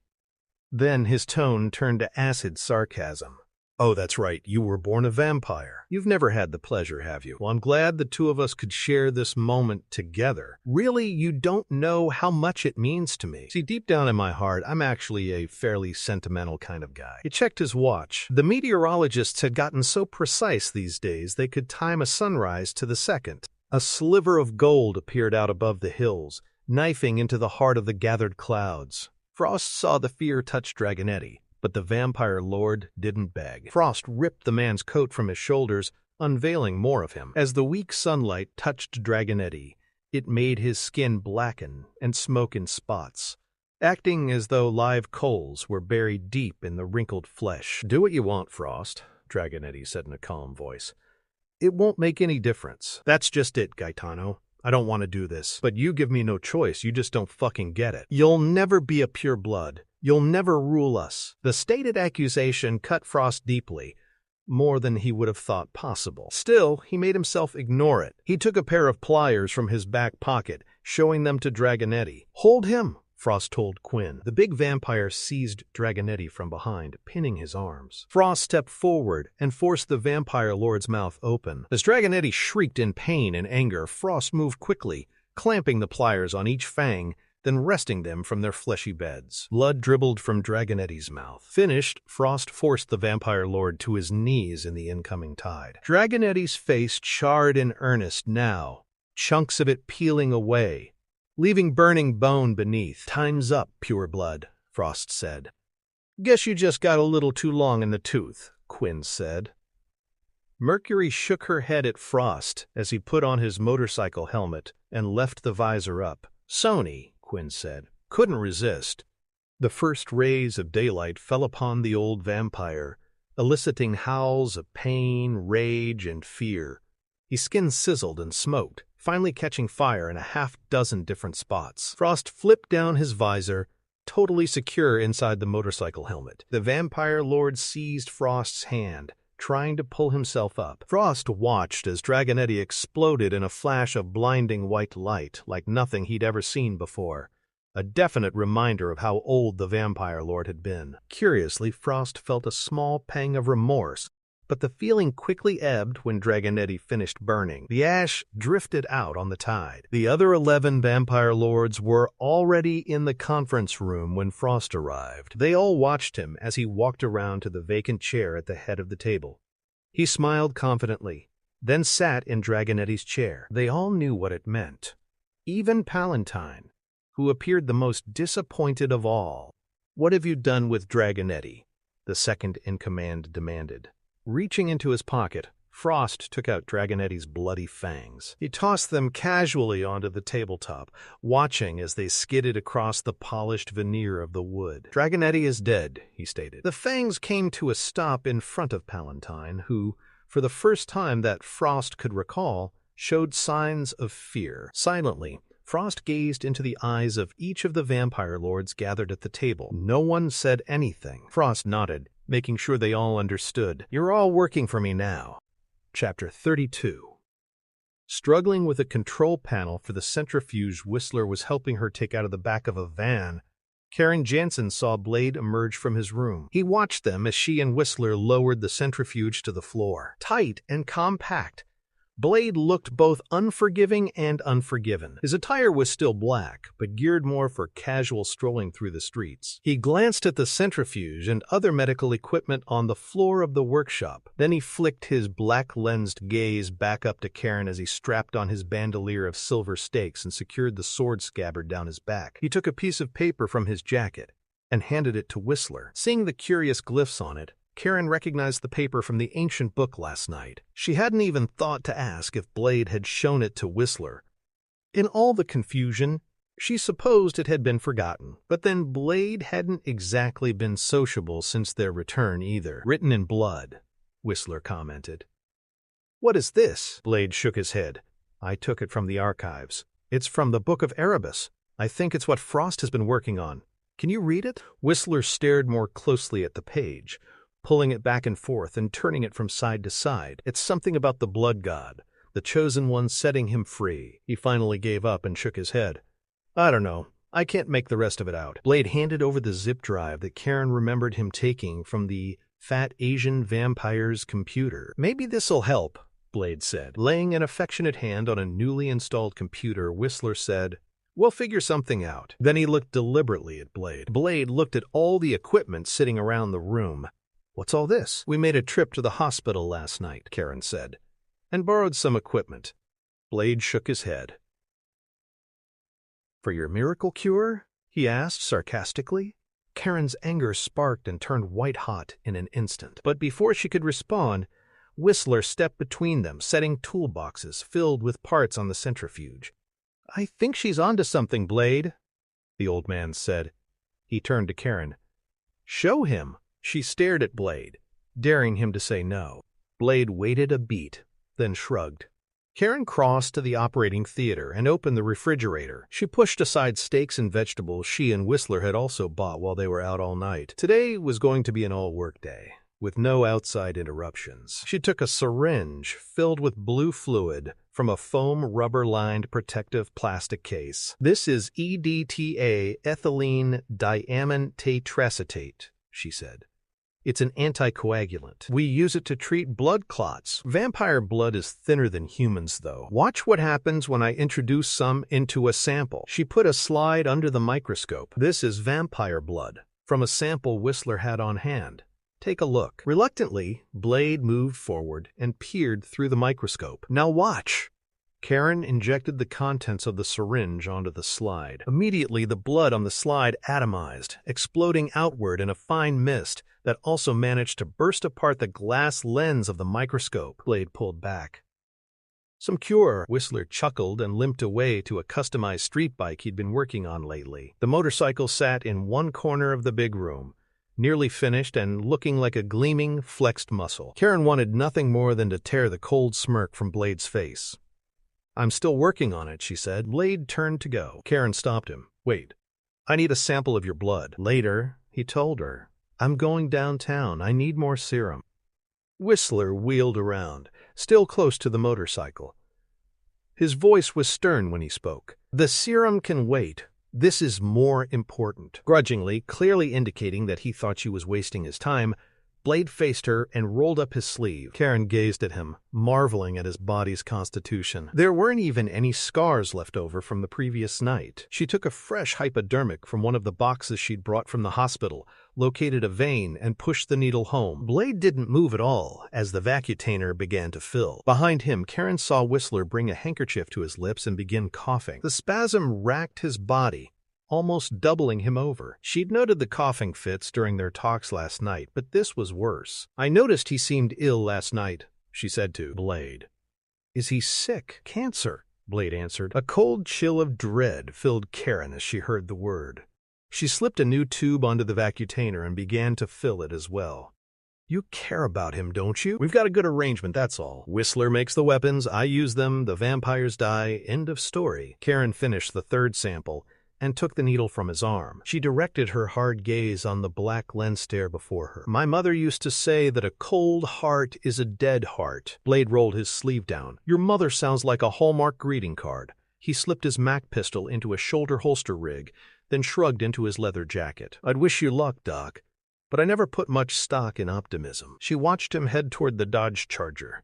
Then she turned and went to help Whistler with the medical equipment again. The wound on her neck burned with a new life, causing a spasm to rip through her stomach. She walked toward the bathroom, afraid that she wouldn't make it before she purged, and afraid of what it all meant. They were all living on borrowed time. Chapter 33. Blade noticed Karen's distress at once, and the sympathy he felt for the woman deflected him from his course. He wanted nothing more than to get the hell out of the ironworks and back on the road for a while. Driving relaxed him, and he hadn't had the chance to air out the Charger in a long time. Instead of getting into the car, he glanced at Whistler, wondering if the old man had noticed the change as well. Whistler nodded back, then dropped his head. Blade felt a chill of dread run through him, something he hadn't experienced with such intensity in years.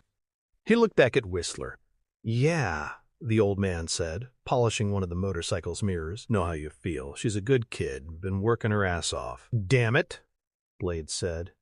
He knotted his hands into fists. "Somebody's going to have to tell her," Whistler said. "Better not to," Blade replied. Whistler lit up a cigarette. "Maybe. But she's smart, my friend. She'll figure it out for herself, and it's going to be worse if she knows but doesn't know if she knows for sure." Blade said nothing. "She's a strong girl," Whistler said. "Everything she's seen the last couple days, she'll do okay with it." "And if she decides to run?" Blade asked. "If she decides she's got more to fear from us than from what's inside her, we can't let her do that," Whistler said. "No." Whistler took a deep pull on the cigarette, which led to a coughing fit. It took a long moment to subside. "You want me to tell her?" "No." The old man nodded, then dropped the cigarette on the concrete floor and crushed it out with his boot. "If you don't, I'm going to. I respect her too much to let it go down any other way." He turned his back and went to work on the motorcycle in front of him. Blade watched Whistler work. Ever since Blade had known him, the man had amazed him. Whistler had gone through trauma that would have reduced most other men to shells of themselves. Whistler had only gotten stronger, harder, more knowledgeable. He was the most complete man the hunter had ever met. "She's been some kind of lady," Whistler said. "Hasn't she?" Blade remained silent, his thoughts churning. He had to keep himself centered to keep from thinking about Karen, about the woman too much. "I knew you thought so too," Whistler said. "Would have been nice to get to know her a little longer. She showed a natural talent for this line of work." He cleared his throat.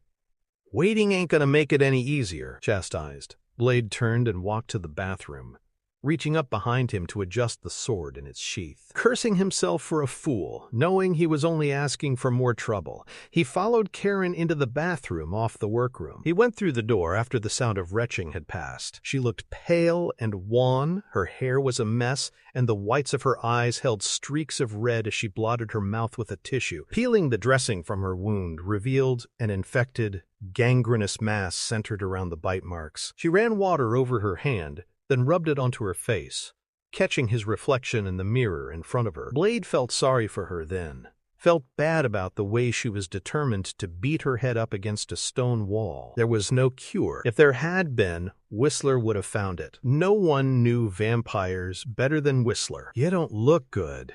He meant that to come out differently, softer. But he wasn't used to working with those words. He waited for her attack. She didn't, though. looking at him as if she read his intent instead of hearing his words. "I'm just tired, that's all. We've been up all night." She massaged her throat as she spoke, and the effort looked like it brought her pain. "It started," Blade said.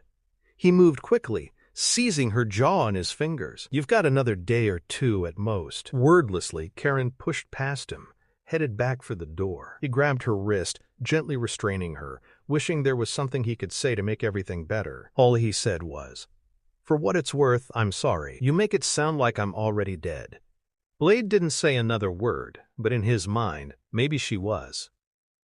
He glided from the room, never looking back. Chapter 34. Blade made his way through the open-air market in Chinatown, listening to the voices of sellers and buyers as they haggled and tried to find a common meeting ground. The wares included exotic vegetables, clothing, cheap curios, and electronics. Nearby butcher shops held rows of roast ducks in the windows. No one bothered him, including the street gangs whose paths he crossed. No one tried to talk to him. He cut into the dark alley to the right, then ducked into the doorway of an herbalist well off the beaten path. The bell over the door jingled as he walked through. The room was dark, like a small cave, with the smell of dust laced with spices and incense permeating everything. Bottles lined the shelves, and joss sticks burned in their holders. At the back of the shop, an elderly Chinese man in a cardigan filled a prescription behind a scarred and weathered desk. "How's it going, Cam?" Blade asked as he stopped at the counter. Cam glanced up at the calendar on the wall over the television. "You're a week early." "I was in the neighborhood." Blade felt uncomfortable, admitting the serum wasn't working as well as it had in the past. "That bad, huh?" Cam took the envelope Blade offered and looked inside. His thumb grazed the sheaf of money inside. Then he nodded and took a bottle down from one of the top shelves. The hunter opened the bottle and looked at the white powder inside. It looked so ordinary, yet it kept the edge off, let him walk that much closer to human. He recapped the bottle and dropped it into a pocket. "Whistler says I'm building up a resistance to it," Blade said. "I was afraid that might happen." Cam shook his head sorrowfully. "Maybe it's time to start exploring other alternatives." Cam stared at him, his eyes narrowing. "There's only one alternative to the serum." "Yeah, I know." Blade definitely knew what the alternative was, and it was unacceptable. The unsaid words between them hung uncomfortably. The old man had been as much a part of his war against Deacon Frost and the other vampires as Whistler, and Cam had his own reasons for fighting the bloodsuckers. "Thanks, Cam." "You take it easy," Cam replied. Blade cleared his mind and headed for the door. He wasn't a student of optimism, just as he had told Karen Jansen, but nor was he going to give up on himself till it was time. Getting the charger in and out of the market was hard, and Blade had learned during his visits to Cam's shop to leave it at the nearby park. Noonday sunlight filled the open area, chasing away the shadows as he crossed between the trees and playground equipment. "Blade." He stopped, balancing himself automatically, senses at full alert. He spun, scanning his surroundings, not sure if he'd really heard the name or it was just the fragrant wind blowing over the overflowing dumpsters. Over here, the hunter was certain he'd heard it this time, and it came from in front of the alley. He walked back, stopping in the middle of the market area. His hand drifted under his jacket, closing on the butt of the Mac. "Here," the voice said. Blade let his gaze settle on a male sitting on a bench in the deep shade, under the green and white striped awning of a takeout restaurant. A Chinese newspaper obscured the face. A little Chinese girl in a purple short set sat stiffly beside the speaker. She looked all of 6 or 7 years old, with raven's wing black hair square cut to touch her shoulders. Her face still held baby roundness, but pure terror was written across her features. The hunter's stomach turned cold. It wasn't a surprise to find vampires using children in their feeding. The blood was stronger, richer, but it was the first time one had ever been used as a shield against him. "How's it going, Chief?" The speaker lowered the newspaper, revealing the familiar face behind dark, wraparound sunglasses. Blade's stare hardened as he recognized Deacon Frost. Without wondering how Frost had managed to put in an appearance in full daylight, the hunter started to pull the Mac. "Easy," Frost advised. In an eye blink, Frost's hand was resting casually at the back of the girl's neck. The hand morphed, stretching claws forth that caressed the flesh beneath her chin. an obscene imitation of the attentions paid by a favorite uncle. Wouldn't want our little friend here to wind up on the back of a milk carton, would we? Chapter 35. Beautiful day, isn't it? Frost went on. He appeared totally nonchalant, his razor-sharp talons sliding along the vulnerable flesh of the little girl's throat. Blade pushed the pistol back into the shoulder holster. No one on the street paid them the slightest attention. He breathed out, working to keep himself calm, trying to focus on his anger, not the little girl shivering in fright beside Frost. How can you be out here? I dabble in pharmaceuticals, medical research. We've developed a type of sunblock using octisalicylate, a few other things. The vampire touched a finger to his cheek, then rubbed the translucent lotion between his fingers. It's not very effective in direct sunlight, but it's a start. The goal, of course, is to be like you, the Daywalker, Frost smiled. It's nice to finally meet you. I've had my eye on you for years. I know all about you, your serum, Whistler, everything. Blade worked to keep the surprise from his face. It wasn't stunning that Frost had heard of him. He'd been killing vampires for years, but the vampire shouldn't have known of his serum. You've got the best of both worlds, don't you? Frost went on. All of our strengths and none of our weaknesses. Blade stood in the flow of people walking by him in the park, getting no one's attention. Maybe I don't see it that way. Oh, so it's back to pretending we're human again, is it? Frost gave him a bored look.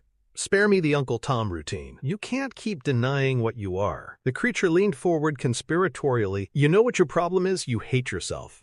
Now me, on the other hand, I love what I am. Blade remained silent. You think the humans will ever accept a half-breed like you?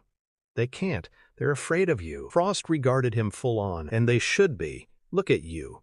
You're an animal. You're a fucking maniac. Blade scanned the surrounding park attendees, knowing Frost wouldn't have walked into this situation without backup. It was just a matter of pinpointing who they were and working up a plan to nullify them. He tried to make himself believe that it would be as easy as that. Now look at them, Frost said, indicating the people milling around. They're cattle. Fucking pieces of meat. What difference does it make how their world ends? Plague. War. Famine. Morality doesn't even enter into it. We're just a function of natural selection. The new race. A bead of sweat ran down Frost's neck, washing away a layer of the sun-blocking cream. Smoke curled up from his flesh, and the small portion of skin blackened immediately. Blade showed the vampire a cold smile. Looks like your mascara's running. Seeing the smoke, and evidently feeling the pain, the vampire reached a hand to his neck, covering the spot, then gazed up hatefully at the sun. Then he switched some of those feelings to Blade. I'm offering you a truce, Frost said. I want you with us. Blade shook his head. Do you think I'm stupid? He reconstructed the words in the vampire language Pearl had said. The blood god comes. Surprise filled Frost's features. You know about the blood god? The creature asked in the vampire language. Hearing the interrogative in the man's speech and recognizing some of the words, Blade guessed at the rest. I know enough. You're up to something, Frost. I don't know what you need from me. I don't know what your game is. But when I find out, I'll take you apart, just like all the others. You're nothing to me. Just another dead vampire. Coldness lit Frost's eyes. You're an idiot, you know that? I came here offering you an easy way out, and you spit it right back in my face. Making his decision, thinking of Karen succumbing to the bite that had infected her, thinking of all the lives that Frost would destroy if he could, Blade swept his coat back to reveal the mock. He laid it on the line for Frost, letting the vampire know how far he was prepared to push the confrontation. Frost moved the little girl, using her to shield himself. Careful, he admonished. What do I care? Blade asked in the coldest voice he could manage, trying to make Frost believe he meant it. They're cattle, you said so yourself. Disgust showed plainly on Frost's face. If you want to take the hard road, be my guest. But I promise you, when this is all over, you're going to wish they'd never cut you from your mother's womb. Blade drew the MA-SHI from the shoulder rig with blinding speed, firing from the point. The round blurred by the little girl's head, narrowly missing her and streaking for Frost's face. Frost jerked his head away, only his vampiric speed saving his unlife. Even then, the bullet sliced across his cheek, splitting the lotion-covered flesh open. The vampire continued dodging. His head turned slightly as a city bus rumbled by. Without any betraying motion, he hurled the little girl forward, out in front of the oncoming bus. Blade fired 3 more rounds, but none of them touched Frost. Moving without hesitation, Blade went for the uncertain save rather than the certain kill. Even then, even with his incredible speed and abilities, he didn't know if there was enough time. He dived forward, scooping the little girl into his arms, continuing the roll to take them from in front of the bus. Hot air and exhaust stink enveloped him as he lifted the little girl and dived clear of the multi-ton vehicle. He felt her heart beating against his chest, her arms tight around his neck, and he sat there on his knees for a moment, just holding her, aware of how close they had both come as the bus continued on its way. Frost was already gone. He knew that before he even looked. "Are you okay?" Blade asked the little girl. From his meager supply of Chinese, he repeated it again, smoothing her hair. She only stared back at him, afraid of him. It was apparent in her eyes. She recognized no safety in Blade's arms, only more horror. She backed away from him when he let her go, then she bolted and ran into the crowd. The people fell in protectively behind her, defending her even from the hunter. With easy grace, Blade stood and started walking. He had the fire inside his belly, hotter than it had ever been before.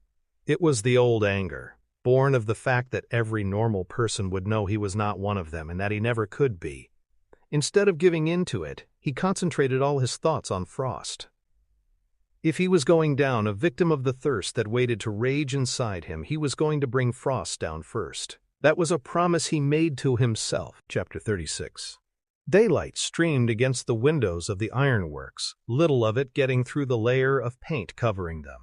Hardly enough to fragment the heavy darkness determined to haunt the place. Karen stared through the microscope at the blood smear on the slide. Whistler sat beside her at the work table, as bone-tired as she was, but for hours his attention had been riveted on the compact disc Blade had given him. Her neck burned, the irritated area seeming to grow by the minute, and it gave her chills to think of what was taking place in her body. She felt the fever burning under her skin.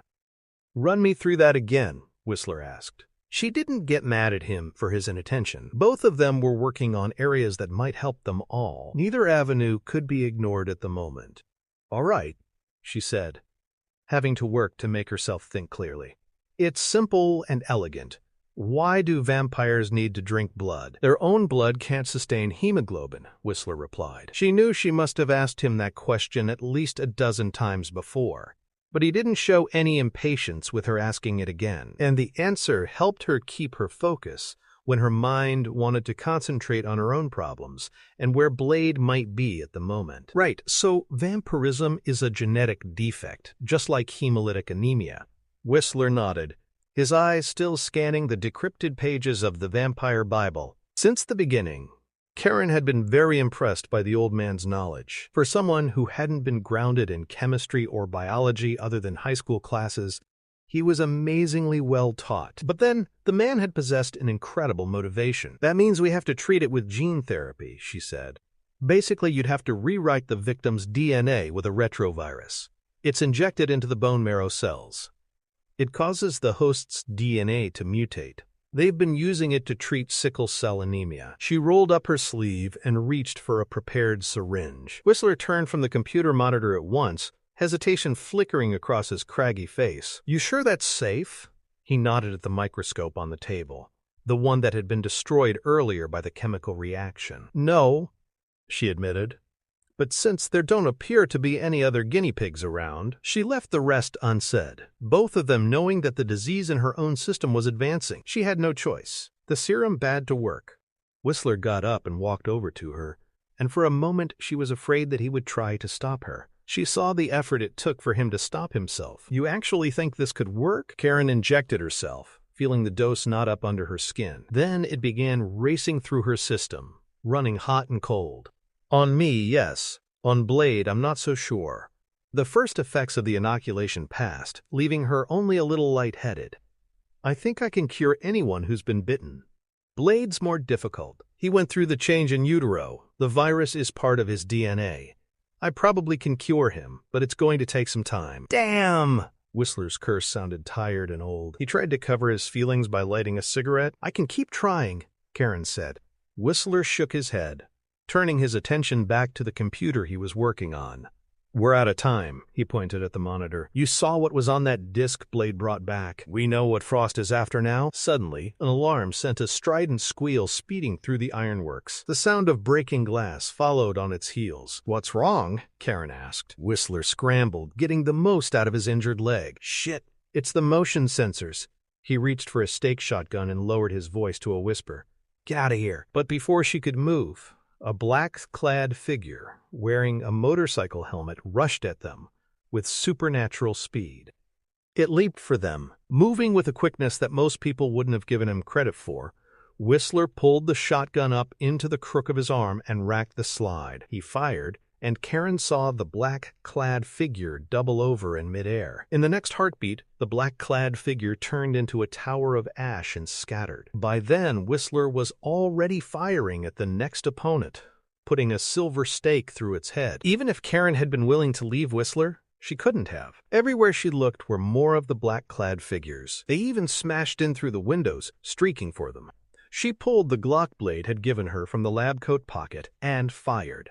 It was almost impossible to miss someone in the army of darkness that swept toward them. One of the attackers somersaulted across the floor, staying just ahead of Whistler's marksmanship. Then he dropped his pistol into place and fired. The bullet cored through Whistler's good knee, knocking the old man from his feet in a tangle of flailing limbs. The shotgun skittered from his grasp. Karen turned to fire at the creature who'd shot Whistler, but a fist suddenly exploded against her jaw. She flew from her feet and landed on the floor hard enough to knock the wind from her lungs. She tried to curl her hand around the Glock again, but the black-clad attacker kicked the pistol from her grip. Before Karen could get up, her attacker put a motorcycle boot against her stomach, holding her down. The black-clad figure who'd shot Whistler took off his helmet. Karen recognized Quinn immediately. Deacon Frost was behind Quinn, stepping out of the shadows to tower over Whistler. The old man was bent in agony, trying to staunch the bleeding from his ruined knee. But he didn't turn away from Frost's malevolent gaze, meeting it with a force of will. "Nice place,"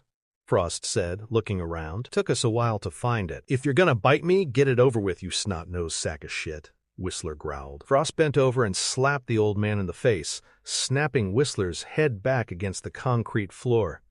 "Bite you?" Frost asked. "That'd be like chewing on a fucking piece of beef jerky." Frost planted a boot heel in Whistler's stomach. Karen heard the snaps of several ribs breaking. Whistler doubled over and gasped in pain. Then Frost gave himself over to the attack, kicking the old man again and again. Karen tried to turn her head away from the sickening violence, but the creature holding her down made her watch. It seemed to go on forever. Chapter 37. Driving to the elevator that would take him to the workshop, Blade spotted the Porsche and a number of other cars peeling away from the ironworks through the broken windows. A glance showed him that the outer security systems had been forcibly breached, the gates reduced to a twisted mass.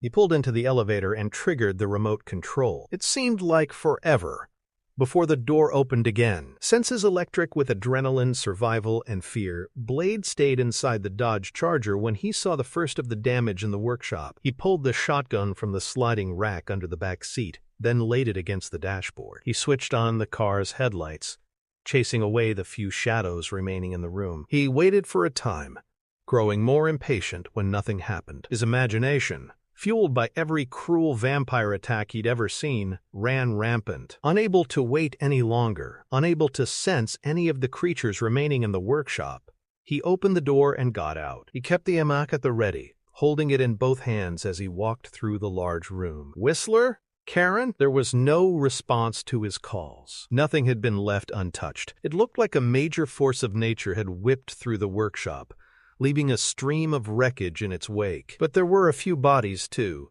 all dressed in black motorcycle suits. He checked a couple of them, finding Deacon Frost's vampire glyph marking the backs of their necks. Still, Blade had hopes that the old man had gotten Karen to safety before the vampire army overran the ironworks. There were hiding places they'd built into the building, taking advantage of the architecture that already existed. "Whistler?" He heard the desperation in his own voice then. and he hated it. A figure took shape in the medical restraint chair against the far wall. He raised the match, taking aim. When he got closer, he saw that it was Whistler, though Blade was barely able to recognize the man under the bloody white sheet. "Whistler?" Blade said in a harsh voice. Dropping the Mac on the ground at Whistler's feet, Blade pulled the sheet from his friend. The fang marks on his neck stood out prominently, already in an advanced gangrenous state. His broken good leg was folded under him at an awkward angle. There was also a bloodied videotape tucked into Whistler's shirt pocket. "Play ME" was written on the cassette case. Blade pulled the tape out and tossed it aside, needing to take care of the old man first. Anger made Blade's voice work when he thought he couldn't speak. The bastard's bad taken away his last leg. "Whistler, I'm gonna take these motherfuckers apart." With great effort, Whistler opened his eyes and struggled to speak. "Frost took her," he said. "Listen to me. The disc, we decoded it." A coughing spasm took away the rest of his words, causing him to wince in pain. He continued, "Frost is trying to trigger a fucking vampire apocalypse. Calls it the blood tide. There's some kind of vampire god he's trying to resurrect." "Lamagra," Blade said. "How?" Whistler breathed through clenched teeth, fighting down another surge of the pain that racked him. He opened his eyes again and focused on Blade. "You're the key to making it happen," the old man warned. "He needs your blood." He gasped with the effort of speaking, blood flecking out with his breath. "Blood of the Daywalker. You're part of the prophecy. You're the chosen one." Blade's mind reeled as the pieces fell into place. He represented the next evolution of the vampire, a nightbreed who didn't have to fear the sun. That was why Frost had been adamant about not killing him when the opportunity had presented itself. The hunter had trained himself to be the downfall of the vampires he stalked. Yet he was their salvation instead. The irony was too much. Whistler clutched his arm, struggling harder to speak now. "Listen to me, Blade. You can't go after him." "Bullshit," Blade said. There was no way he couldn't. Not after what they'd done to Whistler, and not as long as Frost had Karen Jansen captive. "Forget the girl," Whistler ordered. "Walk away from it." "I can't do that." "You have to. If Frost gets his hands on you, it's all over. He'll be able to resurrect this thing he wants to become the blood god. A tide of blood. There'll be armies of the motherfuckers." Blade looked away from his friend, not wanting Whistler to waste his strength on the argument. And he knew the old man would see the angry frustration in his eyes despite the sunglasses, and he'd see the rebellion there as well.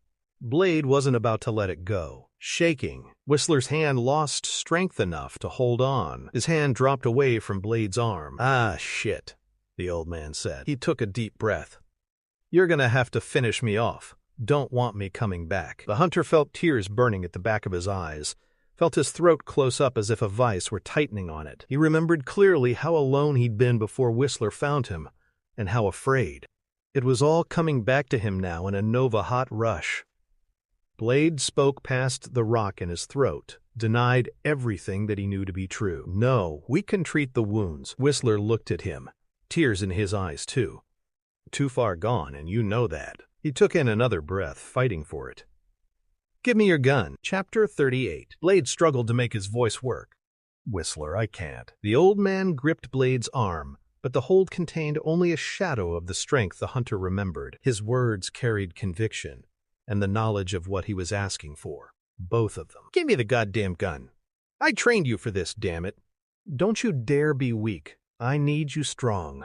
Blade held his friend a little longer, feeling the life ebb from Whistler. And once that slim mortal coil was cut, it would leave only hellspawn in its place. There was nothing else to be done. He picked up the heavy mock from the floor and handed it to Whistler, feeling himself growing dead inside. The pistol had never felt harder or heavier, and there were no illusions about its being something only vampires needed to fear. "Now walk away, you stupid son of a bitch," Whistler ordered. "Walk the fuck away." Tears ran down Blade's face, skidding out from behind the wraparound sunglasses. But he made himself turn around and walk away. The sound of the shot filled the ironworks, echoing for a long time. Blade shoved the VCR tape into one of the units in the workroom, then pressed play. He stood as the tape spun out. Deacon Frost, looking calm and debonair as ever, filled the screen, a mocking smile touching his lips.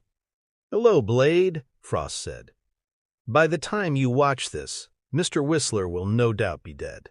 The person working the camera had zoomed in closer, filling the screen with Frost's face. If it makes any difference to you, he put up quite a fight. The camera tightened up till only Frost's eyes were visible, flashing magnetic black. You can find us at the Edgewood Towers. We'll be waiting. By the way, we've got your girlfriend. The screen grayed out with fuzz, continuing to spin. Blade didn't bother to shut it off. Blade went to the hidden lockers and brought out the heavy-duty armor. It was in pieces, but made a cohesive whole. By the time he finished suiting up, he looked like a riot cop. Black leathered Kevlar covered him from head to toe, turning him into a high-gloss shadow warrior. But the armor was put on in specific layers, leaving his movements open to him. He worked the leather and Kevlar joints, using the sword as he went through his katas, his body programmed in the extra weight, the small limitations that were imposed by the armor. Perspiration filmed him. He used the exertion to hone his rage and anger, focusing on those emotions and making them one, so that he could better wield them against Frost and his vampire army. The void was the perfect state in martial arts. Death did not exist, fear did not exist, and hate existed only as a fuel. He was centered, the best that he could be, and fully committed to his chosen quest. With a final flurry of swings, he sheathed the sword in the scabbard across his back. He crossed the room to the medical supplies Karen had brought to the workshop, not letting himself think about the things Frost and the other vampires might be doing to her even now. A quick search through the boxes turned up the canister of EDTA. He took it to a workbench, then filled the vials that went with his serum injectors with the blue fluid. When he had as many as he could fit into a belt pack, sliding them into the leather loops that normally held silver stakes, he belted it on. All his gear in place, he walked over to the corner where Whistler had the motorcycle. He stripped back the dust cover, revealing the gleaming hunk of street bike painted in gunmetal gray. The bike left him more vulnerable than the Charger, but the bike also gave him more maneuvering room and quick acceleration. He threw a leg over the motorcycle, squeezed in the clutch, and thumbed the electronic ignition. He rolled the throttle as the engine caught, filling the ironworks with the full-throated roar of the mechanical beast.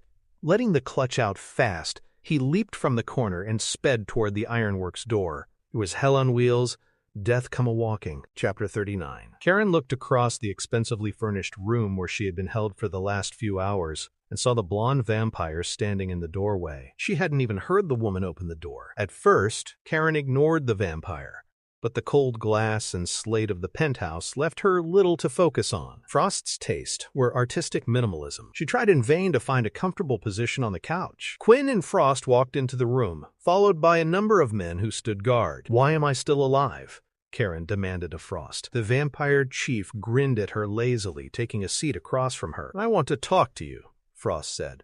"Get to know the real you." "Bullshit. You're hoping Blade'll try and save me," Frost shrugged. "Of course. He did it before. He'll do it again. Now why is that?" The vampire leaned across the intervening space, making what would normally be a gesture of polite interest into a threat. "You doing him? Is he good? Does he make you happy?" "You should be happy. You're a beautiful woman. Sexy, nice skin." "I'd do her," Mercury said, licking full lips. Karen ignored the revulsion that filled her at the female vampire's display and stubbornly held on to her courage. "Me too," Quinn said with a gnashing of teeth. "You'd do my dog," Frost said to the big vampire. The creature turned his attention back to Karen, speaking softly. "You should be happy, Karen. I'd hate to see such glorious bone structure go to waste." Karen put her fear aside, reaching for sarcasm instead. "Is this the part where you offer to turn? It's either that or a body bag, sweetheart." "Go ahead," she told him. "Bite me. I'll just cure myself. I did it once, I can do it again." The vampire leaned back in the sofa, shaking its head almost imperceptibly. "There's no cure. Quinn bit me," she said triumphantly. "It felt good to prove him wrong, to undermine his confidence. And now I'm cured." She twisted her neck, exposing the healing flesh where the bite mark had been. "I did bite her," Quinn said, leaning in. "She should be well into the change by now." "But I'm not," Karen told them all. "There's a cure if you've been bitten, if you were once human." She pointed to the scar on Frost's eyebrow. "How'd you get that scar, Deacon? A born vampire would have the power to regenerate from birth. You must have got scarred before you returned, isn't that right?" Vampires like you aren't a species, you're just infected. A virus, a sexually transmitted disease. I'll tell you what we are, sister. We're the top of the fucking food chain.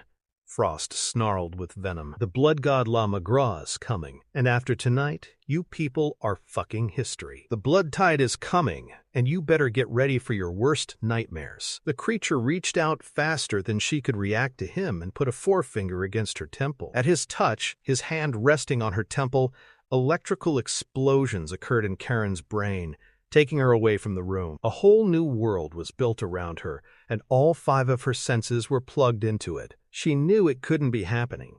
She still had to be back in the room where they held her captive. But for the moment, the only real thing to her was the underground chamber she stood in. It looked like some kind of coliseum. Across from her was a deep, dark throat of a tunnel that belched forth gurgling noises. Everything in Karen screamed at her to run, but she was mesmerized by the sound of the gurgling growing quickly and steadily louder. Dark liquid exploded out of the tunnel in a scarlet-tinted rush, revealing itself to be a roiling wall of blood racing for her. La Magraw's a hurricane, Frost told her, sounding far away. Quote, an act of God. Anyone caught in his path will be turned. Just before it touched her, the blood cycled up, captured in the grip of cyclonic winds. The blood fed up through the eye of the cyclone, filtering out into a red mist that filled the chamber. Karen drew back from it, only she drew back much more quickly and distantly than she'd imagined. She stood in the center of a city, dozens of people scurrying in fear around her. The blood tide washed over the rest of the city, spreading outward at an increasing rate. She couldn't believe the amount of blood involved. When the tide subsided, all that was left was a crimson wasteland. Everyone you've ever known, everyone you've ever loved, Frost said. I'm talking about Planet of the fucking Vampires. Out of that crimson wasteland, people began to rise and take their first shambling steps through fire-covered lands.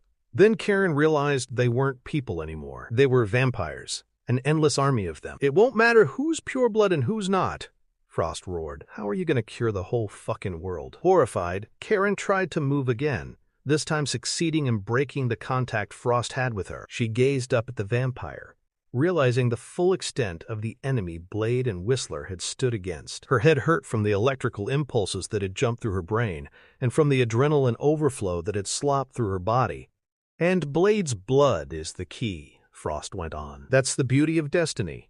We've been trying to kill this idiot for years, and he turns out to be our salvation. I love this guy. If you turn everybody into vampires, whose blood are they going to drink? For a moment, she thought she had the creature. Even megalomaniacs couldn't plan for everything. But his smile sent cold chills through her. Frost stood and told Quinn, "Bring her." Frost led the way through the penthouse, moving surely in spite of the near non-existent light. Karen noted that heavy shutters covered all the windows. They came to a stop in an immense kitchen, furnished in unblemished white tile that somehow seemed obscene, in front of a large stainless steel walk-in freezer. Frost pulled the door open, revealing the horror that lay inside. Human beings hung in the freezer, suspended by harnesses, looking like broken angels in a demonic child's mobile. Hooked up to IV feeds that dripped into their veins and to medical monitors, their physical needs were being met. Their forearms held implanted shunts that served as taps. Neat, huh? Frost asked, laughing at her disbelief. I can keep them alive for years, producing anywhere from 10 to 15 pints of blood a day. Of course, this is just a pilot program. Once the tide comes, we'll have to institutionalize production. Revulsion filled Karen, and she turned her head. She knew what the process most reminded her of. Concentration camps. You're disgusting, she said. Frost smiled coldly. Why? Because we live at another species' expense? Your people rear cattle. How is this any different? It's called evolution, nature, survival of the fittest. While Karen tried to think of a response, the door flew open and a Kevlar guard rushed into the room. We've got an intruder, the man announced. Frost smiled. Let me guess. Karen's heart increased its thudding speed inside her chest. Blade was still alive. Frost and his people hadn't killed him, but the odds against him were phenomenal. One man against an army of vampires. Chapter 40. Deacon Frost watched the security monitors on the console in front of him. The whole penthouse was wired for audio and video transmission. Despite the manpower and the technology, he was irritated that he didn't feel as confident as he should have. On screen, 10 men zipped through the labyrinth of corridors, honeycombing the huge penthouse. The 4 unit leaders were equipped with SWAT-style battle gear. They patrolled the main room, the one Frost had specially commissioned to be filled with waterfalls. Heavy bribes to the building's owners and the city and state building permit agencies had gone into the creation of that room. But he'd made it into one that no one ever forgot once they saw it. Frost was conscious of Karen standing behind him, Mercury holding on to the woman. Her story about curing herself had been somewhat disconcerting. He'd never read anything about that in any of the vampiric lore, but it didn't matter. Now he had the truth about La Magra and the Temple of the Night. Dragonetti and the other purebloods had never found either. An elevator's arrival bell dinged, echoing in the room even over the sound of running water. The squad changed directions, zeroing in on the corridor containing the elevator. Using the fingertip toggle, Frost selected the camera view over the elevator. The scene came on just in time for him to see the elevator doors closing on the empty cage. The security unit appeared nervous, not knowing what to do. Frost grabbed a hands-free headset that connected him to the frequency being used by the teams inside the penthouse. "Get to it," he ordered. "Yes, sir," one of the commanders replied. The 10 men split up, one of the groups going back to the waterfall room. Frost left the security command room. Blade was here, inside the penthouse. The vampire could feel it. "What's taking so long?" he demanded. "Is he down yet?" "He's not exactly a pushover, Deke," Quinn volunteered behind him. "Shut up," Frost said. He keyed the headset again. "Take him out, people. I'm warning you.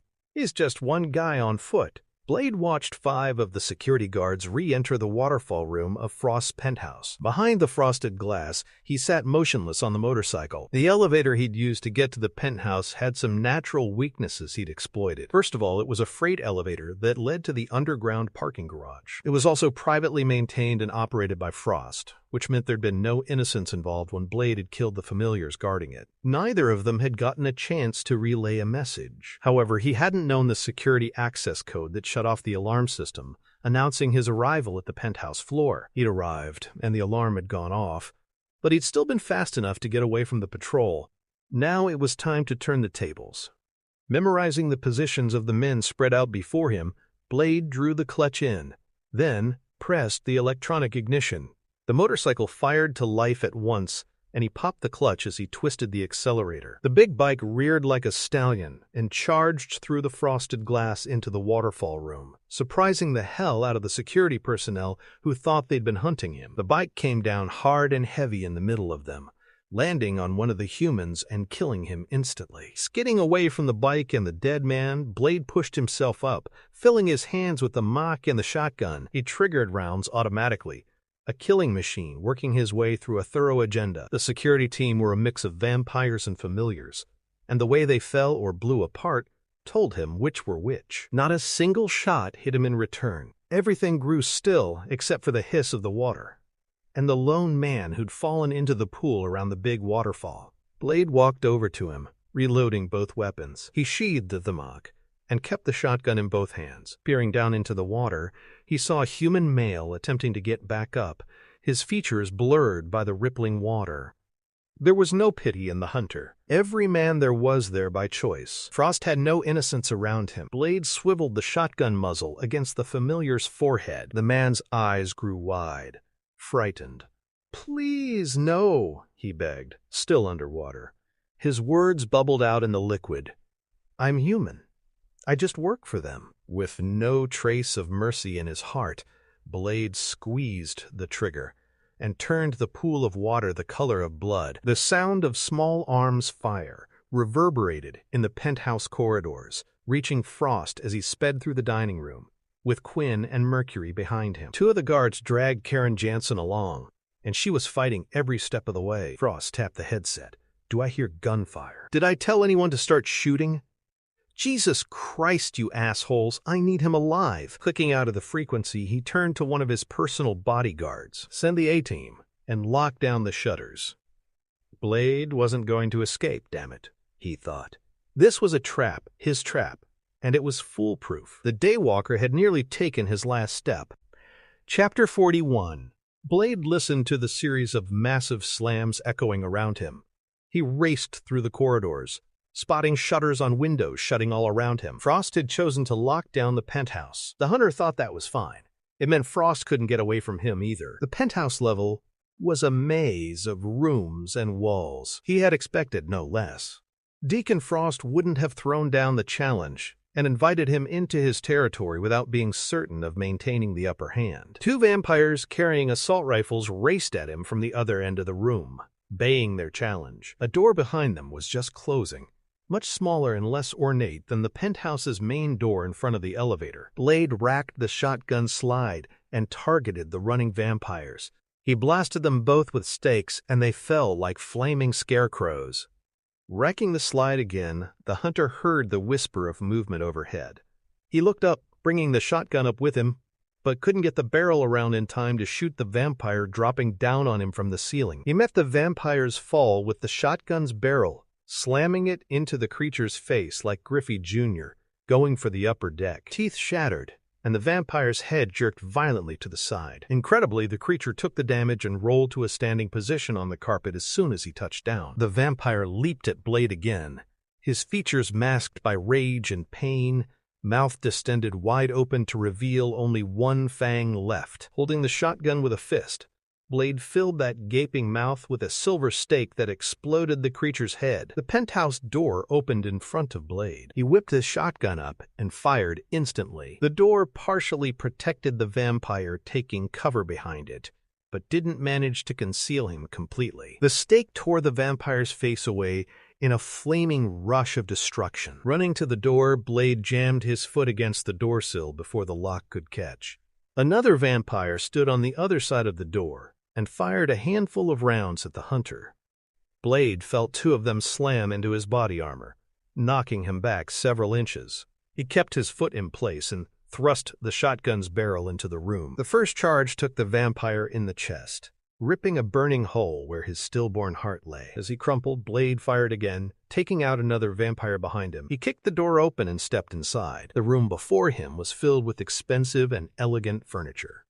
Deacon Frost had been living well. Shadows moved and twisted inside the darkness. Blade tracked them without mercy, becoming everything Abraham Whistler had ever taught him. The shotgun banged steadily into his shoulder.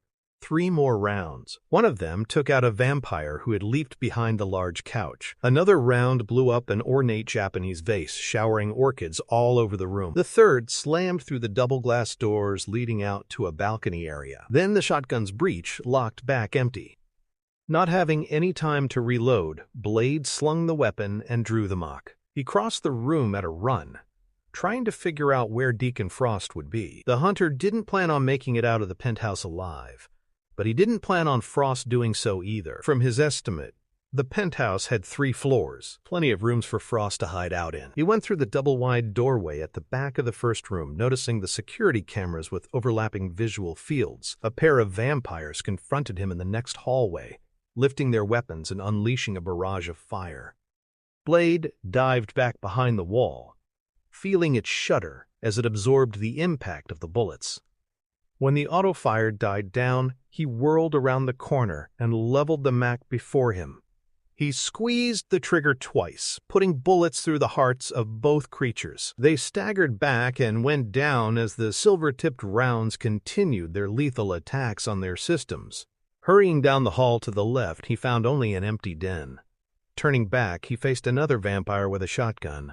Blade threw himself at the ground as the burst of buckshot cut through the air over his head. The pellets blew fist-sized holes in the wall behind him. The hunter brought the match up and put a bullet between the vampire's eyes. The impact rocked the vampire back, but the creature turned to swirling ash before he hit the ground.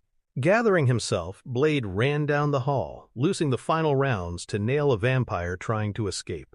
He holstered the pistol as the door in front of him swung open. He faced the entrance, seeing the 2 black-suited vampires waiting for him inside. Both of them moved sinuously, their arms waving in martial arts katas. Staying wary and circling his opponents, Blade stripped off his jacket, revealing the EDTA injectors strapped to his biceps. Before the tossed jacket hit the ground, the first vampire attacked. Blade parried the blows with rapid-fire syncopation.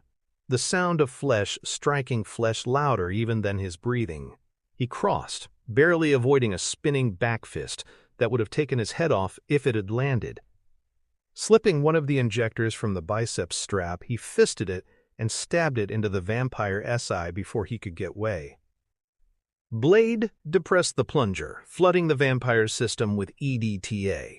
Instantly, the vampire atomized from the shoulders up, becoming a bloody volcano that erupted the unlife right out of him. The second vampire attacked at once, stepping through the blood, flying from the remnants of his companion. Only the creature found Blade waiting for him when he arrived. The hunter ducked under a sweeping leg kick and moved to the attack, but the vampire was already moving away from him. With no soft tissue available as a target, Blade swung the injector into the vampire's chest, hoping the needle wouldn't snap off. Instead, it penetrated the flesh, sliding between ribs and around the breastbone. When Blade pressed the plunger this time, the vampire screamed in agony as his chest melted away. Before it could stumble more than 2 steps, the creature boiled into pieces, becoming a fine beaded spray of blood mist that fell to the floor. Eyes on the doors across the room, Blade approached them. There was no one else to stop him, and he couldn't think of another place where Frost would be hiding. He hoped that Karen Jansen was still alive.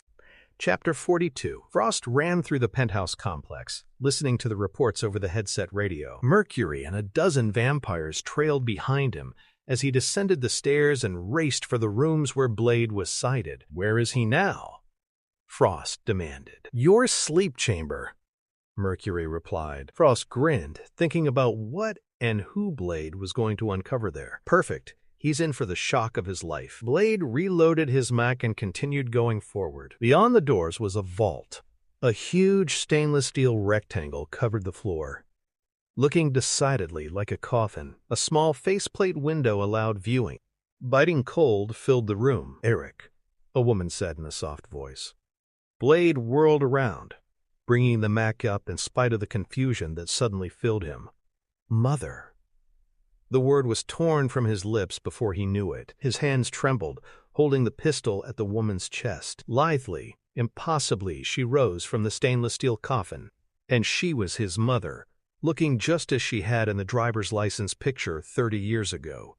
He knew immediately there was only one way that could happen. Haltingly, Blade took a step back. He didn't know if the name was his or not. The orphanage where he had first grown up had assigned one to him. When he got out on his own, he rejected it, not choosing a true name till after Whistler found him and trained him for his mission. Vanessa moved closer, arms outstretched to embrace him. Blade let the vampire approach, trying desperately to get a grip on the quicksilver slip of emotions flashing through his mind. Vanessa smiled, looking into his eyes with a hypnotic quality, capturing his whole attention. Blade backed away from the creature, lifting the Mac on target.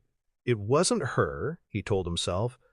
Wasn't really his mother. Before he could figure out if he was actually going to pull the trigger, something set off what felt like a nuclear weapon inside his head. His muscles contracted, dropping him to the floor on his knees. As he fell, he saw Frost step into view, holding a stun gun. Through it all, though, Blade fixated on the vampire standing before him, who couldn't be his mother but somehow was. "But you died," he protested. Vanessa smiled, and it held only demonic gleams. "I came back, Eric, that very same night. And Deacon welcomed me into his arms." The words slapped into Blade like blows, bringing pain with them, even though his paralyzed nervous system read only numbness over his body. His concentrated anger, fostered for years and given shape by his hunt, honed by what had been done to Whistler, shattered inside him. Even hope to make Frost pay for what Frost had done dwindled and died inside him. He hadn't even known everything Frost had done. Frost stepped next to Vanessa, wrapping a proprietary arm around her waist. He deliberately kissed the nape of her neck, then held her as she leaned into him in response, something she was obviously comfortable with. "Why wouldn't I welcome her back?" Frost asked. "Just look at her." His hands dropped across the very feminine curves, and he grinned. "She belongs to me." Blade struggled to get at the monster, willing his body to obey his demands. But Frost met him with the stun gun again, continuing to administer the voltage this time till it left Blade in a prostrate heap on the floor. "Jesus Christ!" Frost exploded in mock severity. "I thought you'd be happy. You're finally reunited with your mother, and this is how you act? Give it up, Blade. It's over." "Listen to your father, Eric," Vanessa ordered in a stern voice. "It's going to be a better world." Blade looked at Vanessa, not understanding. Then he knew, and the surprise left him breathless. "It's true," Frost said. He pointed at Vanessa. "Mom," then he pointed at himself. "Dad, you've got my blood running through your veins." "No," Blade groaned in denial. But the truth was so evident, standing there in undead flesh before his very eyes. "Don't be so surprised. You've spent your life looking for the vampire who bit your mother." He reached down and gripped Blade's chin cruelly. "Well, here I am." Then he used the taser once more to take away whatever strength Blade had regained. "I've known for a while, of course. Once you made yourself known to us, I was able to put the pieces together. Who would have guessed you'd ever survive your mother's death? But you did, and here we are." He grinned evilly. "One big happy fucking family." Without warning, Frost put his foot on Blade's jugular and pressed down. Blade fought to move, but it was impossible. The taser had taken everything out of him. Darkness clouded his vision, then finally took him in. At least the pain disappeared with the rest of the world. Chapter 43. For a long time, Karen Jansen thought Blade was dead. He still breathed, occasionally, but she considered it possible that he was brain damaged. Blood covered the black leather he wore like armor, and she couldn't tell how much of it was his. She shivered, feeling the headache throbbing at her temples. Quinn had held her in the back of the vault room with a hand over her mouth to keep her from crying out a warning to Blade. She had seen the stun gun used on him, had seen the electricity dancing from his teeth as he opened his mouth to scream. Then Frost had stepped on his throat, shutting off the blood flow. Mercury had waited until Blade went limp, then stepped forward and backhanded Karen into unconsciousness as well. But she'd come to. Blade hadn't. She knew how strong the vampires were. It was possible that Frost hadn't taken time into account, and Blade's brain had been damaged by cutting off the circulation too long in his weakened condition. His skin was gray, his breathing shallow, and he was covered with beads of sweat. His hands were secured tightly behind his back with manacles and chains. She sat near him, her back to the cab of the armored truck the vampires had put them in, as the truck moved through the city. Her face still hurt from the blow she'd received. She could hear the sounds of traffic outside. She wished she knew what to do. Whistler was dead, and no one else even knew about the vampires infesting the city. She saw no hope for Blade, or for herself, but didn't want to be alone at the end. Blade's eyes snapped open, looking bloodshot and jaundiced. He looked at her for a moment, then tried to get up, finding he was too weak and that the manacles prevented him from using his hands. He gazed around the back of the truck, pure hatred written on his features. "Are you all right?" Karen asked. "I've been better," he admitted weakly. "How long have we been driving?" "I don't know. I woke up just before you did." He struggled to sit up again. Karen moved over to him, helping him into a sitting position. The movement didn't come without cost, though. His eyes closed, and his face knotted up into a tight fist of pain. "Is it bad?" she asked. Blade nodded. "I need my serum. We get out of this alive, maybe I'll take that miracle cure you think you can make." Her voice was quiet when she spoke. "There's just one catch." His look told her that he wasn't surprised, that his whole life had been constructed out of catches that had been neither fortunate nor pleasant. She knew he would have berated himself for showing his feelings so openly. He remained silent, though, making her say it. "If it works, and I do cure you, you'll be fully human. You won't have their strength anymore." He lay back, looking away from her, his eyes fixed on the roof of the armored truck. She felt him pull away from her, and she wished she had something she could tell him. But she thought she knew what was on his mind. Whistler was dead, and going back into the war against the vampires as a normal human just wasn't going to cut it. And becoming human didn't mean he was going to be able simply to fit in as a human. What kind of resume did an ex-vampire hunter fill out? Before she could say anything, even if she could have thought of something, the truck lurched to a stop. She heard the engine die, followed immediately by footsteps approaching the rear of the armored truck. A guard armed with a taser opened the doors, then stepped back to reveal a small army of vampires standing there. All of them flicked tasers warningly. "Let's go," the leader said. Get them out of the truck. Karen kicked at them as they easily dragged her out of the armored truck. They removed Blade, but he managed to headbutt one of them and break the guard's nose, then kick 2 others. They used the tasers on him without mercy, leaving him hardly strong enough to stand on his own. Cursing but cautious, the guards dragged Karen and Blade toward a construction site deep in the shadows of the city. Red and white striped sawhorses and yellow tape marked the dangerous area around the gaping hole in the center of the site. Mounds of red clay packed with rock and stone chips that looked pale in the moonlight ringed the hole. Excavation equipment occupied the area. Huge, yellow earth-moving machines that dwarfed the humans drifting in among them. The smell of freshly turned earth and diesel from the equipment still wasn't strong enough to mask the other smell, and Karen knew that odor well from college forensic classes. The scent belonged to a just-opened grave that had been sealed for a long time. Chapter 44. Their captors forced them into the hole at the excavation site. As she went past the edge, Karen saw the tunnel mouth to the right. They turned her toward it, staying close to her and following her in.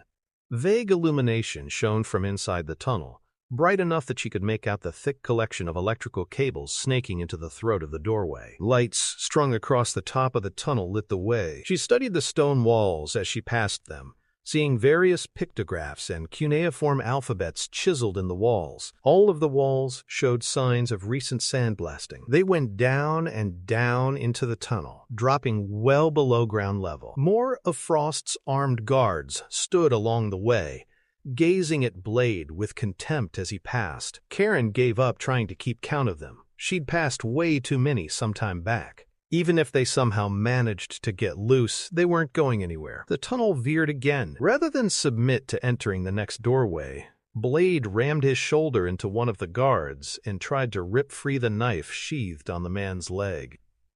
Before his fingers could do more than touch the hilt, the taser sank electrical fangs into his flesh again. Once he fell inside the doorway, they threw Karen after him. She slammed painfully against the stone steps, rolling after Blade. They ended up on a low, wide gallery that overlooked a vast cylindrical coliseum. Passages and catacombs webbed off the gallery in all directions. Pushing herself to her feet, Karen thought she recognized some of the architecture from her university days as pre-Christian Egypt. Staring out at it, seeing the immensity of it, she felt lost and alone. The whole chamber seemed like it had been hammered out of stone and darkest night. She glanced at Blade. It was even more unsettling to see that he was surprised enough to show it. Frost stood near the gallery's railing, looking with pride and triumph down into the open space beyond its edge. Quinn and Mercury stood near Frost. Quinn wore Blade's sunglasses, and the female vampire had Blade's sword belted around her hips. Men and women stood against a wall to the left. Guards held weapons on them, making it apparent that they were prisoners as well. But when Karen looked at them, she saw only vampires, eyes looking back at her. She'd learned to recognize that look. A shiver uncoiled down her spine as she moved over to Blade's side. Frost turned, smiling magnanimously. The vampire chief was feeling good and didn't mind showing it. "Blade, Karen," the creature said. "Glad you could join us." "Yeah," Quinn said. "And thanks for the shades." He tipped them at Blade and smiled evilly. Frost gestured at the guards, who immediately grabbed Blade and threw him face down onto the gallery's stone floor. He struggled, but Karen got the feeling that he was struggling against the thirst as much as he was against the men who held him. "You haven't met our other guests, Karen," Frost said, waving toward the vampires under gunpoint. All of them looked nervous and uncertain. Karen couldn't find it in herself to feel sorry for them. "Rather than bore you with their names," Frost said, "I'll announce them collectively as the vampire lords of the House of Erebus. Purebloods, every one of them. You're in the company of royalty." Frost smiled coldly. "Not that I much give a damn." Karen watched the shadows move on the other side of the gallery, almost getting the feeling that they were alive and maybe hungry. The guards forced her forward, nearer Frost. As she looked out over the gallery railing, she knew from the lights below that the shaft had to be at least 100 feet deep.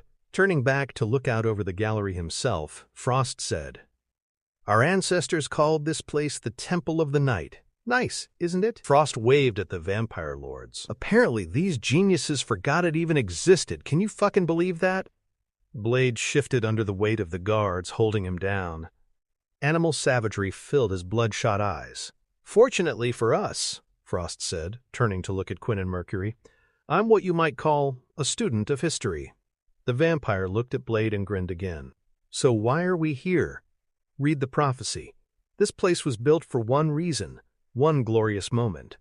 This night, the blood tide." Without warning, Blade broke free of the guards holding him down. He exploded into frantic motion, lunging at Frost. The vampire didn't move and stood waiting. Only before Blade's hands could find Frost's throat, Quinn stepped in behind Blade and slammed a pistol butt into his head. His charge broken, Blade groaned in pain and sank to his knees. "Thank you, Mr. Quinn," Frost said, turning to Mercury. "Let's see this sword of his." Karen's heart hammered in her chest, thinking that Blade wouldn't be able to defend himself against Frost's attack. She started to step forward, but Mercury blocked her way. Followed by two of the guards, Mercury drew the sword and handed it to Frost. Taking the blade, Frost sighted down the length of the sword and tested its weight with a few swings. "Oh wow, still quite sharp, I see. Nice balance to the blade." Karen heard the familiar click of the booby-trap mechanism activating.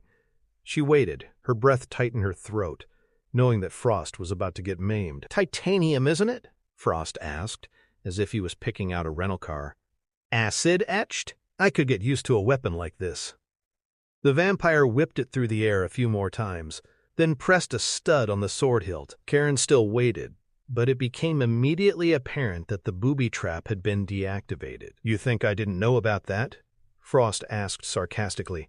"I know everything about you, Blade." Buried under the guards on the floor, Blade gave up the struggle. Pulling back from Blade, Frost shifted his attention to Quinn. "Hold out your arm." Karen's stomach turned flips as she considered Frost's order. Quinn didn't look too happy about it either. The creature finally had two complete arms again. "What?" Quinn asked, drawing his arms in protectively. "Hold out your arm," Frost repeated. Reluctantly, Quinn stuck his arm out. Quinn's eyes tightened, and his mouth curved down as Frost laid the sword's edge against the vampire's forearm. Frost stepped back, then raised the sword, getting ready to swing. Karen gagged, almost purging, knowing that cutting Quinn's arm off meant nothing to Frost. But Frost didn't swing. Instead, the vampire chief pulled the blade away. "Just kidding." A relieved look filled Quinn's face, and he didn't hesitate in pulling the arm back to safety. Mercury and some of the vampire lords laughed as Quinn looked sheepish. A relaxing spasm shivered through Karen's stomach. She gulped in air, forcing herself to take it slow and breathe through her nose. Frost tossed the sword back to Mercury, who deftly caught it and sheathed it again. Blade groaned in pain. Karen took a step in Blade's direction, instinctively trying to go to him, but Quinn grabbed her, holding her tight. "Blade," Frost regarded her. "He can't hear you, honey. The thirst has got him now." Frost snapped his fingers, and one of the guards brought over the serum injectors Karen recognized from the workshop. 2 of them were missing, but 6 remained. Frost slipped one of them free, then motioned to Quinn. The big vampire reached down, dragging Blade's head up by his hair so Frost could address him. "What do we have here?" Frost taunted. "Your precious serum?" Blade didn't respond, and Karen wasn't sure if the hunter didn't because he chose not to, or because he was beyond hearing. "How long has it been since you shot up? 12 hours? More? I'll bet you're just dying for a drink." Frost crouched, getting eye to eye with Blade. "What does it feel like? Is your blood on fire? Are you burning up inside?" The creature waved the glass-tipped injector in front of Blade's face. "Try some, you might like it," Blade stated in a weak voice. For the first time, Karen realized that the serum in the injector wasn't Blade's serum. The color was blue, not pink. It was the EDTA, and she had no problem imagining what would happen if Frost did use the injector. Frost shook his head. "Thanks, but I prefer the real thing. In any event, I don't think you'll be needing this anymore." He tossed the injector cartridge belt over the gallery railing, then followed it up with the loose injector. Blade shivered and gritted his teeth, like he was going through withdrawal. Karen had seen similar reactions in junkies in the ER. "Go to hell," Blade said. Frost stood up, motioning to someone standing behind Karen. "Get him out of here." A female vampire stepped forward, dressed in a sexy sheer number and moving with the grace of a trained dancer. Karen stared at the woman, knowing she'd seen her before in Frost's house. Her name was Vanessa, and now that she got a really good look at the vampire, Karen realized that she looked exactly like the woman in the blood-spattered driver's license in Blade's room. Even had the same name. She wished she knew what the woman in the picture meant to Blade, but Whistler hadn't mentioned the connection. Vanessa motioned to the guards gathered around Blade, and they lifted him from the ground. Then they dragged him off, following the woman. Karen watched him going, feeling the need to say something, but having no clue at all what to tell him. She didn't even know if she'd see him again. Chapter 45. As Blade was being dragged away, Deacon Frost turned to face the vampire lords. They gazed at him hotly, hate in their eyes. He grinned in spite of it. Being in the Temple of the Night, knowing what he now knew, their hate couldn't touch him. He was far more cunning than they were, far more dangerous, and he wasn't afraid to spill blood. There'd be plenty of that before he was finished tonight. And get these bozos downstairs. Frost ordered Mercury. Mercury moved to comply, motioning to the guards covering the vampire lords. With the guns trained on them, knowing the ammo was silver and garlic-tipped and would kill even them, they started moving. Only Palantine and Reichardt refused to move. "How dare you bring us here under duress, Frost?" Palantine accused. Frost approached the vampire, never feeling more confident in his life or unlife. "I wanted to share this moment with you. I mean, come on, tonight is a big night, isn't it? What we've all been waiting for, right?" Reichardt thrust his chin defiantly out toward Frost. "Pah," the German said. "Watch your back, boy. You won't get out of here alive." Frost grinned at the creature in true amusement. "Is that so?" He waved to the guards, who forced Reichardt to get moving. "Bye." Once they were gone, he turned his attention to Karen Jansen. Sadly, he no longer had time or the inclination to watch the woman suffering. Of course, that didn't mean it wasn't going to stretch out all the same. "Don't worry, sweetheart, I haven't forgotten about you." "Yeah," Quinn agreed. "We've got something real special planned." To her credit, the woman didn't break down. Maybe, Frost considered, she had no inkling of how much worse things could be. But she was about to find out. He smiled at the thought, watching as Quinn dragged her away, then fell into step with them. "So there was this guy the first bit one time," Quinn was saying as it led Karen through a narrow passageway, "ripped his throat out, bled him dry. Figured he would turn, right?" Karen knew they were only trying to scare her, to make the whole experience they'd planned for her somehow worse than it was going to be. She didn't see how that could happen. She was already as scared as she thought she ever could be. She didn't look at them, watching the shadows that dodged around her as she passed under the jury-rigged lights suspended from cables along the ceiling. "Only the guy didn't turn," Frost went on, joining in the story. "He was stuck in some kind of zombie state." He sounded uncertain, which made the whole story somehow even more horrifying. For whatever reason, some of them reject the change. It's pathetic, really. Abruptly, the passageway they'd been following widened into a small chamber. 4 gaping holes were open in the chamber's floor. Karen's instincts warned her away from those holes. She dragged her heels, giving in to that primitive warning system. "The poor fucks are completely stupid," Quinn said. "They'll feed on anything given the chance. Animals, corpses, even other vampires. That's a plus," Karen made herself say. No way was she going to give either one of the bastards holding her the satisfaction of seeing her cry or beg. It was wasted effort as far as Frost was concerned. Bearing all this in mind, the vampire said, "I'd like you to meet an old friend of yours." Quinn shoved Karen forward toward the gaping holes in the chamber floor. Stumbling, she stared down into the mass of shadows that filled the nearest hole. Knowing it was deep, the lichen-encrusted stone walls had been worn smooth over time. Too smooth, her feet wouldn't stay under her, and she plunged into the hole. She fell for a short time, lost completely and disoriented in the shadows. A moment later, the breath was knocked out of her body as she landed hard, ending the scream she had started. Loose debris rattled around her, felt like it was filled with angles and edges. She groaned and sat up gingerly, recognizing the shapes as dry and brittle bones. Frost's voice sounded loud above her even though she couldn't see the creature. Shame. She was hot. Karen forced herself to her feet. There had to be some way to escape. She couldn't just give up. She put her hands out, moving like a sightless person through the gloom, hoping her eyes would make the adjustment so she could take better stock of the pit. She also had the distinct impression that she wasn't alone in the pit. Frostbad mentioned meeting an old friend, hadn't he? Chapter 46. Blade fought against his captors, but no strength remained in his body.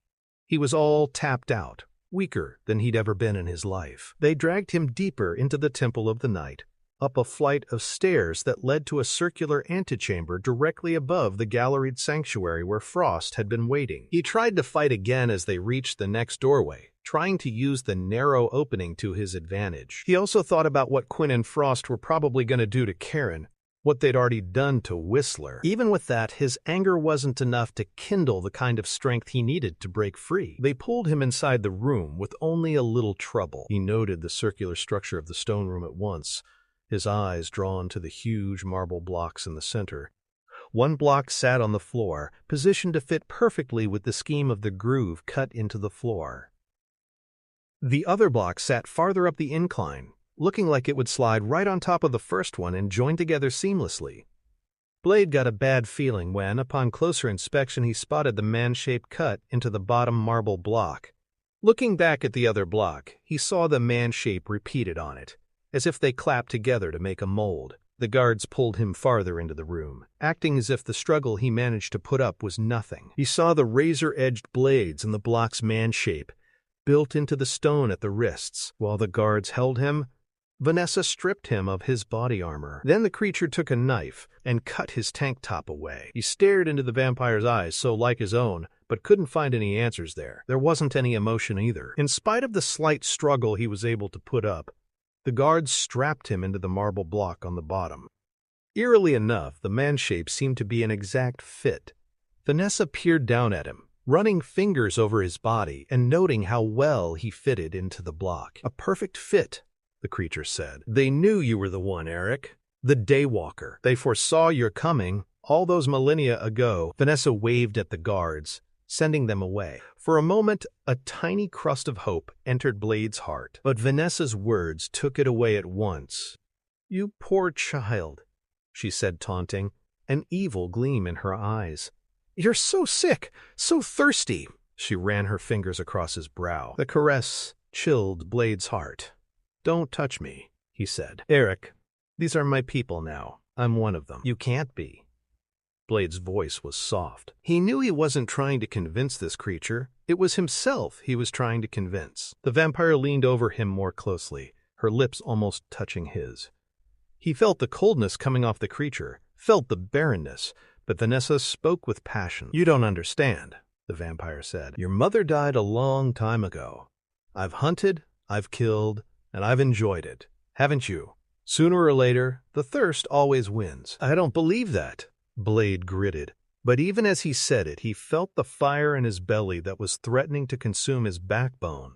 He felt like he was burning up. Slowly, the emotion drained from the vampire's face as Vanessa stepped away. "You will," she replied coldly. Then she was gone, moving into the shadows and disappearing from sight. Blade screamed in frustration, trying to break the fever that was burning him up. He tried to pull out of the marble block, but he was too weak. He sagged back in total exhaustion as the guards took their places at both doors leading out of the chamber. In everything he'd learned about the vampires while fighting them, he'd never heard anything about the Temple of the Night. It was hard to imagine that anything as large as the temple had gone unnoticed under the city. But then, vampires weren't common knowledge either. Judging from the architecture, he knew a vampire family must have brought the whole temple overseas at some point, then hidden the thing in the ground. Hidden it so well, in fact, that it had taken Deacon Frost years to find it. The hunter thought about the groove cut into the stone floor, and the blades already nestled tight against his wrists. It didn't take him long to reach a conclusion what they were for, and he didn't like what he came up with. Chapter 47. Karen had to move cautiously in the pit, still hurting from the jarring fall she'd taken. Bones slid out beneath her, causing treacherous footing. Even when her eyes adjusted, vision remained a problem. She hacked and wheezed, holding a hand over her mouth so she wouldn't suck too much of the raised dust into her lungs. The room had a low ceiling that prevented her from standing too straight. Despite the debris scattered around the chamber, she made out hemispheres cut into the floor. They circled a larger central hemisphere, leading her to believe that the chamber was once a map room of sorts. All she could really see clearly, because the whiteness of bones somehow seemed to glow like neon in the blackness of the pit, were skulls, rib cages, femurs, tibiae, and other bones she could identify because of her profession. All of them were picked clean of flesh, and some of them showed what looked like human teeth marks on them. A few of the skulls had large, canine-like fangs. She guessed that those were the remnants of the dead who hadn't quite made the crossing over to become vampires. She continued feeling the wall, hoping to find some imperfection that might give her purchase and possibly lead her to another hold higher up that would allow her to reach one of the 4 shafts leading from the chamber. It didn't seem likely at this point, and she was beginning to think she had already been completely around the pit at least once and hadn't realized it. But she had to try. A whisper drifted through the pit. Karen stopped what she was doing, hoping that she was wrong and it was only a stray gust of wind. The whisper repeated, carrying with it the sound of shifting bones this time. And the whisper sounded closer. "Trying to understand what's happening to me," the whisperer mumbled. "No pulse. Then there's the question of lividity." Turning, Karen looked into the darkest pocket of shadows in the bottom of the pit. Fear struck her mute, paralyzing her. A pallid face emerged from the darkness. Desiccated flesh hanging on the skull. Lidless eyes looked like dark cigarette burns. Black marbles slick with Vaseline in the cadaverous features. The twisted mouth resembled a raw wound. Recognizing who the man was, recognizing what he was, Karen backed away. The wall came up quickly behind her. "Curtis?" "Karen," the undead thing gasped. "I never thought I'd see you again." The thing that used to be Curtis Webb, forensic pathologist and former lover, snarled. He swung a fist at her, the flesh already peeling off of it to reveal the skeletal system beneath. The fist collided with the side of her head, dazing her and knocking her to the ground. The corpse crawled on top of her, pinning her arms at her sides. It gurgled through its gutted trachea, gazing at her with those black eyes. "Tell me, Karen," it wheezed. "Ever have second thoughts about us?" Karen gave in to her fear, feeling the adrenaline surging through her system, intending to use it to her advantage. The dead thing lunged closer, lolling its distended tongue over her mouth, trying to bite her. Fumbling behind her, choking as the thing tightened its grip on her throat, she grabbed hold of a human femur. She swung it upward, smashing the corpse's jaw. The thing reared back, falling to one side. Karen crawled out from under its weight and swung the femur repeatedly. The sounds when she struck were different. Bone hitting flesh, bone hitting bone, bone hitting something that she didn't even want to think about. It howled in terror and pain, giving ground before her. A final swing, and the femur shattered in Karen's hands. She backed away, watching in horror as the thing fell into the debris of dust and shattered bones. Its head was tilted at an awkward angle, its neck broken, but it didn't move again. The broken neck had obviously paralyzed it. Crying freely now, Karen retreated. She waited, making herself breathe, to see if any other horrors would come crawling out of the bone pile. When she had herself under control again, she returned to the wall and the search with her fingers. This time, though, she found a hole between 2 of the bricks, where the ancient mortar had cracked and fallen out. She dug at the imperfection with her fingers, pulling pieces of it out. Getting an idea, she glanced down at the bone pile and found the other half of the cracked femur. She jammed the sharp end into the crack between the bricks, then used a skull to pound it in deeper. When she had it in far enough, she put her weight on it to test it.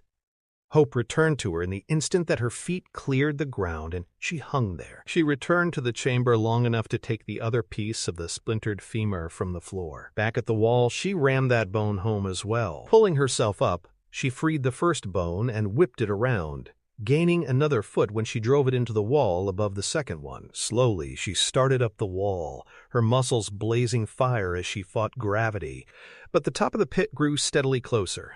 "Karen!" She ignored the cry, because there was nothing she could do for the Curtis Webb she'd known and briefly loved, and concentrated on her own survival. She kept pulling herself up the wall. Chapter 48. Blade lay trapped in the marble block, unable to move. The thirst was alive in him, claiming his body, staking out each new gained piece of territory from him as the blood wept from the slashes on his wrists. His vision dimmed to a narrow tunnel directly in front of him. Quinn stepped in to fill it, accompanied by Frost. "Been a long road, hasn't it?" Frost asked, stopping beside the marble block. "When I think of what you've become, what you should have become..." He cocked his head and stared deep into Blade's face. "Guess I don't blame you, though. I want you to know that. Even after all you've done, It's your human side that's made you weak. You should have listened to your blood." Blade raised his head with difficulty, glorying in the small success. "Say what you want, motherfucker," he growled. "You'll be dead by dawn." Quinn pulled a mock face. "Ouch." Smiling, Frost stepped closer. "After tonight, there won't be another dawn. La Magra isn't a physical being. He's a spirit that needs a host." Cold fear raced through Blade as he realized the implication of Frost's words. "You," the hunter said. "Of course," Frost agreed. "Who else? It's destiny, baby. This was meant to be, every moment of it." He surveyed Blade's position inside the marble block. "And you turned your back on it. You're a traitor to your own race, Blade. You're too human." Despite the fever and nausea filling him, Blade made himself speak. "You're the second person to tell me that. I didn't buy it then either, but you know what? The human side is telling me to do this." He spit in Frost's face. The smile disappearing at once, the vampire chief stepped back and wiped the spittle from his cheek with a handkerchief. "Nice." Frost looked at Quinn. "Close the stone." From the corner of his eye, barely above the lip of the marble block, Blade watched Quinn step on a raised, golden stud protruding from the floor. In response, the other marble stones slid smoothly into place over Blade, locking him inside the marble coffin. Only the narrow slit in front of his eyes allowed him to see out. Then the razors at his wrist bit into his flesh. Blood blazed warm across his skin, trickling down his fingers to ooze into the narrow channels cut expressly for the purpose, and it kept on flowing. The resonant sound of the marble stones fitting together reached Mercury's sensitive ears. They'd experimented with the blocks when Frost had first found the Temple of the Night, even tried putting humans and vampires in the man-shape grooved in the rock and bleeding them dry. Occasionally, Quinn had cut off the extra pieces to make one of them fit. But nothing had happened at those times, so they'd cleaned the blood channels again and again, waiting till they deciphered the prophecy. Now, however, the closing of the stones had an entirely different sound.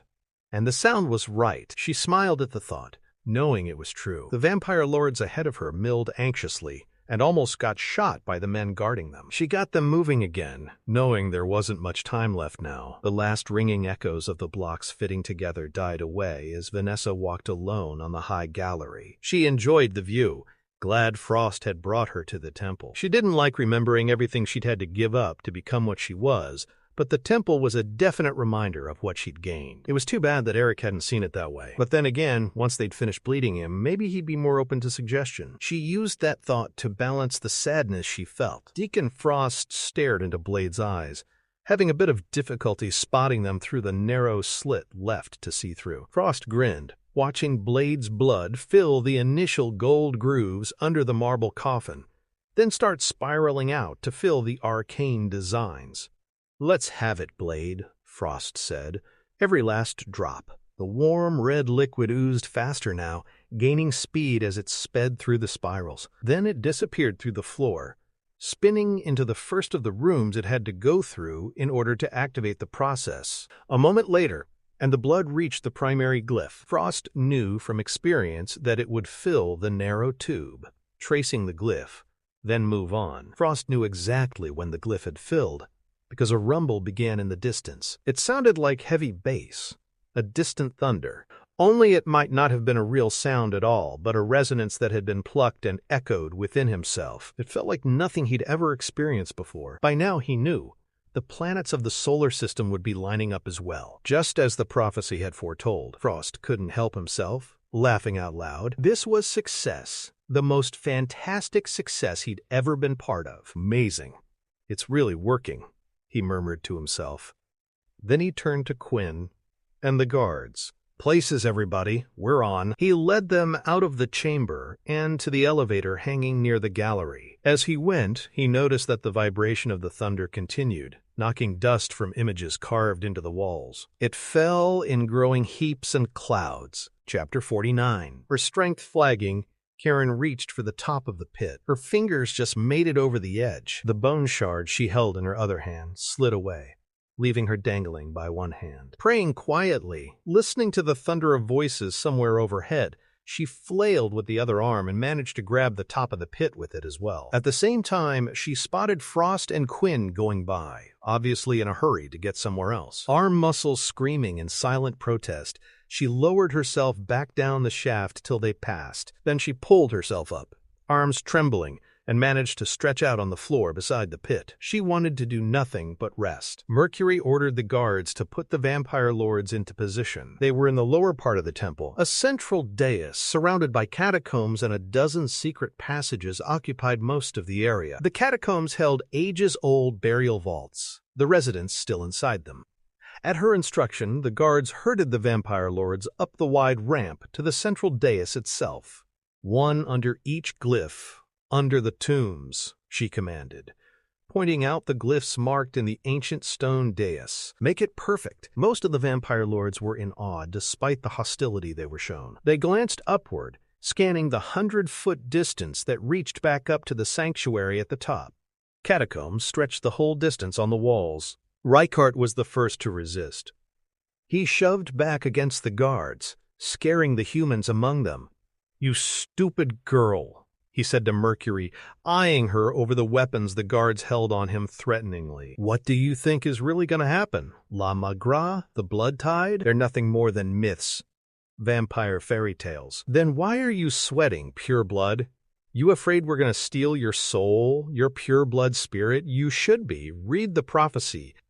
It's time you fucks contributed something to the cause." "Even if Frost is right," Palantine added, "do you really think he cares about you?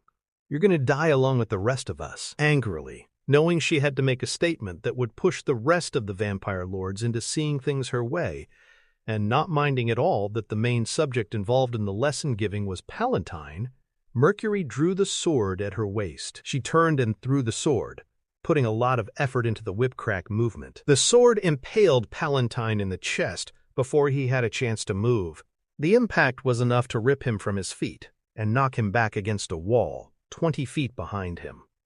The sword embedded in the stone wall, leaving Palantine to hang there for a moment. Then the vampire burst into flame, and his ashes drifted away. Mercury turned to the other surviving vampire lords. "No harm, no foul," she declared. "We only need 12 of you anyway." The rest of them moved into position on the glyphs, offering no arguments and no delays. Karen clutched the broken femur tightly as she crept through the passageways honeycombing the underground temple. Everyone appeared to have deserted the upper levels. Thankfully, though, the doorway she'd seen them take Blade through only led in one direction. There was no way to get lost. The downside was that the door took her away from the entrance that led back to the construction site. She knew, however, that she wasn't going to be able to escape Frost and the other vampires without Blade. She couldn't bring herself to leave him anyway. She followed the passageway to the big room at the end, taking note of the winding groove cut into the floor and the blood filling it. When she spotted the huge stone block in the center of the room, she knew that was where Blade had to be. Steeling herself, remembering what had been done to Curtis Webb, and knowing that the block couldn't mean anything good for Blade, she crept forward. She barely heard the whisper of breath coming from the stone. When she peered through the narrow slit on top of the block, the darkness inside almost kept her from seeing Blade's face. At best, he looked unconscious, but with all the blood running through the groove in the floor, she knew he could also be dead. Frantic, she glanced around the room, noting the inclined position of the floor. Then she noticed the handle on the side of the stone that held Blade captive. Grabbing the handle, she managed to turn the stone, but it moved so slowly. Stone ground against stone as the block revolved around its midpoint. Then the top portion of the makeshift coffin slid open. Blade lay inside, his skin already turning ashen from blood loss and shock. "Blade," Karen called softly. She couldn't believe it when his eyes flickered open, but they did, filling her with hope. Fear was in there, too, because she didn't know how to fix the damage that had been done to him. Maybe she'd only arrived in time to watch him die. Using the jagged femur, she cut the leather restraints away. When they were gone, he didn't have the strength to hold himself up. He crumpled to the floor and didn't move. Karen went to him,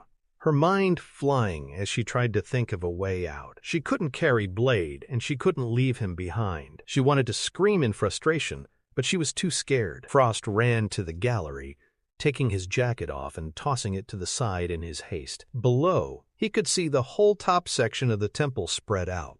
And there, at the heart of it, was the gold ring circling the great inverted moon dome that comprised the ceiling. Even as he watched, excitement throbbing through his veins, the golden channels of the primary glyph filled with Blade's blood. With the blood of the Daywalker, he reminded himself. The red liquid fanned out in all directions, running more quickly than it had. Quinn and the 4 guards spread out along the railing as well, watching in awe. Frost turned to the closest guard. "Bring the elevator up! Hurry!" The guard lifted a walkie-talkie and spoke into it. Unable to move fast enough now, feeling the resonance thrumming inside him, Frost left the railing and sprinted for the narrow upper gallery. Vanessa waited for him on the other side, but he didn't care. Frost was about to become something even more than he'd dreamed. When he'd first been turned, first risen from the grave, he'd thought nothing could compare to the promise of eternal life. But that feeling paled beside the one that filled him now. He was on the verge of godhood. Chapter 50. The squeaking makeshift excavation elevator drew Mercury's attention at once. She'd been watching the blood fill the moon dome, wondering where Frost was. The open-sided elevator shuddered as it rose along the vibrating steel cables. The vampire lords shifted restlessly, some of them obviously more fearful than they had been, but none of them wanted to chance the guards' weapons. She smiled as the elevator neared the top of its run. It wouldn't be long now. By the time Frost reached the upper gallery, the capillaries framing the moon dome had nearly been filled. Only a few empty channels yet remained, but the blood seemed to be moving faster, drawn along its course by more than mere gravity. He reached the elevator staging point and found Vanessa waiting for him. She looked radiant, her smile filling her face. Normally the expression would have symbolized the conquest he'd made over Blade and been a source of dark pride. But he found he didn't care at all. "It's happening," Vanessa said. "You're really making it happen." She held her hands out to him. Frost ignored her, stepping quickly out of her reach as he watched the steel cables jerking with the strain of bringing the elevator up.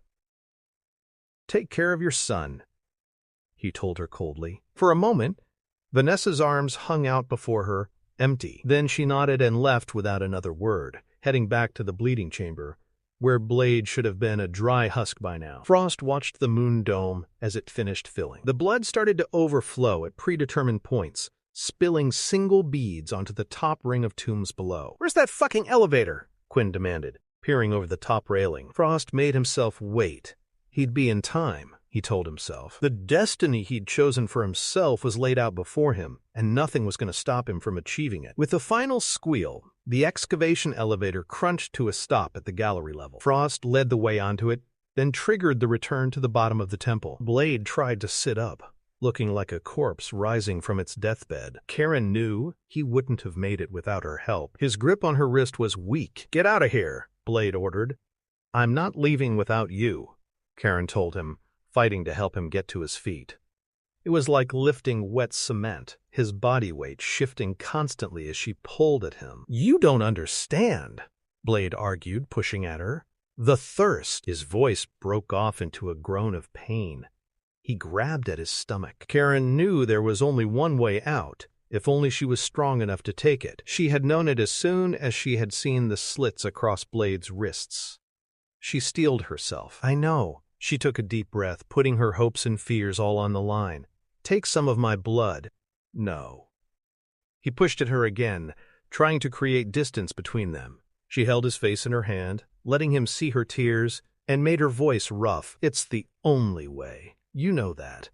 We'll never get out of here alive if you don't." Blade shuddered, his eyes blazing white with the full fury of the thirst on him. "I can't.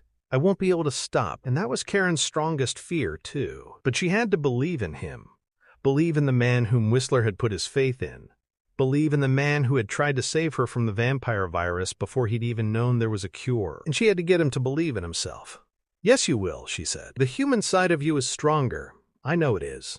Whistler knew it, too. That's why he loved you as much as he did. That's why I can't leave you here now." Slowly he rose, too weak to do it without her help. And she quietly held in the screaming terror that filled her mind when he turned those hungry eyes on her. Standing in the open elevator cage, Frost watched the concentric rings of ancient tombs that lined the cylindrical walls of the temple as he dropped. He reached out and ran his hand along the obsidian stone tablets facing him, studying again the ancient glyphs cut into the stone with golden channels. All waited to be filled with Blade's blood.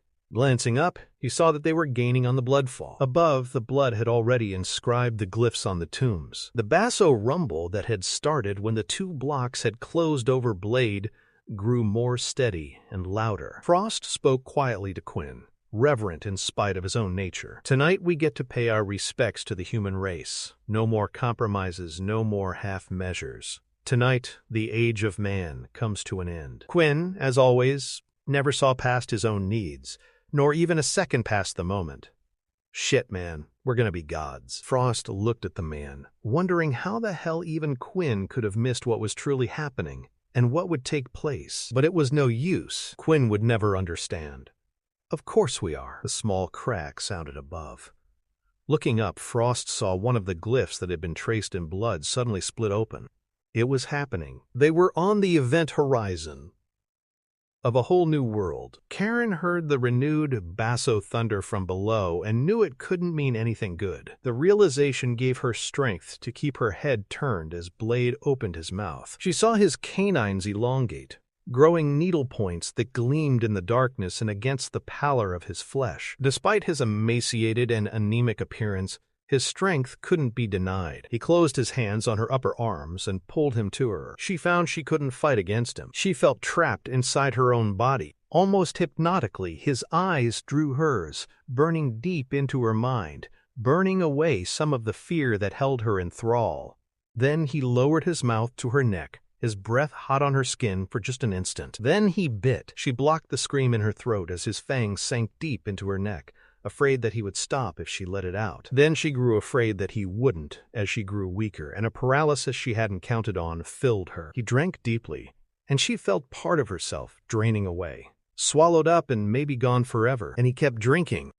Chapter 51. The blood reached the bottom of the temple first, but as the elevator touched down, Frost knew enough time remained. He strode from the cage, watching as single drops of blood fell from the edge of the 12 tombs that made up the lowest ring that circled the temple walls. With unerring accuracy, the blood drops slammed into the foreheads of the vampire lords below. All of them were surprised, not expecting it, but they didn't move after they were hit. Triumphantly, Frost strode to the dais, followed by Quinn and the guards. He motioned Quinn to stay at the perimeter of the dais, then went to join Mercury at the center. "How's everybody doing tonight?" Frost asked the vampire lords. "You thirsty?" None of them deigned to respond, their voices held in check by anger or fear. Frost spread his arms wide, taking in them and their surroundings. He saw the fear in their eyes then as they touched the bloody splashes across their foreheads. The glyphs continued to split overhead, blood coming down to the lower levels with greater speed. "I hope you're all very thirsty," Frost warned them. Mercury pulled his shirt open as Quinn roared with laughter. For the first time, Frost noted that his own heartbeat had acquired the rhythm of the basso thundering taking place within the temple. It was going to happen, and no one could stop it. Blade drank. When he was 12, when the thirst had first started making itself known, before Whistler had found him and introduced him to Cam's serum, he had drunk from animals. But never had it tasted like what he drank now. His mind cleared of pain and dying, fueling itself with only the thought of drinking till he could hold no more. The taste was sweet hell, because in some distant corner of his mind, he knew where it came from, knew the cost it came with. Frost watched Mercury as she extended a forefinger, then willed the fingernail to grow. Inches long now, she used the razor point of it to carve the glyph into the flesh of Frost's chest. She worked slowly and deliberately to get it right and to prolong the agony she must have known he was experiencing. Strangely, Frost felt himself drawn to the pain, giving himself over to it instead of distancing himself from it. He shuddered in ecstasy, surprising them both. Blade was dimly aware of Karen's head lolling back, her eyes open and glassy, seeing nothing. Then she reached ecstasy. Her breathing deepened and quickened, falling into a synchronous rhythm with his. Her fingers dug into him, pulling him closer, clawing downward. As Frost remained standing while Mercury scored his flesh, he watched the lords look up, knowing they saw something. He looked up as well, his breath coming faster as the ecstasy continued to swell within him. 12 trails of blood crept across the underside of the moon dome, all heading for the center. And that center was just above Deacon Frost's head. He watched the blood gather, willing it to come. Blade drank Karen's blood, finding that he couldn't stop. He didn't even think about whom he was attached to or what it might be doing to her. He fed, not even surprised at how easily it came to him. He heard his own heart beating, louder even than the basso thumping that filled the temple. Debris pulled loose from the temple walls as the tombs cracked. Frost continued watching, but his attention was riveted on the blood gathering directly above him. Taken over by a primitive joy that he didn't understand, Frost threw out his arms and stared at the moon dome 100 feet above him. Even at that distance, his vision sharpened enough that he saw the blood bead gathered there, trembling from the basso thunder that rocked the temple. It had to fall. Blade drank, thinking he'd never get his fill. Karen held on to him, giving everything she had, and he was willing to take it all to satisfy that burning craving in his belly. "Don't stop," she pleaded, holding him tighter. Frost stared up at the blood bead, knowing it was too fat, too engorged to remain there. Mercury backed away, and he didn't understand the tears she had in her eyes. He was on the point of becoming. There was no sadness in that. He kept looking up at the blood bead. It had to fall. Karen no longer had the strength to hold on to Blade as he drank from her. She kept her arms loosely about him, but she knew she wasn't holding him anymore. "My God, don't stop," she begged. Nothing had ever felt more wonderful in her life. Frost watched the blood bead as it quivered. Even at 100 feet, he knew this quiver was larger than the last. It had to fall. Blade took a breath, felt Karen take a breath with him, and he remembered how it had been in the car the night he had first met her. Remembered how peaceful it had been to breathe with her. It wasn't peaceful now. It was obscene. They were rushing toward a precipice, and only one of them was going to survive it. And that survival wasn't going to leave anything of Blade, the man only the thirst. Gathering his strength, finding it all there and more, Blade released his bite and pushed her away from her. No! The blood bead gave in to the pull of gravity, tearing free and beginning the plummet. Looking up, Frost saw it, and anticipatory delight ran through his body like an electric current.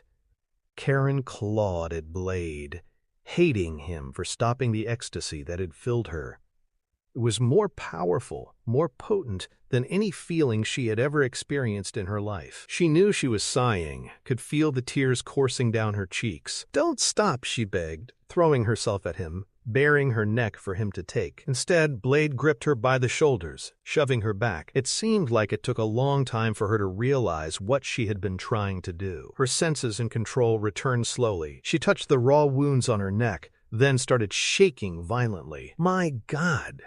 She thought she was going to be sick, but her mouth, her throat, they were all too dry to produce anything. The blood bead continued to fall, and Frost watched it, aware of its perfect shape. He waited, feeling the forces already at work within him. His destiny was in the making. Blade rose to his full height above Karen with an easy grace. He wiped the blood from his mouth with the back of his hand. Looking at his wrist, she saw that the slashes had healed. When she looked into his eyes, she saw an animal FIIIY there that she had never seen before. How far over the line had the experience pushed him? How much was left of the human being that she cared about? Before she could ask, a shadow moved behind him. She started to shout a warning, but Blade was already in motion, moving faster than anything she'd ever seen before. Frost saw the blood bead, saw his own reflection within its depths as it neared to less than a foot away. It was power incarnate, a force that hadn't been seen since the old darkness had trod heavily on mankind. And it was going to happen.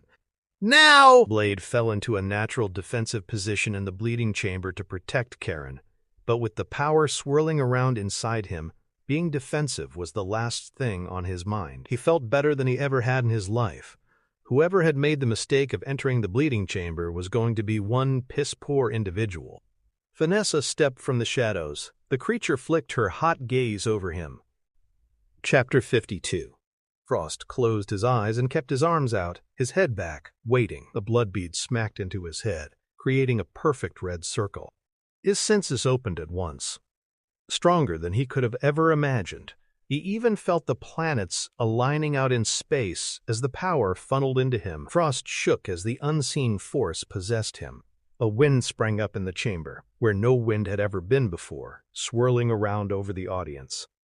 A humming noise filled the air. Without warning, one of the tombs burst open, followed by several others. Boom, boom, boom. A cannonade rolled throughout the temple. Frost gloried in the feeling of power that grew geometrically within him. Even after everything he had read, everything he had guessed at, he could not have expected this. Mercury and Quinn drew back, along with the other vampires nearby. Their faces showed their apprehension. The pure-blood vampire lords struggled to get away, but Frost's guards held them in place. Frost wanted to laugh at them, but he was too busy growing, becoming. The occult energy released by the Daywalker's blood shimmered over him, and Deacon Frost was thrown headlong into the dark godhood he had been searching for. Vanessa attacked at once, aiming a handful of elongated nails at Blade's face. He stepped aside, barely stopping an instinctive killing blow. She came at him again, shrieking her phooey. Her fangs flashed toward his face, and he blocked again. Knowing a defensive battle wasn't going to last against her because she was too quick and strong, Blade stepped into the next charge and flung her into the back wall. Frost felt himself consumed by a hellish force, blasted by the spirit energy. His body turned loose of its undead frame, becoming something much, much more. He looked out over the audience, hearing the fear in their voices and seeing the fear in their eyes. They had every reason, he knew, to fear him. It was the most powerful thing any of them had ever seen. The tombs continued to explode, raining stone and mortar out over the crowd. Then, incredibly, swirling, transparent wraiths shot up from the tombs. Without pause, they aimed themselves at the blood-marked foreheads of the vampire lords. The wraiths shot like spectral arrows, stabbing through the foreheads of the vampire lords. The men holding them prisoner stepped back in fear and shock. The supernatural wind wound around Frost. He laughed crazily, caught up in the exultation that filled him. Vampire wraiths swirled around him, spooking even Quinn, who stepped back. "Fuck," Quinn said. The impact against the wall and the bleeding chamber didn't faze Vanessa. The vampire came back at Blade in full force. Shrieking and striking out, she clawed and bit at him.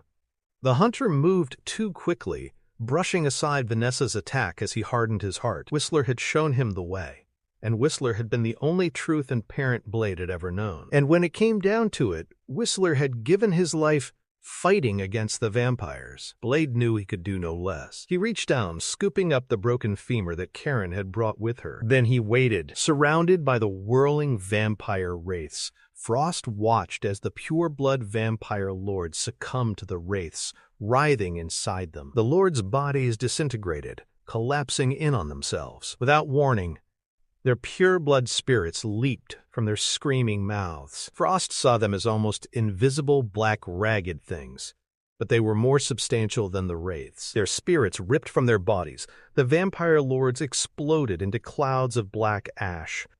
The freed spirits flew toward Frost, who let them come. He held his arms out, allowing them to penetrate his body again and again.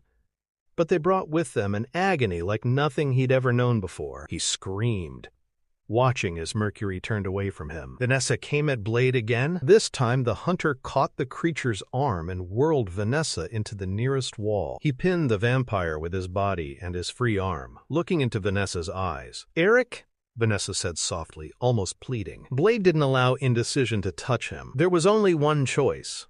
With vampires, there was always only one choice. He drew the femur back, then drove it straight into Vanessa's heart. The creature screamed, shrill and loud. For Frost, the agony he was trapped in, as the pure-blood spirits ran through him so rampantly, was exquisite. If he could have realized he was still standing, he wouldn't have known how he was. Blade held the struggling, shrieking vampire up against the wall and rammed the femur into her chest again and again, willing it to die. Acting in concert, the pure-blood spirits ceased their attack on Frost.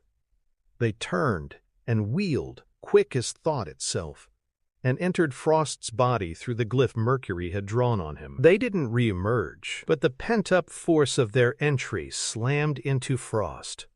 knocking him from the dais and into the shadows of the catacombs surrounding the Colosseum. One final thrust by Blade with the femur sank the bone all the way through Vanessa's chest and heart. With all his strength behind it, the bone crunched into the stone wall behind the creature, embedding in the rock. He backed away from Vanessa as her claws continued to rake the air for him. The vampire gave a final shriek as she died, then exploded into a ball of fire.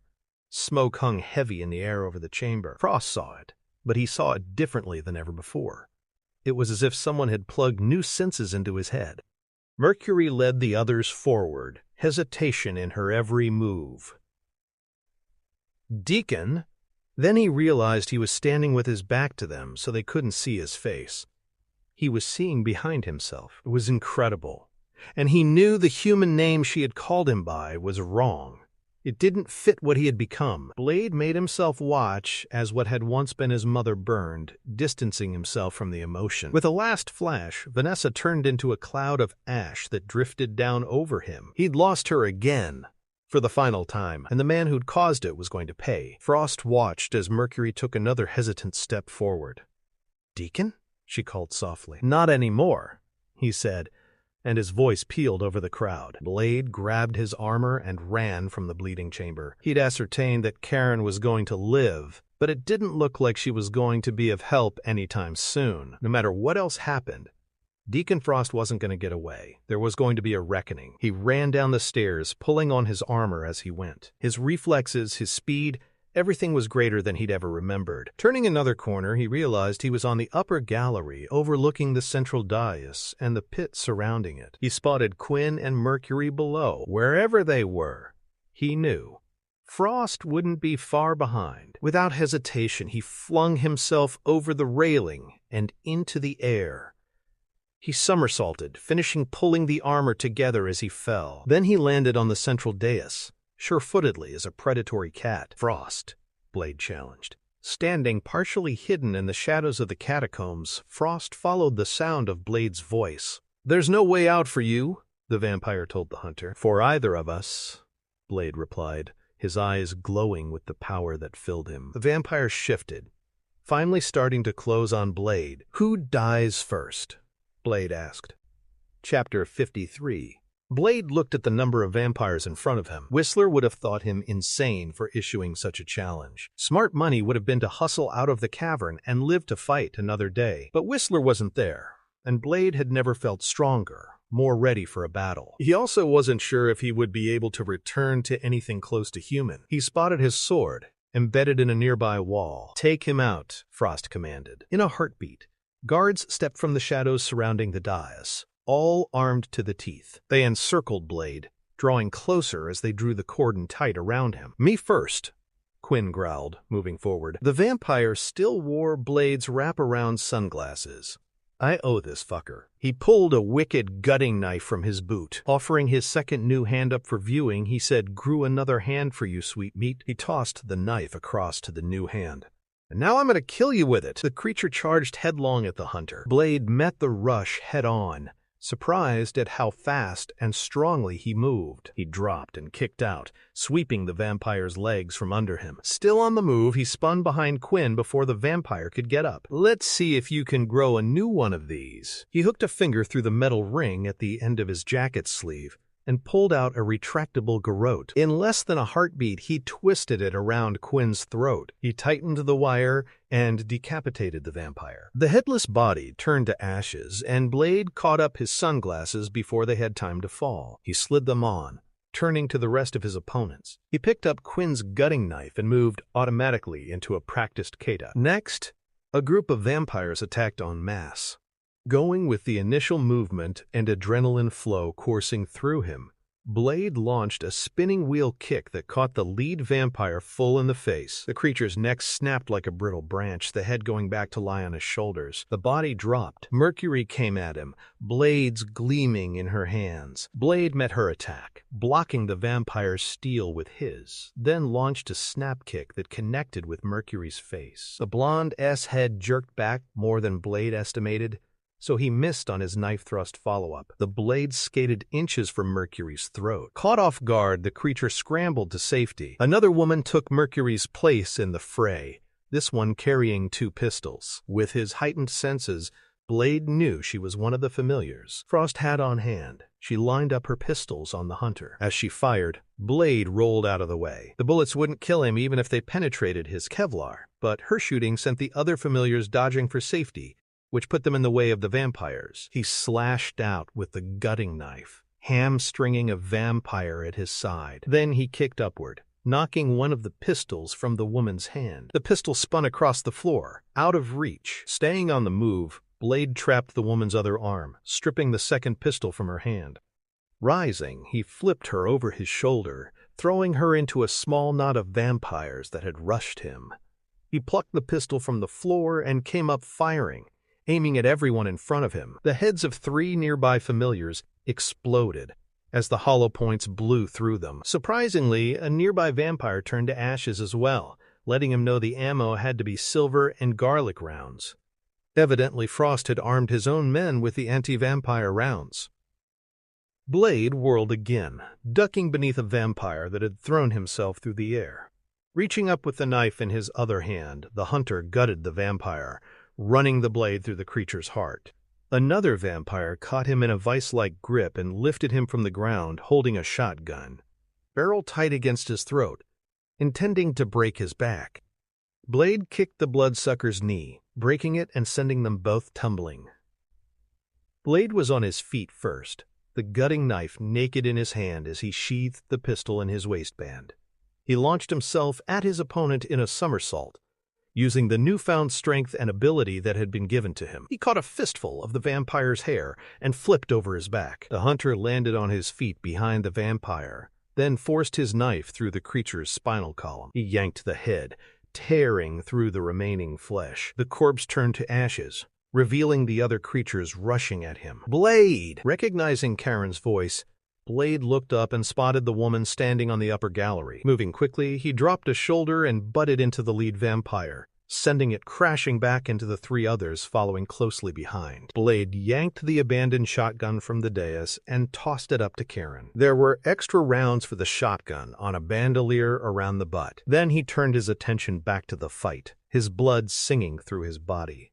He drew the pistol and fired it DIY, killing familiars as well as vampires. When it was empty, he used it as a club for a time, till the blood made it too slick to hold on to. The moves came naturally to him as he fought the crowd. He blocked a sweeping roundhouse, then snap-kicked the vampire in the face as he knifed 2 other vampires closing in from the side. He felt like he had a radar system going off in his head, knowing where he was, knowing where each of his opponents was in relation to that position. He heard the crash of Karen's shotgun often. Not everyone she shot was a familiar, but enough of them were hit to give pause to the rest. Blade concentrated on the undead. Even with so many of their kindred down and dead, the vampires still came on. Blade cut and slashed at them, not stopping with only the knife. His new strength worked just as well, allowing him to punch through ribs and rip the dead hearts beneath. Then he noticed that Mercury was missing. Chapter 54. Karen reloaded the final 3 shells she had on the bandolier around the shotgun's butt. She racked the slide, then fired down into the crowd again. The numbers facing Blade were much less than they'd started out, but she wished she knew more about who were familiars and who weren't. It was frustrating to shoot vampires who only staggered, then returned immediately to the fight. The man she shot staggered back, his head going to pieces.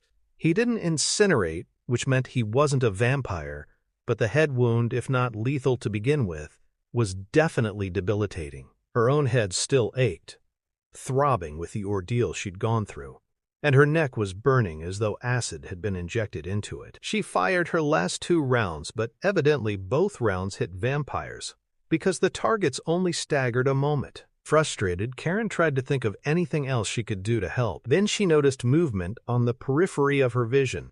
Before she could run, Mercury sprang from the shadows, reaching out for her throat with razored claws.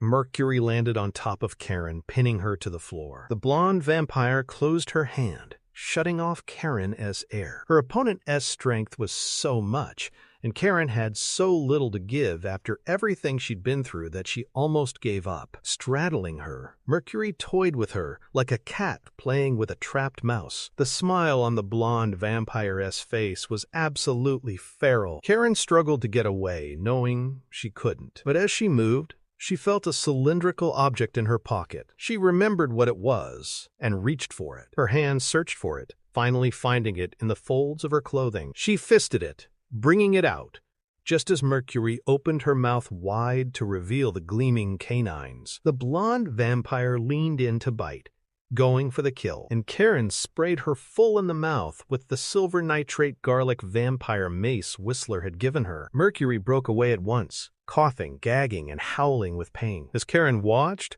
the blonde vampire's head suddenly exploded, then her body turned to ash. Karen pushed herself to her feet, gasping for air. She stumbled over to the railing and stared down, fully expecting to see Blade at the bottom of a pile of vampires. Managing to break free of the crowd of opponents still standing before him, Blade leaped over a vampire that dove at his feet. The hunter landed near the section of wall where his sword was. He fisted the pommel and yanked the gleaming sword from the rock.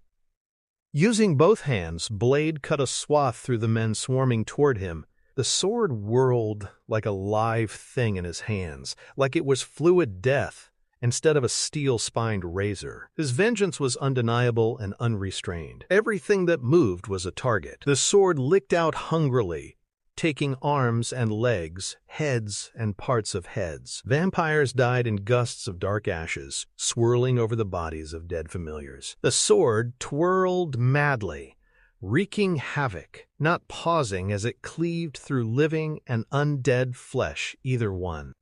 In moments he stood alone, breathing hard. Blood and perspiration covered his body and drenched his clothing and armor. "Blade!"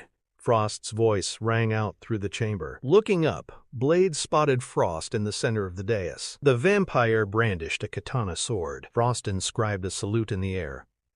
"Let's do it," he said. Blade moved at once, racing toward the dais.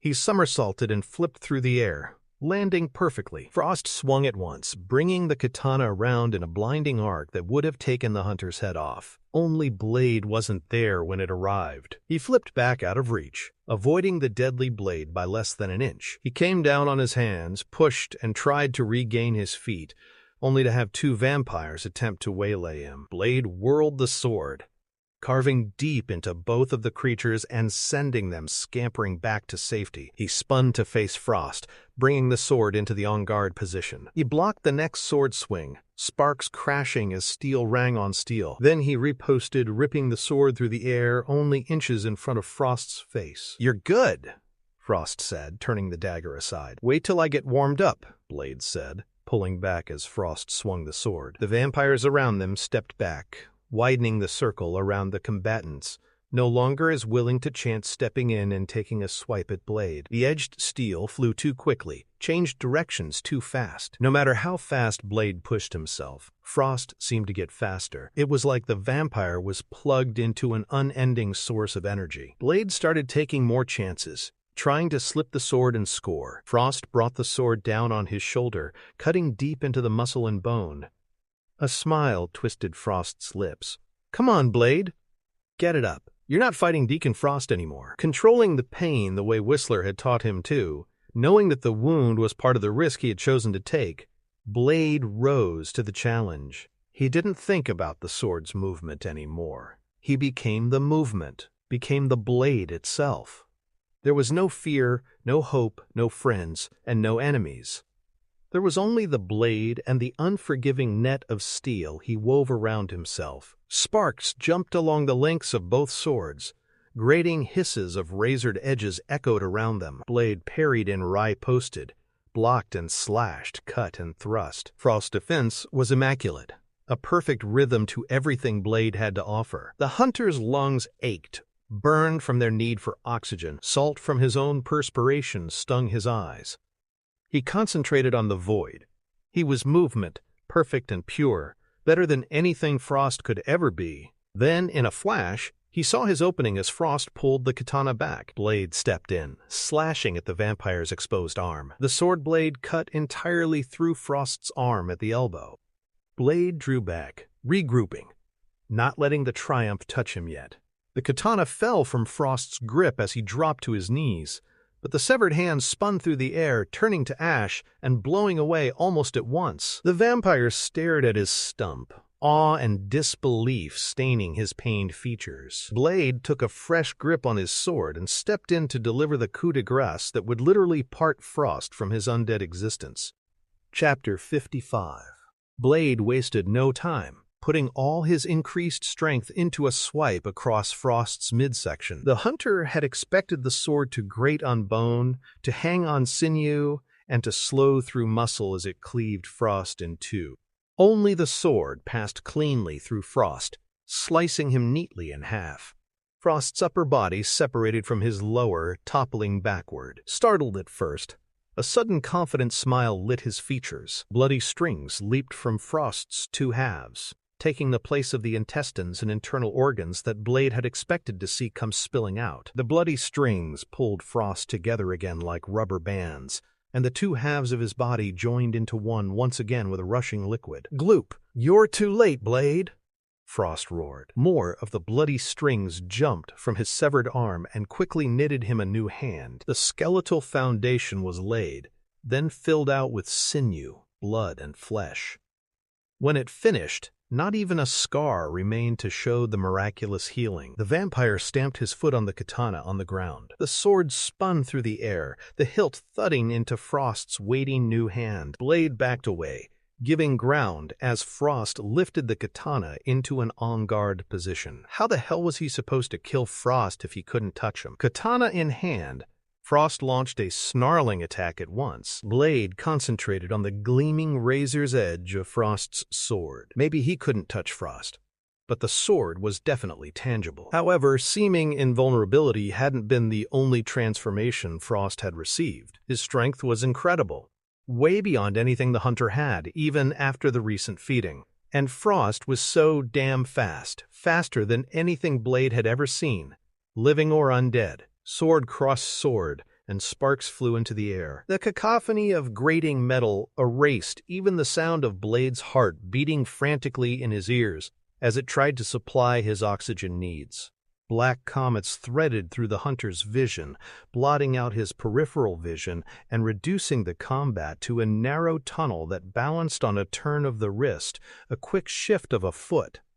Blade didn't try to connect with Frost's body, only weaving the most creative defense he'd ever entertained in his life. His sword arm muscles burned like they were on fire, like napalm had been injected into the tissue. Then it began to go numb, and his movements slowed. Without warning, Frost trapped Blade's sword, holding it clear of their bodies. The vampire drew his hand back and slammed it into the hunter's face, knocking him backward like he'd been caught in a bomb blast. Blade's lungs emptied in a rush as his feet left the floor.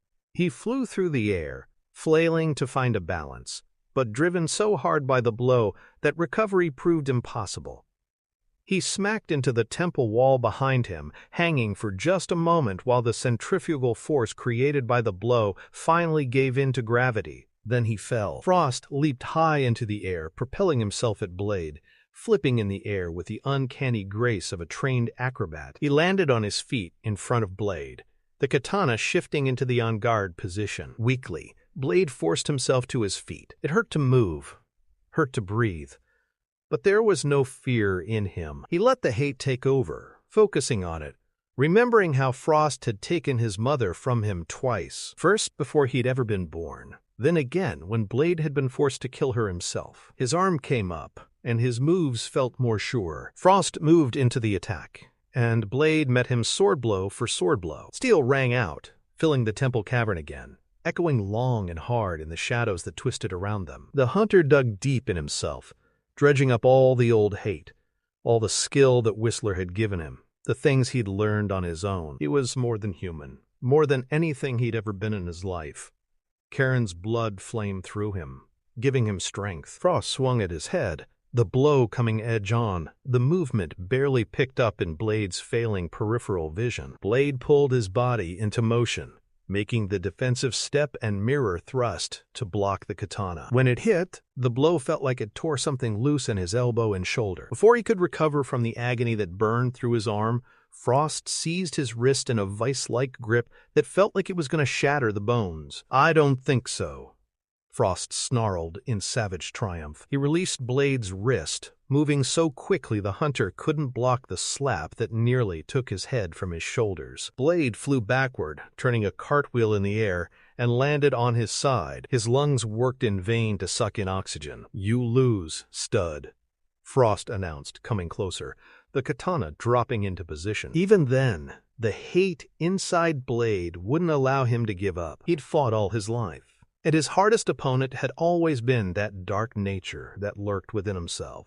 As he turned his head, refusing to simply give in and die, he spotted the bandolier of EDTA injectors hanging in the shadows high above him. He went into fluid motion, his mind recognizing that the bandolier still held the blue-filled glass EDTA capsules. Frost might have thrown them over the edge above, but they'd survived the impact, lodging in a deep crack in the temple wall 15 feet overhead. They offered a final hope. Ignoring Frost's approach, knowing he was setting himself up for an all-or-nothing gamble, the hunter lunged, fisting the sword and set the booby trap. He threw it, hoping his flagging strength was up to the task. The sword flipped end over end, drawing Frost's attention as well. It missed the bandolier by a foot, then flipped around to land handle first in the crack above the EDTA injectors. The sword edge gleamed. "Well out of reach now," Frost howled with laughter. "Looks like you're losing your touch." The familiar snap of the booby trap going off brought a smile to Blade's lips. He watched as the embedded blades within the sword hilt snapped out and split the crack wider. When the splitting crack reached the bandolier, the EDTA injectors slipped free. They tumbled down in freefall, dropping toward the hunter, the sword following close behind. Blade reached for the bandolier instead of the sword, trusting his honed reflexes. He caught the bandolier inches above the hard stone of the temple floor, just before the sword clanged against it. Then he tucked himself into a roll that brought him to his feet. Frost was on his heels, giving up any defense he might have made in order to pursue the offense, swinging the katana with all the incredible strength he possessed. Only Blade wasn't there when the katana struck sparks from the stone floor. Slipping one of the EDTA capsules from the bandolier, the hunter stepped into Frost before the vampire could recover. Setting himself in a martial arts stance, Blade rammed the EDTA capsule deep into the undead flesh of his opponent. Frost didn't even register the blow, but the capsule stayed put, and hope dawned again in the hunter. Pressing his last advantage, Blade launched into a flurry of kicks and blows, fisting the EDTA capsules when he could. Frost fought him, swinging the katana. Avoiding the blow, Blade swung in a roundhouse kick, connecting high on Frost's chest. Frost flew back up the ramp leading to the dais. Falling backward, he rose to meet Blade's attack, but the hunter didn't let up. Blade planted another EDTA capsule under Frost's ribs. A third went into Frost's chest. Unable to withstand Blade's vicious, all-out assault, Frost was driven backward in disbelief. The vampire protected himself as best he could, but the EDTA capsules continued sliding into his body. Blade had the last EDTA capsule in hand when Frost slammed up against the temple wall behind him. The hunter lifted the capsule in his fist, breathing hard. Some motherfucker's always trying to ice skate uphill. He drove the last capsule home, burying it deep inside Frost's face. The hunter stepped back, waiting. The effects of the EDTA in Frost's system was immediately apparent. The vampire's face turned crimson around the embedded capsule, and the crimson spread, taking in all of his head. He clawed at his throat as his head started to swell, doubling in size, then tripling like a blood-engorged tick. "No!" Frost forced the agonized scream through his closing throat. But the agonized denial was lost in the climatic Ka boom that filled the cavern.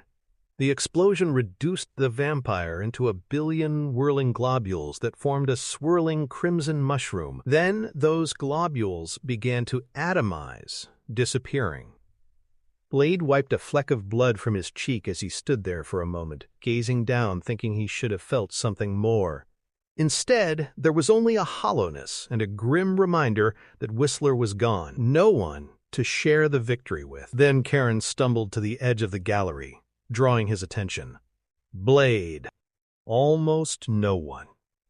He corrected himself. "Let's get out of here," he said. He leaned down to pick up the sword and took the lead as they walked out of the vampire hell. Chapter 56. Dawn came at its appointed time, hanging in the sky like a molten fireball. Blade paused at the construction site entrance to the underground temple and watched it, somehow feeling it was important that he see it for himself. Karen stood beside him, shielding her eyes against the morning glare as she bathed in the sun's rays. She looked whole, healthy. "I never imagined I'd be so happy to see the sunrise," she said, then turned to glance at Blade. "I need to get back to the lab if I'm going to cure you." Blade regarded her briefly, then turned to stare out across the city in the distance, thinking about the other vampires who were even now cursing the sun and its hold over them. New victims had been claimed during the night, some of them being turned to rise again and multiply the menace that was already out there. He thought about helping her secure her fantasy, but realized she'd been through too much to ever completely believe that she'd be safe again. And who knew? Maybe a little warning might save her life as well. "It's not over," he told her. "Keep your cure." Her surprise showed in her face. There's still a war going on out there, and he knew that was the right answer for him. The thirst was a part of him, had been the crucible that had helped make the man Whistler had guided and taught. He would find a way to deal with it. He took out his sunglasses, flipping them open and putting them on. He grinned at the sun, defiant, in spite of the agony that filled his body. "I'm the Daywalker. I need their strength. If you want to help me, find me a new serum." She looked at him as if she couldn't understand him. "Why?" Blade looked at the sun, enjoying the warmth of it on his face. "Because it takes one to kill one." "But I thought we stopped them." He shook his head. "There'll be others, and when they rise," he lifted his sword, the sun's rays splitting along the razor edge, "I'll be waiting for them." Epilogue. Moscow. Now, the man and woman walked toward the grimy steel door at the end of the alley, hunkering inside their thick coats to avoid the cold wind and the falling snow. She giggled at something he said, something he'd thought sounded cute. He was dressed in gangster black, something that represented his profession and a tip of the hat to the American movies that had helped him create his present persona. The woman was beautiful, her skin so perfect in the moonlight. Night had quenched the day hours ago, and the snow had pierced the darkness, delivering an artificial diurnal cast to the cityscape. The lighting underscored the basso throbbing of the bump and grind music coming from the room beyond the steel door. "Where are we going?" the woman asked in Russian. "It's a surprise," he told her. "I like surprises," she replied, smiling broadly at him to show that she did.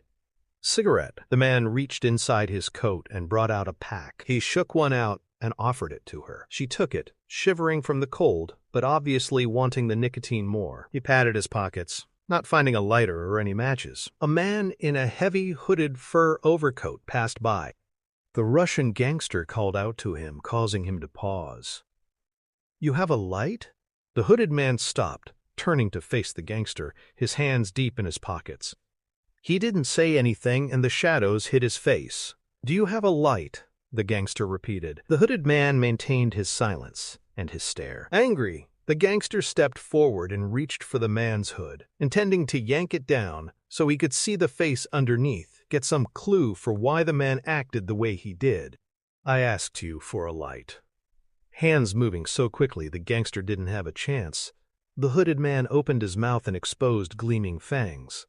The gangster had only a second to realize the doom that reached out for him. Then his throat was torn out, staining the snow crimson in a gust of arterial flow. Even as the gangster fell, the hooded man turned his attention to the woman. She screamed and tried to run. The hooded man had her before she'd gone 2 steps, his speed incredible. She turned her face to him, prey frozen in hypnotic fear of the predator. Instead of biting her, though, he plucked the cigarette from her lips. "Catch you at a bad time, comrade?" a voice behind him asked. The hooded man turned easily, chuckling at the irony of the situation. He heard the footsteps of the woman tearing out behind him, shushing through the snow. He recognized Blade easily. The hunter stepped out of the shadows, drawing his great sword with slow deliberation. Taking a Zippo from his pocket, the hooded man flicked it to life with equal deliberation. As he bent his head to breathe flame into the cigarette, the glow revealed his face. His whiskey-aged voice was exactly the way Blade remembered. "Well, this is going to be interesting, isn't it?" Whistler asked. The end. Thank you for listening to this AI-generated audiobook. More audiobooks on my YouTube channel, Patrick Predator. Like, share, and subscribe. Support the authors and writers. Buy the books.